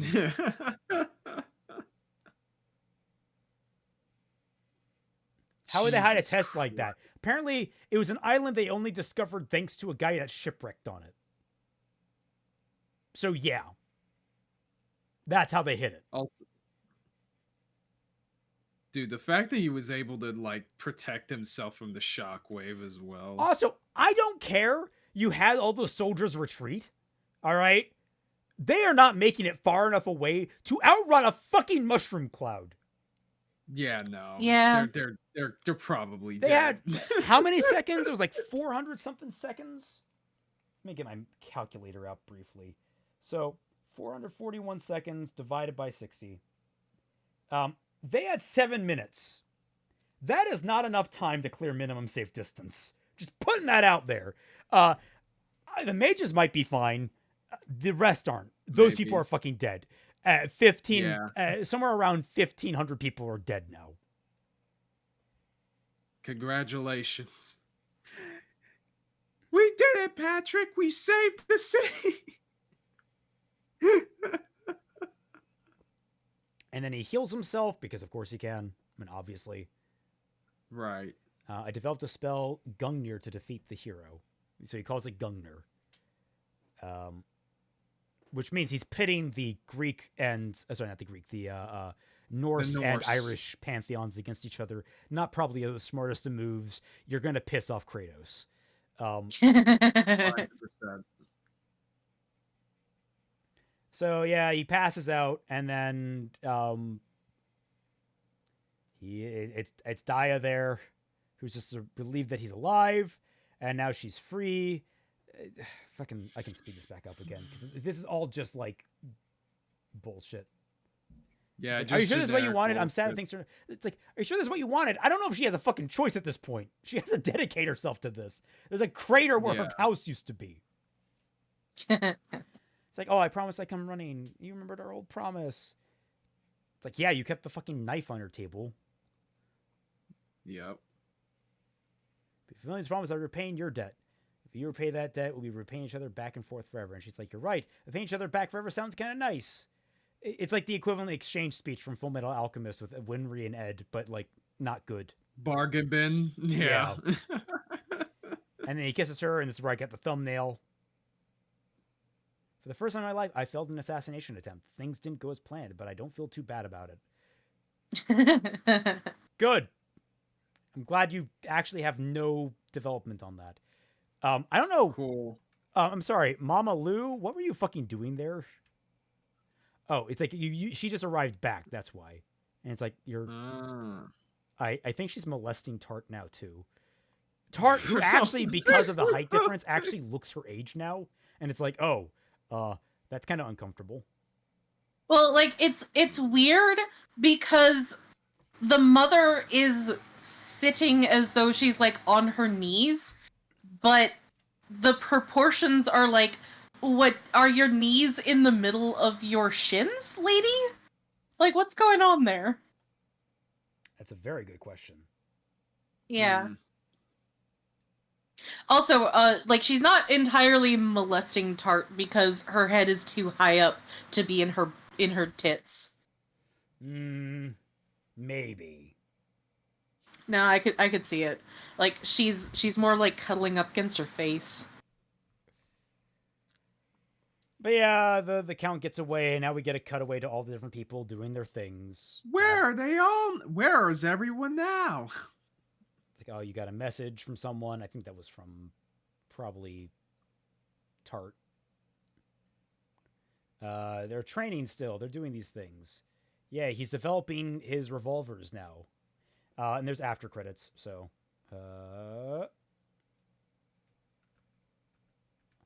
Alright, so... Well done completing the job, Lou. I knew you could do it, Mr. Lou. Thanks to you, Tart. Aw, shucks. You're fulfilling the obligation of Friends of Press. You're just wanting your father's place. But I failed the assassination attempt for the first time. It's fine as long as Dee is alive. From now on, she'll conceal her identity and live here as your younger sister. Oh, my lord. My younger sister, but Dai is 3 years older than me. She shares Ezri's family name. She has short and has a young face. People believe that she's younger than you. But you're not answering the question, why would you make her the younger sister anyway? Yeah. Yeah, why not just have her be... Oh my god. Also, that's gonna raise a lot of Alabama. questions. That's gonna raise a lot of questions when he, like, marries his actual, like, sister, quote unquote. Yeah. Right. Yeah. I mean, again, maybe that's just normal here. Fuck, we don't know. How can we? The main character hasn't told us yet. No, the show presumes that the goddess beamed us with all the world information as well. But then so we get confirmation. The hero has appeared in the Alvin Kingdom. The hero in this kingdom, Satana wasn't the hero. No, dipshit, of course he wasn't. If you had killed him, the Demon Lord would still be running around. Like, not to mention he would probably more than likely survive that attack, because isn't the hero equipped with like 30 different skills or some shit? Yeah. Also, Anji called from Princess Principal. She wants her revolver back. Okay, now in fairness, that's based on an actual revolver. It's a Webley, I'm pretty sure. Okay. Which is a let's see, Webley revolver, which has that very distinctive, like, no, it's not a Webley. Revolver with triangle pattern. What is that called? That's not what I was looking for. That's the revolver that takes triangularly shaped ammunition. That's different. I'll look for it later. It's an interesting revolver design. It not exactly. I think it actually has a moving slide. I think that's part of it. Webley Fosbury automatic revolver. That's what it's called. Interesting. That's but cool. Yeah, heroes appeared, and it's like, okay, we'll keep an eye open for that. And we finally get our hint at the hero. This is the hero, Lord Epona Rhiannon. Epona. Yeah. Like I said, they played fucking Ocarina of Time when they were writing this. Yeah.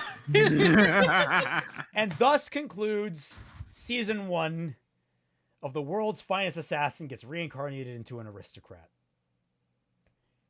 This show is awful. Yeah, I think I'm gonna lower my score compared to where I have it on the Annie list. I forgot what my score is. You guys want some spoilers though? This hero here, right? Yeah. Oh my god! You want to take any guesses? Tell me. Don't fucking tell me. It's the fourth. No. The fourth love interest. It's a woman and is the potential fourth love interest. I was reading the Wikipedia because I was trying to figure out where we were and that kind of shit, and trying to get some information on like refresh me for this week. And it's like there's indications that she might be the fourth wife of Lou. It's noted that she fell in love with him instantly when they first encountered. It's like, what the fuck? I hate it here, bro. I hate it here. It's so bad. Like, I am so tempted to do this right, but like the more I'm thinking about doing this right, I'm like, God, I do not have the fucking time I would need.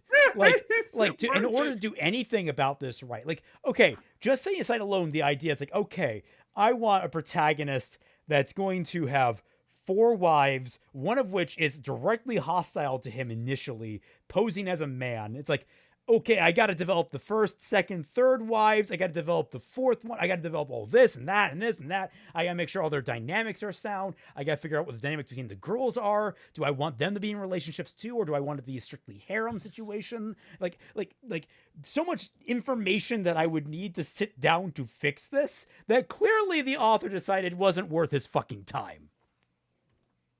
Oh my god. Freaking Raymond. Chronosphere with the art. Raymond. What? Since we left home, we faced a variety of foes from a wide range of places. Gods, monsters, you know the roster, hostile creatures that we could resist. But this was a hell of a twist, because we are weak to a power like this. Say the line. I don't remember what you're referencing. Ah! Damn it. Damn. What was the it? joke failed. A woman.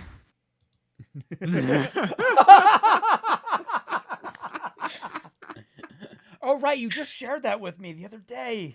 Yes! Oh. Listen, this shit, give him some slack. This show burn him out.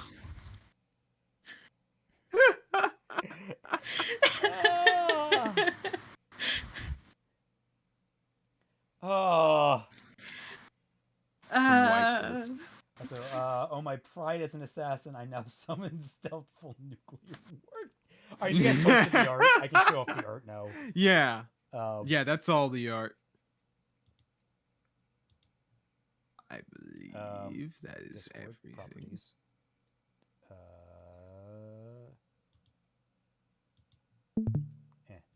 Also, don't worry about that. We'll probably get to what I just sounded off at some point. I'll put it on our list of things to do. But yeah, no. So this is in Chronosphere, giving us good art this entire time. Oh, Yeah. my prize and assassin! I now summon Thank you. stealthful nuclear warhead. Absolutely accurate. Yes. Here's the horse one. Do you ever get the feeling that reality has these odd distortions from time to time? On the surface, everything feels fine. Are you talking about the horse? Yes. Just fucking CGI horse. CGI horse. And then me. Dude, you don't have make to a one do for this. CGI cars too. If I don't, who will? And it's absolutely fucking accurate. Yes. What does it say? Isekai, harem, incest. I can't know what the min is supposed to be. Might be MILF, maybe. MILF, maybe. I don't know. That one doesn't really pique my interest as much.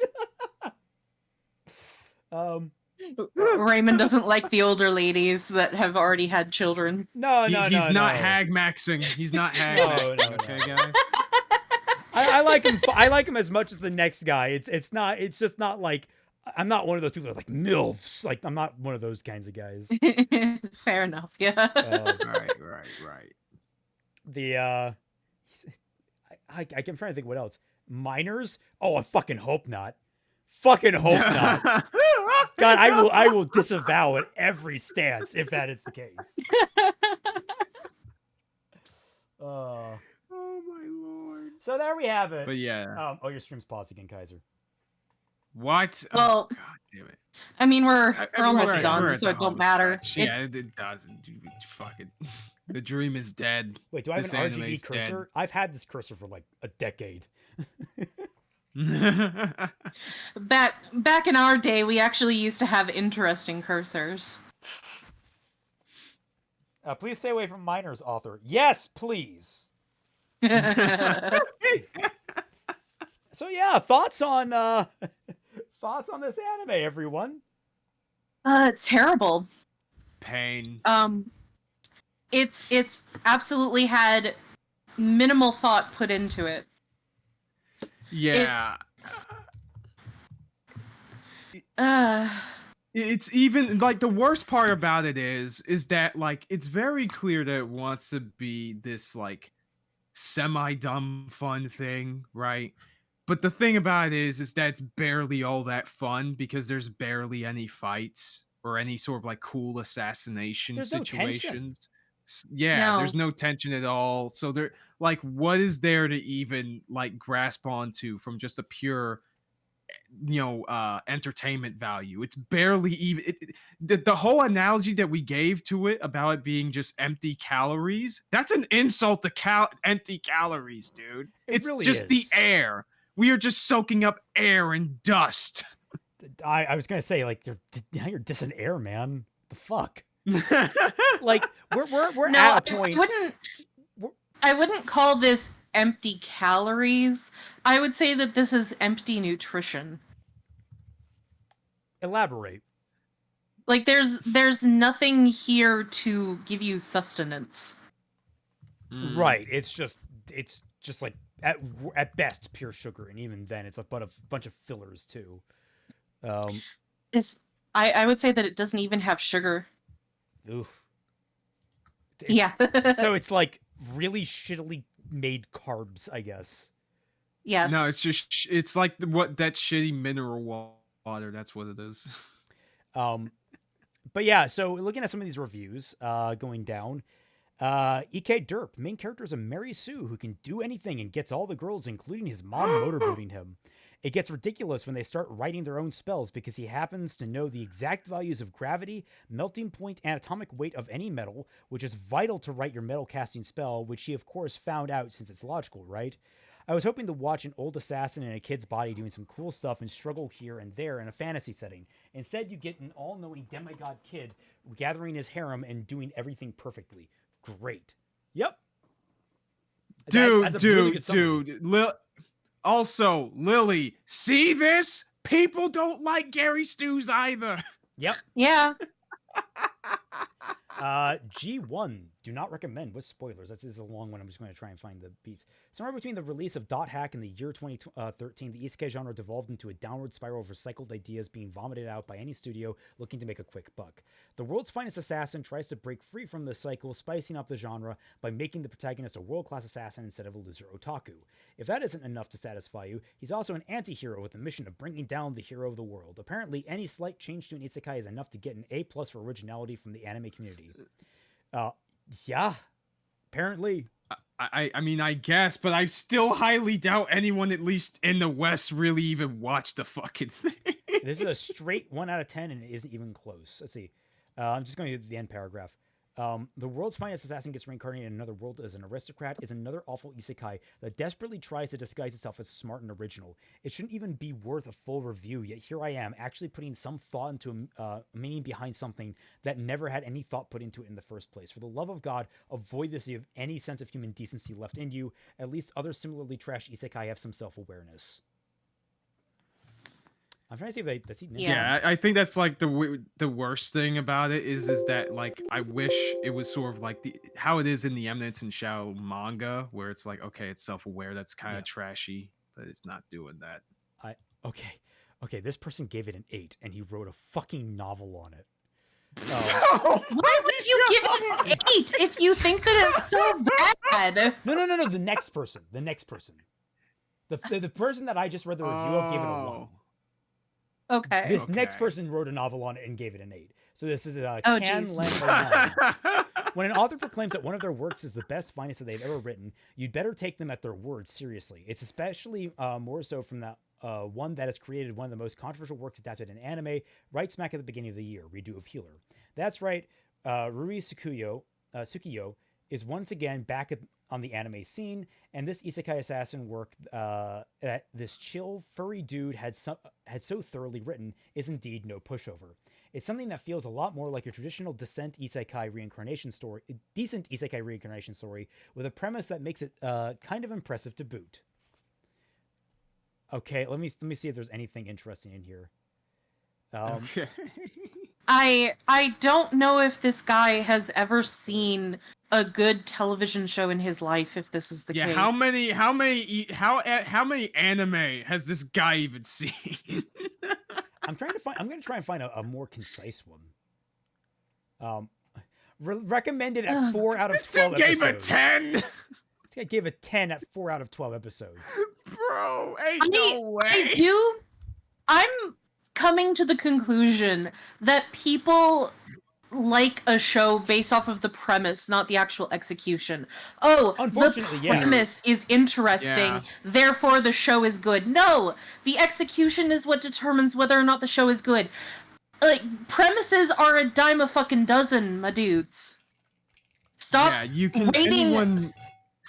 Stop rating something based off of the premise. Oh my the God. premise can be made up in 5 fucking seconds. This guy that gave it a 10. The best thing here is the MC's personality. Lou, in his previous life, was not an overweight, perverted neat in his 30s. So you won't see the MC glorifying panties nor having sexual fantasies with his cousin. Oh. He fucks his cousin! We saw it! I know it wasn't on screen, but I'm pretty sure that fucking happened. Dude, is this some sort of like spiteful hate towards Mushoku Tensei? Because this is weirdly specifically targeted. Also, was it? Oh, he doesn't feel a thing or two.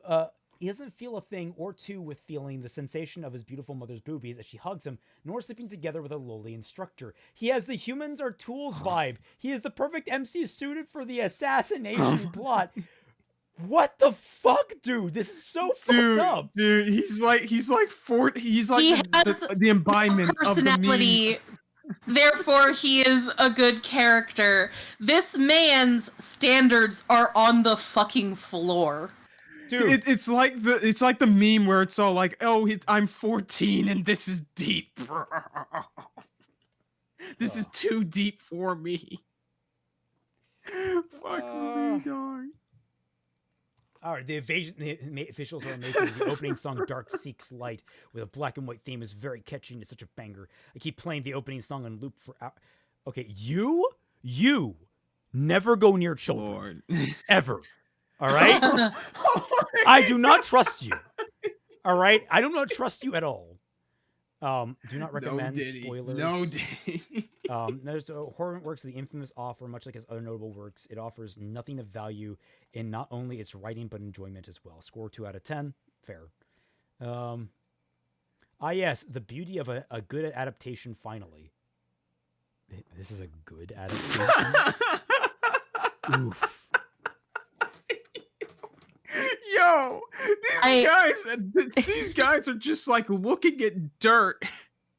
Yeah, they're looking at dirt and they're like, wow. Yeah. Jesus Christ. Like, I keep being surprised that the more that society develops and the more society moves on, like, you come out with a garbage product and they're like, oh, I'm upset that you think that this product that I like is garbage. Let's come up with even worse products so that the product that I like is no longer considered bad. Like, that's not a good thing. Stop. Yeah. I'm scrolling down, and this guy is like, oh, my opinion. Well, coming from the author of Redo of Healer, this anime isn't what anyone expected. Instead, it's quite good. It has some of the new elements added to it, and yeah, I enjoyed while watching it. Story 8. The story has an 8 out of 10. The main point would be, does this anime have a good story? I mean, yeah, sure, it does have a good story. Who doesn't like a super badass assassin? The whole point of this anime is based on is kind of cool. I mean, almost all the isekai shows us how a powerful hero is always good and kind, but this anime also explores the dark sides of what happens when someone is suddenly stupidly overpowered. No, it doesn't. No, it doesn't. It didn't even do the interesting explore stuff. shit. No. It does the bare minimum. I would It even does say like the that. bare literally- minimum. Almost all the assassins that happen in the show last like 2 seconds. Art 9, no complaints on art and animation. The studio did an amazing job. Really? This thing. I mean, it wasn't bad. It was fine, I guess. I would say But a it's 9? not A a 9. fucking No. 9? Are you majority- kidding me? The majority of anime doesn't look like garbage anymore because it's all done on the computer. Yeah. Come it's- on. Are you telling me that this shit looks better than fucking Attack on Titan? Fuck no. No way. Come on, dude. Sound 8. I guess fine. But it's like it's all about the music, nothing about the sound effects, the sound mixing, any of that. Which was fine, I suppose. Character 8. Now we get to the juicy part. Well, I didn't expect this here we anime go. to have this good character development. I mean, I don't know how much others expected of this anime's characters, but I seriously didn't expect anything. And here we are with a good character development and fairly decent screen time to almost all the side characters as well. So an 8 in characters. I don't. So that's- it's an 8 by virtue and you expected nothing. Yeah. Enjoyment 9. After reading all this, you might have a good idea that I enjoyed this show. I don't even know why. I don't even know you exist. man. no, I'm reading this. I'm quickly forgetting everything you just said. And you are not wrong. I enjoyed this series a lot, and I think this is one of the best shows to come out this season, considering the garbage shows we saw. Okay, hold the fuck. up. What? What season did this show come out? Hold on. Let me check. I'm pretty sure This was Oh, okay. This was fall 2021. yes. Let's see what other shows were in during that time. Right. Well, you can look I that got up. it pulled up right So I here. would give it a 9. Komi-san Can't Communicate. Yep. JoJo Part 6. Okay. 86. Fucking. A Better Isekai. The Faraway Paladin. Baki. Baki? Dude, are Oh you my fucking God. serious? Yeah, one of Uh, the Baki seasons was in fall of 2021. World Trigger Season 3! Oh God! What if no way. they're we only got- talking about Are you? We gotta divert new before we start anime talking that about come World out? Trigger. Oh no, we gotta get him away quickly. what if they're only talking about new anime that debuted in 2021? Kaiser. Still, Komi-san can't communicate. In immediately. fall. Yeah, still Komi-san, still World Trigger because this third season, still Sakugan, still Kaiser. Kaiser. Kaiser. I said What? debuts. I said debuts. 86. That means no Okay, season Jesus, 2, 3, chill. 4, 5. Okay, You okay, fucking chill, Asshole. You're the one fucking yelling. Because you're not listening. You can correct I did. me without yelling. Jesus. No. No. Okay. Okay. Okay. All right. Okay. Jesus. We're all friends, presumably. Another guy given a deserved 1 out of 10. Glorified harem show giving it a 2. Dude, my parents used to tell me life is too short, so make every second count. Maybe you've heard the familiar advice before too. What if I told you that the protagonist in this show lives his life as an assassin and takes other people's lives? Sounds daunting, I know. Well, that didn't stop the author from introducing us to Lu Tuahade, a character who lives by his code and lives his life as an assassin. Same author of the rating 4. Ugh. You think this anime had more offer than ECI, but no, don't expect some sort of complex storytelling with deep insightful characters. This is hello? a show that relies a lot more on pushing the main character to do what he can do as an assassin. Well, story as a revenge story turned into something less and less enticing with each episode, and thus it falls to the syndrome of another mediocre anime adaptation. Yep. Mixed feelings? What did this guy give? A 4. Not recommend. I didn't enjoy it. See, a lot of these more recent ones seem to be giving the do not recommend. Yeah. Filter. Not recommend. Let's see how many pop up. 61 not recommend. Let's look at recommend. Oh, for some reason Kaiser can't hear anything. Oh. Tell him to blink out and blink back in. Well, that explains why I had to yell at him, but he couldn't hear me anyway. Turns out Kaiser's just hard of hearing. Okay, I swapped the output to the freaking from my headphones, so I can hear y'all now. How convenient. Half the people recommend this anime. Half. More than half. Actually.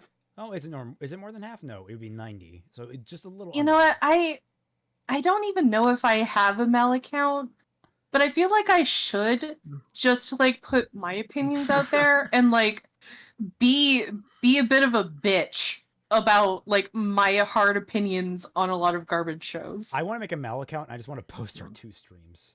I wonder Just how for this anime. I wonder how let's see, there are 2 reviews of this show on AniList. Let me see. Okay, blah blah blah blah blah blah blah blah blah blah. Dude, these AniList people write freaking novels about shows. Okay, that's a 30 out of 100. Fair. Okay. What is other? But yeah, I'm gonna see. 75 out of 100. Okay, let me see this one. Let me send y'all this Am I one. gonna be Hold angry? on. Am I gonna be angry? I think I'm gonna be angry. I don't know. It'll depend on what Oh this my dude God. says, but it gave us By 75 one out of 100. So the one that I What? keep recommending, the World of Otome games is hard for mobs, has a 7.33. And that Oh. pisses me off. I don't know why people like garbage and prefer garbage over quality content. As you imagine, a title like this will spark. Yeah, Mal are kind of weird when it comes to this. Like always. Sometimes in recent years, Reincarnation. Okay, so what is the conclusion here? I have to confess, the anime is a little more than advertisement of the novels. There's not much enough to make me hungry, or more or less actual bold attempt at character building. Doesn't matter much since I've grown to dislike the majority of the character cast as after the final episode. That's the point. They're all assholes. There's like 3 or 4 like genuinely good character in terms of like good people. They're all assholes. Everyone else is assholes or idiots. That's all this story was. People like eating garbage because garbage is Wait, easy to it's not all swallow. that Get bad. in the bin. But this anime is Get so... in the bin and consume your rotting things to eat. Just do it right now, both of you. I think a 6 is fair, probably. You know, I'm more disappointed that like this is probably where it should be. If I'm being honest, a 7.33. I'm more angry that this is anywhere near. This is somehow anywhere above a 5. Mm-hmm. Oh, Kaiser's having audio issues again. Yay! Ooh. That's Madoka Magica. An 8.37. Why is that so low? That should be higher. It's because of people like Lily Orchard. Ah, right. Oh, I guess they just say that that Madoka is just suffering porn. I am actually flabbergasted. Rebellion has a higher rating than the original series. That is unheard of to me. I thought people hated Rebellion. I thought it was like a fandom splitter. Oh. Okay, well that's. Well, I mean, not everybody who do these reviews are just within the fandom. True. So like there's a disconnect between the actual Madoka fandom and just the rest of the anime community. Twy, would you rank Magia Record below this isekai anime, this assassin anime? Absolutely not. Yeah, it's currently at 6.99 compared to a 7.34. People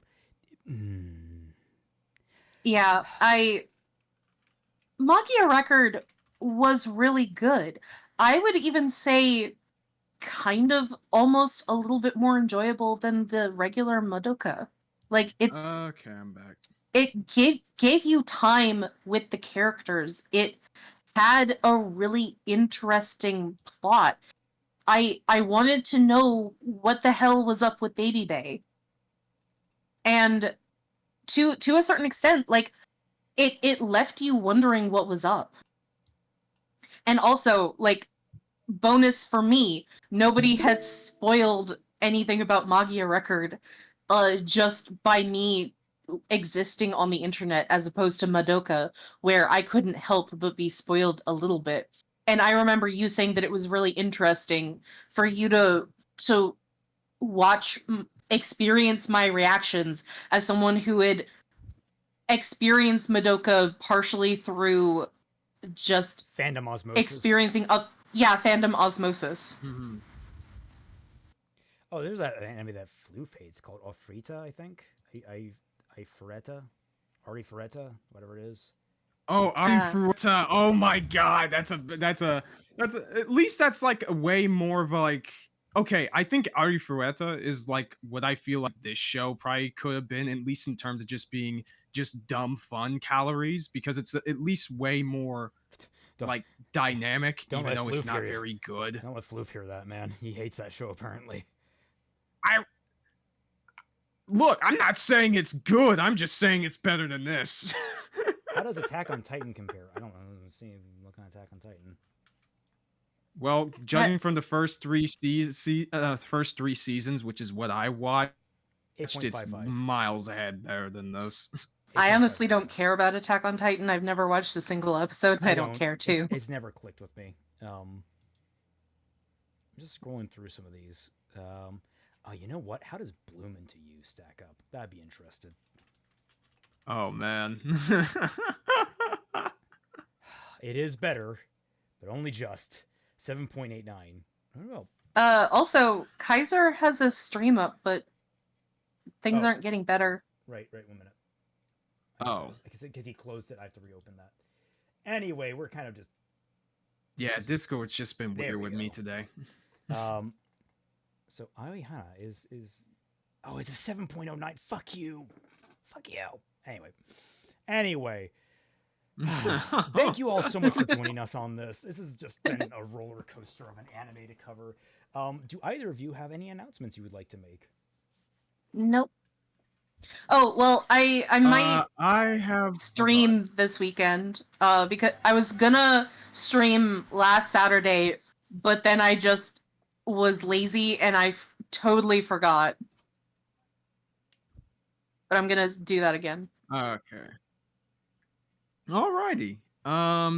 For me, first off, thanks to everybody for coming tonight and spending time with us and just seeing how we survived this anime. I have to live through this shit a second time. What I love is you guys And didn't I am actually glad sit down and that my watch it. Well, you did it earlier, but I've just been giving you a play-by-play. We didn't actually sit down. At a different point in time, basically. Yeah. I'm glad that this show is still squarely at a 3 in my score, maybe a little lower. I'd do 2 easily. Twice if you had to give it Yeah. a number. I'll Sorry, give it a. guys, for not having. I'll give it a 2. The Maha episode did work. Guys, for not putting out anything last month.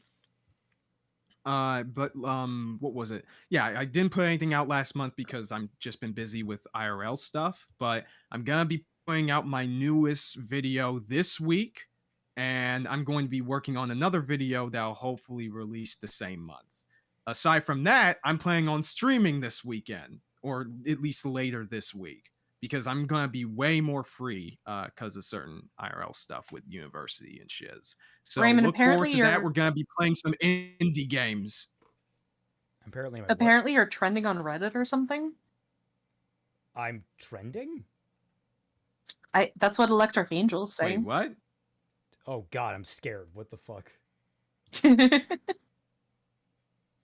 Oh yeah. There was a kerfuffle with the Ruby Critics Discord server. The old one is What did now you dead. do? The original admin who made the Ruby Critics Reddit and Discord who had fucked off like 2 years ago suddenly came back and then unbanned Raven 11 from it. You know, the guy that we also banned in the Tundra? Yeah. And Dex and Onyx did not like that, and they're like, we're gonna make our own server. And he's like, you can't do that. It's like, wanna bet? With blackjacks and the Ruby Yeah. stands and they're forced to watch one person rewrite their whole show better than the actual show itself. Oh. Oh no. Freed Cub, why would you do that?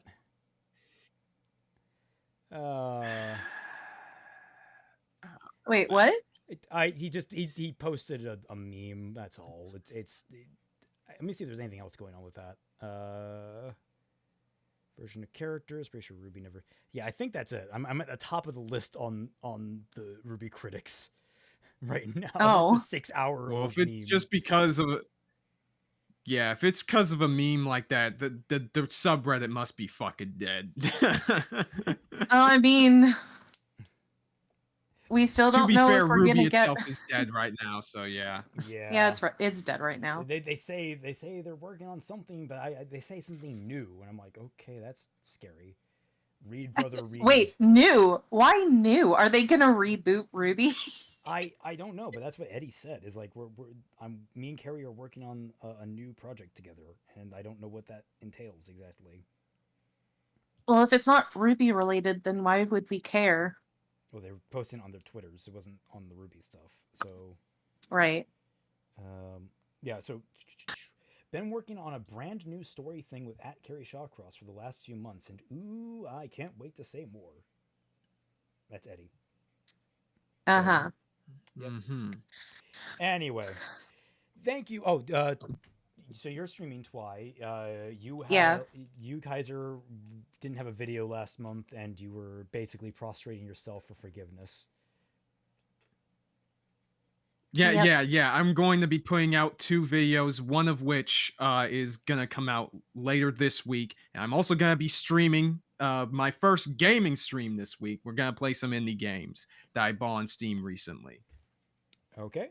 As for me, I made significant progress on my MHA video, so that should be coming out sometime this month, really quickly. Like we're nearing the end. I'm very excited to have that freaking thing done. It is about 3 hours and 20 minutes. I'm sorry, 3 hours and 40 minutes. Sorry, I undershot it. Very excited for that.